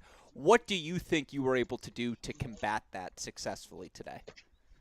Yeah, I could definitely see that. She's a great mover herself, but she moves the ball really nicely, and you're always on the run. I guess I try to stay close to the baseline as well as I could, so I didn't get edged out of the points, because obviously I'm trying to get forwards. I don't want to get too far back or too much in the corners and stuff. But yeah, I was on the move for a bit there. But as soon as I got one where I could kind of change the momentum of the point, I made sure to like take advantage and step in the court and try and get to net if I could. So I thought I did a good job at countering that. Yeah, for sure. And you talk about that mentality, the willingness and eagerness to move forward. I want to compliment both of you here, because there were moments in this match where she came up with some mesmerizing down the line passes. True. Yeah. How do you stay focused in a moment like that, not let that break your confidence, and ultimately keep pressing forward in those moments?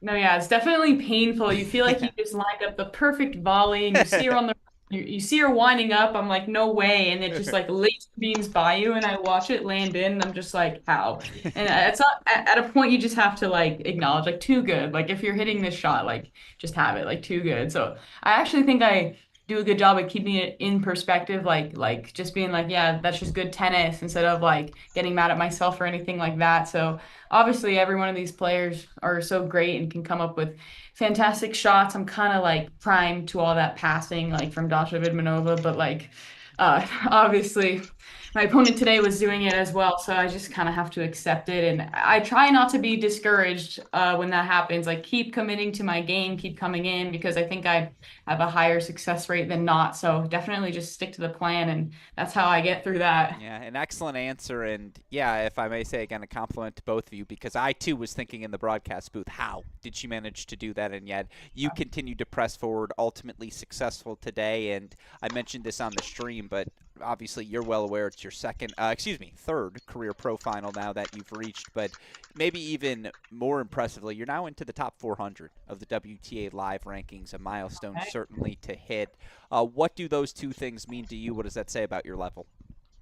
Nice, I didn't know that, so that's cool. Thanks for informing me of that. But no, I think that just speaks volumes to like just the consistent work I put in. When I approach pro tournaments and such, I don't really put goals on numbers or finals or anything. I just try and stay in the moment and do what I can to give myself the best opportunity to do well. And so when it ends up going my way, it's great, and I just keep sticking to the things that I've been working. So that's nice to hear, and yeah, I'm definitely super proud of myself with the work, and yeah, we'll just keep going. 367 in the world now, in the live rankings. A win tomorrow, you'll be all the way up to 320. My last question for you, as we see right now on our screen, Alana Smith up an early break to love, but it's still early in set number 1. Your thoughts on that potential final, either Alana or Victoria, and what it's going to take for you to walk out of Edmond with that pro title? Yeah, either way, it's going to be a lot of fun, another good battle. I'm just looking forward to another like juicy match with a lot of good tennis, I would say. Yeah, obviously cool to see Alana in the semi there. We were chatting before and we were like, yes, college tennis, like let's go. So yeah, it's fun. But either way, yeah, both players are great. I'm just looking forward to an awesome match tomorrow. Good for the brand, and we both know how Mark Weaver works. There's a non-0% chance Victoria ends up at A&M in the spring. So again, a congratulations to you, Mary. A well-deserved victory into another final here this week in Edmond. Always appreciate getting the chance to chat. Thank you, Alex.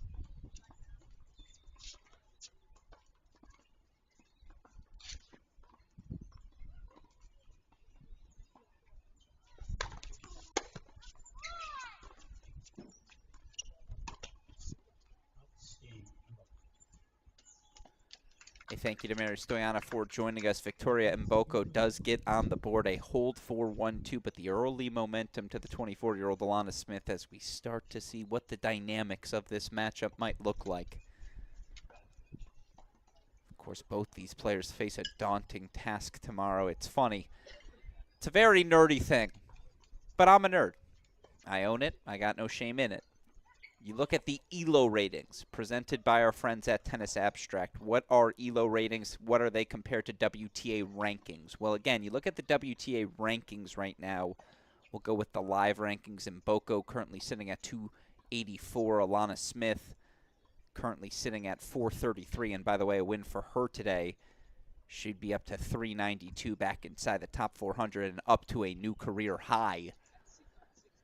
ELO ratings a little different than rankings. The rankings measure, again, what round you reach of a tournament, what level that tournament is. ELO ratings is more about your opponent. What's their ranking? What's the score line, the game difference between you and them? You look at the ELO ratings provided by our friends at Tennis Abstract. Mary Stoyana, her ELO rating significantly higher than her actual ranking. You look for Stoyana right now.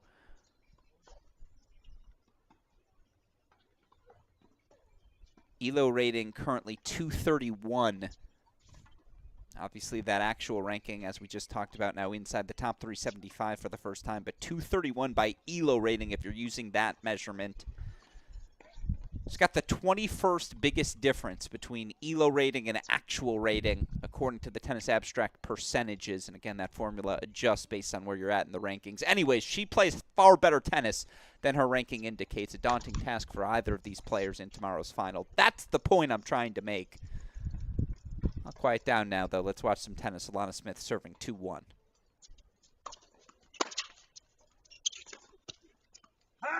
Yeah. The 1-2 pattern she wants to play, just a little wide on the backhand.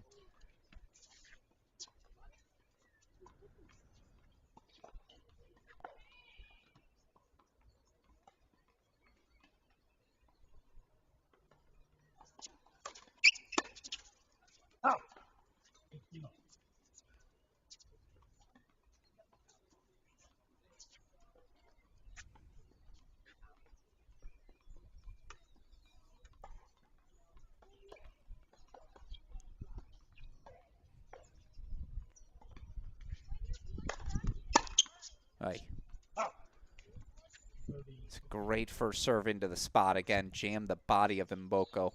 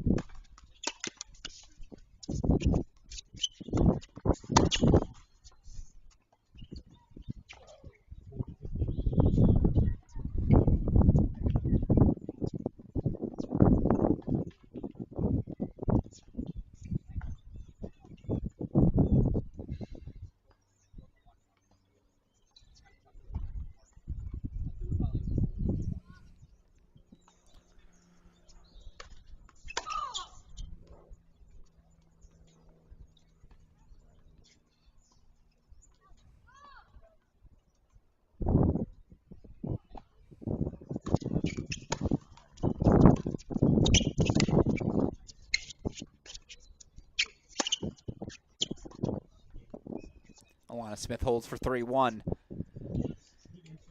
It just looks so easy. Oh, or did that? No, yeah, she did. I was like, did that ball scrape the baseline? It did not. It just looks so easy. The technique, how balanced she is.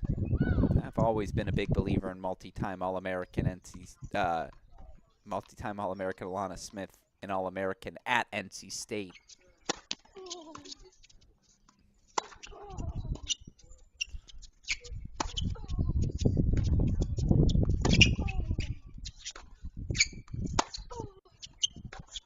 Of course, Alana Smith, serious knee injury, her 4th year in college, took a medical red shirt.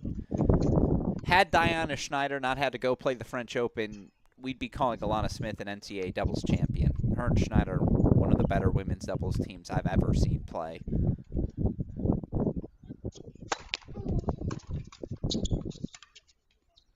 Now, I'm sure some of you are thinking, well, yeah, Diana Schneider and anyone pretty good, but trust me, Smith more than held up her end of the bargain, a multi-time All-American with multiple different partners.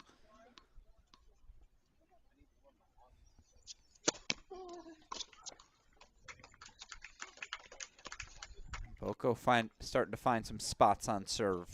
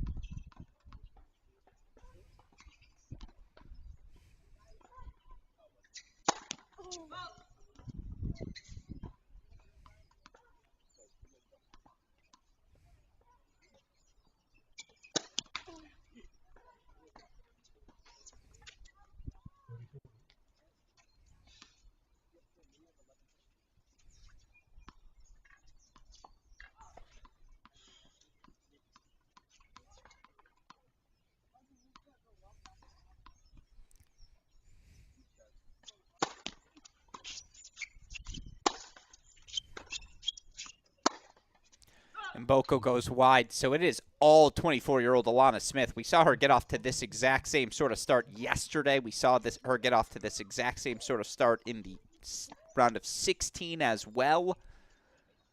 Double break 4-1 lead. Remember, Mboko, two-time Junior Slam singles semifinalist, two-time Junior Slam doubles finalist, was ranked as high as 6th in the world in the junior singles rankings back in 2022.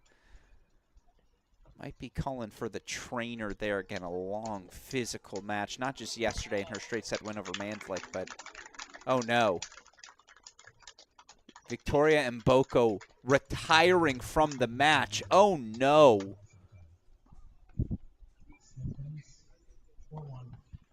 She's played a lot of tennis of late, has the 18-year-old.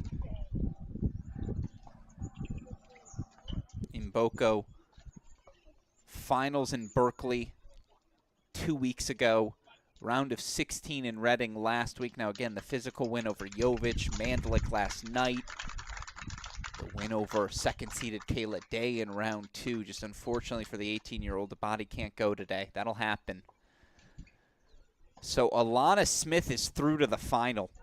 Never the fashion I'm sure she would have hoped for, but hey, credit to Smith. A first career pro singles final and a new career high for Alana Smith. Again, with her victory today, Smith up to a new career high, 392 in the live rankings. Welcome back to the top 400, to the former NC State All-American. An unexpected and immediate ending to what was otherwise a fabulous day of tennis. Again, a congratulations to 2024 Edmond Open doubles champions Jamie Forless, Kayla Day. 7-5, 7-5 win. They knocked out 3 top 4 seeds and didn't drop a set. Their first week together as a pairing, they capture the title. Of course, Mary Stoyana, 3-5 win earlier over Anastasia Lapata, flipped those set scores. And now Alana Smith, a first career pro singles final for the 24-year-old American. 4-1, a retirement, unfortunately, for Mboko. Must have picked up an injury late last night. Still, our final is set.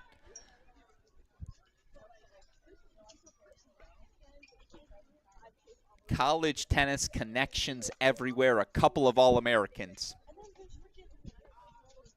21-year-old Mary Stoyana, certainly the favorite.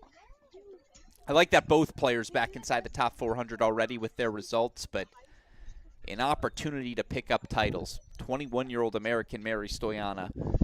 She's going to take on 24-year-old Alana Smith.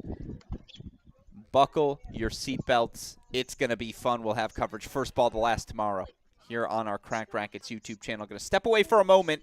Joining us momentarily, finalist Alana Smith, so don't go anywhere quite yet. We'll speak with her, then we'll wrap our broadcast. You're watching the 2024 Edmond Open exclusively on the Cracked Rackets YouTube channel.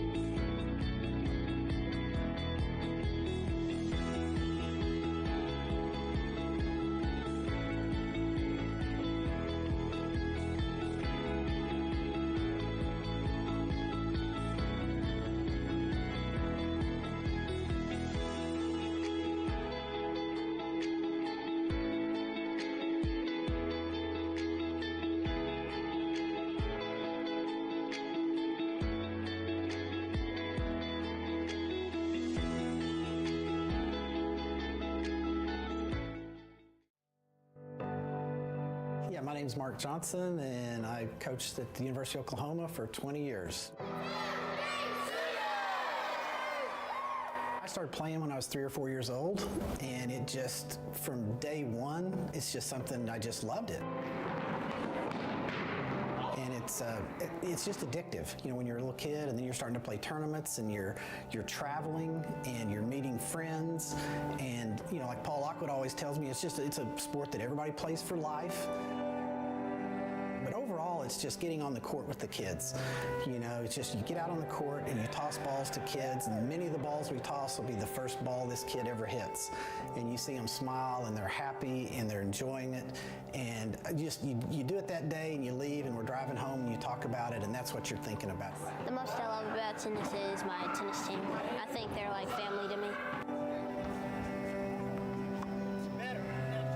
His confidence level has boosted, just his assurance in who he is as a Christian, and being around his friends who also have the same beliefs and they also have the same sport in common. So it's been amazing all the way around. Small towns need it. They really do. They're looking for something to do.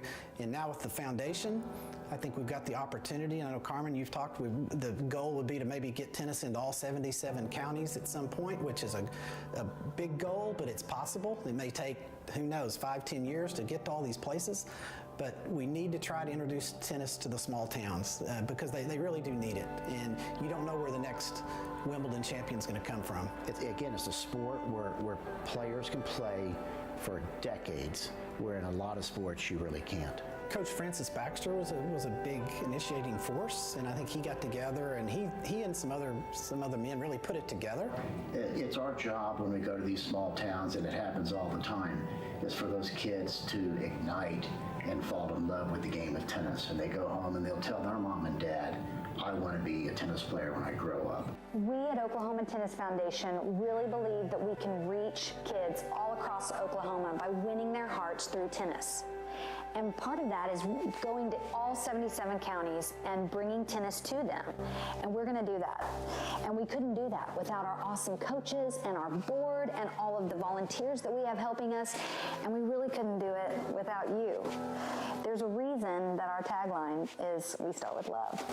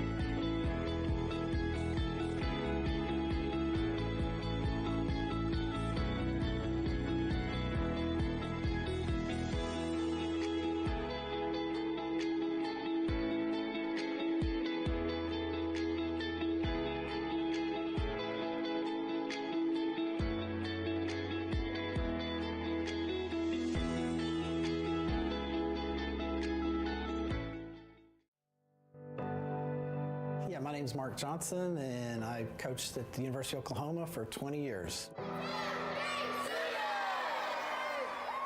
I started playing when I was 3 or 4 years old, and it just, from day one, it's just something, I just loved it. And it's just addictive. You know, when you're a little kid and then you're starting to play tournaments and you're traveling and you're meeting friends, and you know, like Paul Lockwood always tells me, it's a sport that everybody plays for life. But overall, it's just getting on the court with the kids. You know, it's just you get out on the court and you toss balls to kids, and many of the balls we toss will be the first ball this kid ever hits. And you see them smile and they're happy and they're enjoying it. And you do it that day and you leave and we're driving home and you talk about it, and that's what you're thinking about. The most I love about tennis is my tennis team. I think they're like family to me. His confidence level has boosted, just his assurance in who he is as a Christian, and being around his his friends who also have the same beliefs, and they also have the same sport in common. So it's been amazing all the way around. Small towns need it. They really do. They're looking for something to do.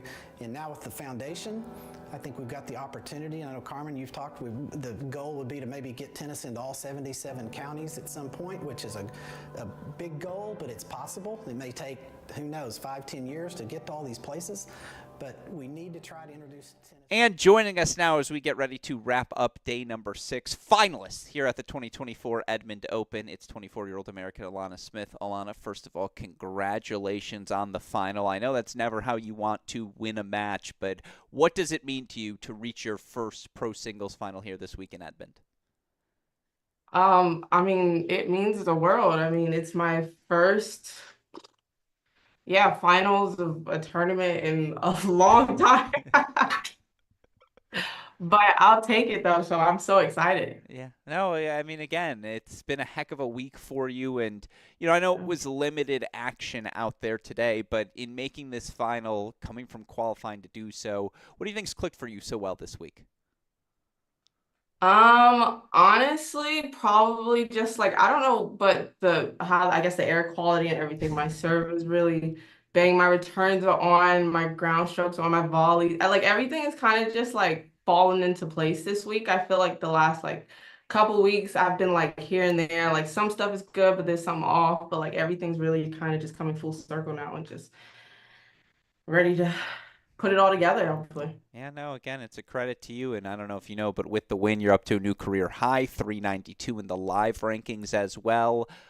Does a result like this, I know you mentioned the schedule for you the rest of the season when we chatted earlier this week, but does a result like this change what you do now for the remainder of this season? Maybe not being top 400, but playing as many matches as you have this week. Does that change what the forecast looks like?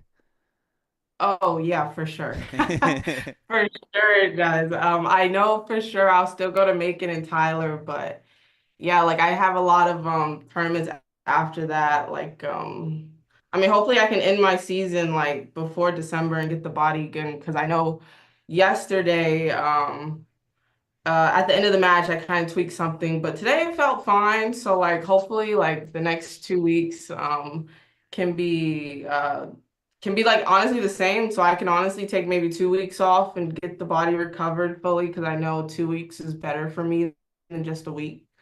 So hopefully like even this week has been so great, but even if the next 2 weeks go really good, I can have like a great smooth like big break. Yeah, absolutely. After a match like that where it ends so suddenly, do you go back out on the practice court today, hit a few more serves, take a few more ground strokes, or do you take the day off this late into the tournament? Probably just go to the training room and just recover, because my body's pretty banged up. Yeah, like you said, I came from qualies, and I know my first round qualies match, I was down like a set in 4-2 and 4-1 in the third. So I've definitely had a lot of long matches. So I think I've definitely hit a lot of balls this week. So I don't really think even like today, like I felt like everything was really good, and so I don't think I need to go back out there and hit anything else. I think it's safe to say you've played enough tennis to this point. No, literally. Yeah, you know what's working and what's not. I've played way too much. Yeah, I think this is the most tennis I've ever played in my life. Yeah, I like it. Well, you mentioned it earlier. I have to ask the question, wouldn't be doing my job. You were an All-American in college. You were exceptional. First singles final since the girls' 18s? Yeah, like I think. Ever a +1 carry event where maybe you snuck into a final? Yeah, no, I think it was definitely, I think probably like the last final. Oh my God. It probably was one of those college summer tournaments one year. But that was like I was talking to one of my friends yesterday, and I was like, when was the last time I played 6 matches in a row? But then we came back to it, and it was last year in Spain when I made the semis. I had qualified. So then I was like, yeah, that was the last time. So okay. Well, that's no fun. I was going to come up with like clay courts June 2017. But yeah. Honestly, I can't even remember that long. Like honestly, I don't even remember what happened. Well, that's what I'm here for. Don't you worry. Obviously, in that spirit, tomorrow the matchup, Mary Stoyana. I know you probably haven't had that much of a chance to see her play, but I'm sure the text to Simon will come, and he'll get the scouting report for you. What's it going to take tomorrow for you to knock her off and capture that first pro singles title? Yeah, no, it's definitely gonna take some good tennis for me for sure. Serving great. I know she likes to change the pace. I think I played her. I never played her in college, but I did play her last year, I think, in like Florence or something. I think that was the only time we've ever played each other because we never. I don't think, yeah, I never played her, the conference. I never played anyone really from Texas A&M. So, Yeah. but yeah, no, definitely get a scouting report from Simon for sure. I know he did. He did just send me a text. So. I like to hear. By the way, for those that are curious, and I like this, I won't have to do my research. You played her this exact week last season. Florence, Oh, no first way. round, 6-3, 7-6 win for you. So maybe not exactly 1 year to the date, but pretty darn close to it. We get a rematch. We're all looking forward to it. I'm looking forward to the Pack in the Pros tweet where we see Alana Smith at the very least finalist, and maybe it will be champion tomorrow as well. Congratulations on the first singles final. Certainly looking forward to watching you compete tomorrow. Oh no, yes, let's go. I know me and Mary, she had walked up the court and she was like, yeah, let's get an all college final. So here we go. Yeah, looking forward to it, Alana. Congratulations. Thank you.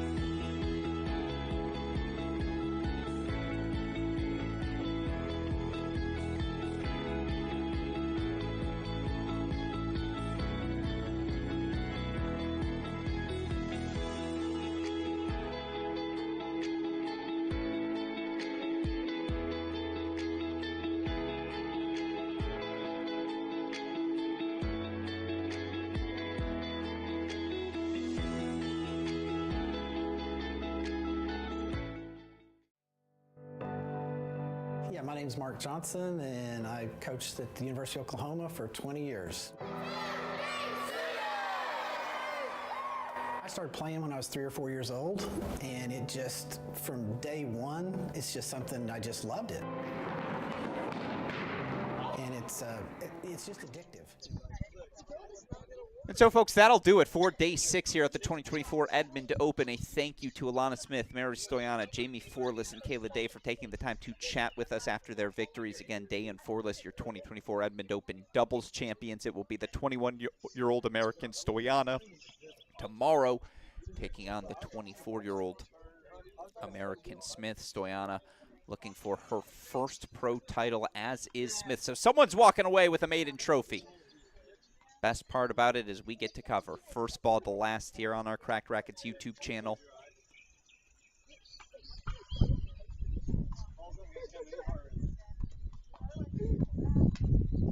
Apologies for the dramatic pause. Just wanted to double check. That final 1 p.m. Eastern time start, noon Central. Perfect. Watch some tennis as the football begins. Maybe the championship match finishes up just in time for the witching hour. It's going to be a fantastic singles final. We hope you all join us then. A thank you again to the entire Oklahoma Tennis Foundation team, Bill Towler, Carmen Bond, the Minahan family, our friend Bruce Johnson for his help communications this week, all the volunteers, everyone who helped make not just this event, but again, a 3-event Oklahoma Tennis Foundation Pro Tennis Series possible. We're excited to cover it all. We hope you join us all tomorrow for the championship match. Until then, for everyone who contributes to our broadcast, including super producer Daniel Westoff, I'm your host, Alex Gruskin. You've been watching the 2024 Edmond Open exclusively here on the Cracked Racquets YouTube channel. We will see you all at 1 p.m. Eastern Time tomorrow for Championship Sunday.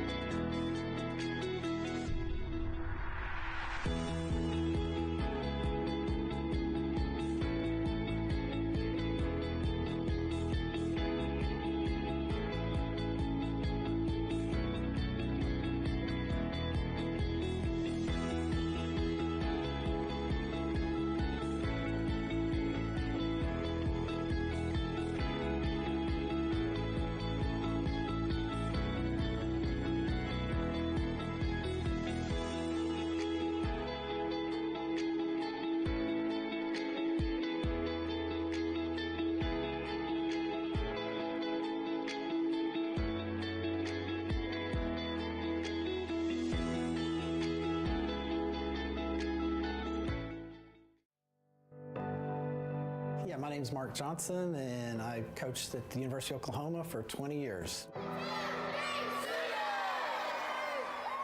I started playing when I was 3 or 4 years old, and it just, from day one, it's just something, I just loved it.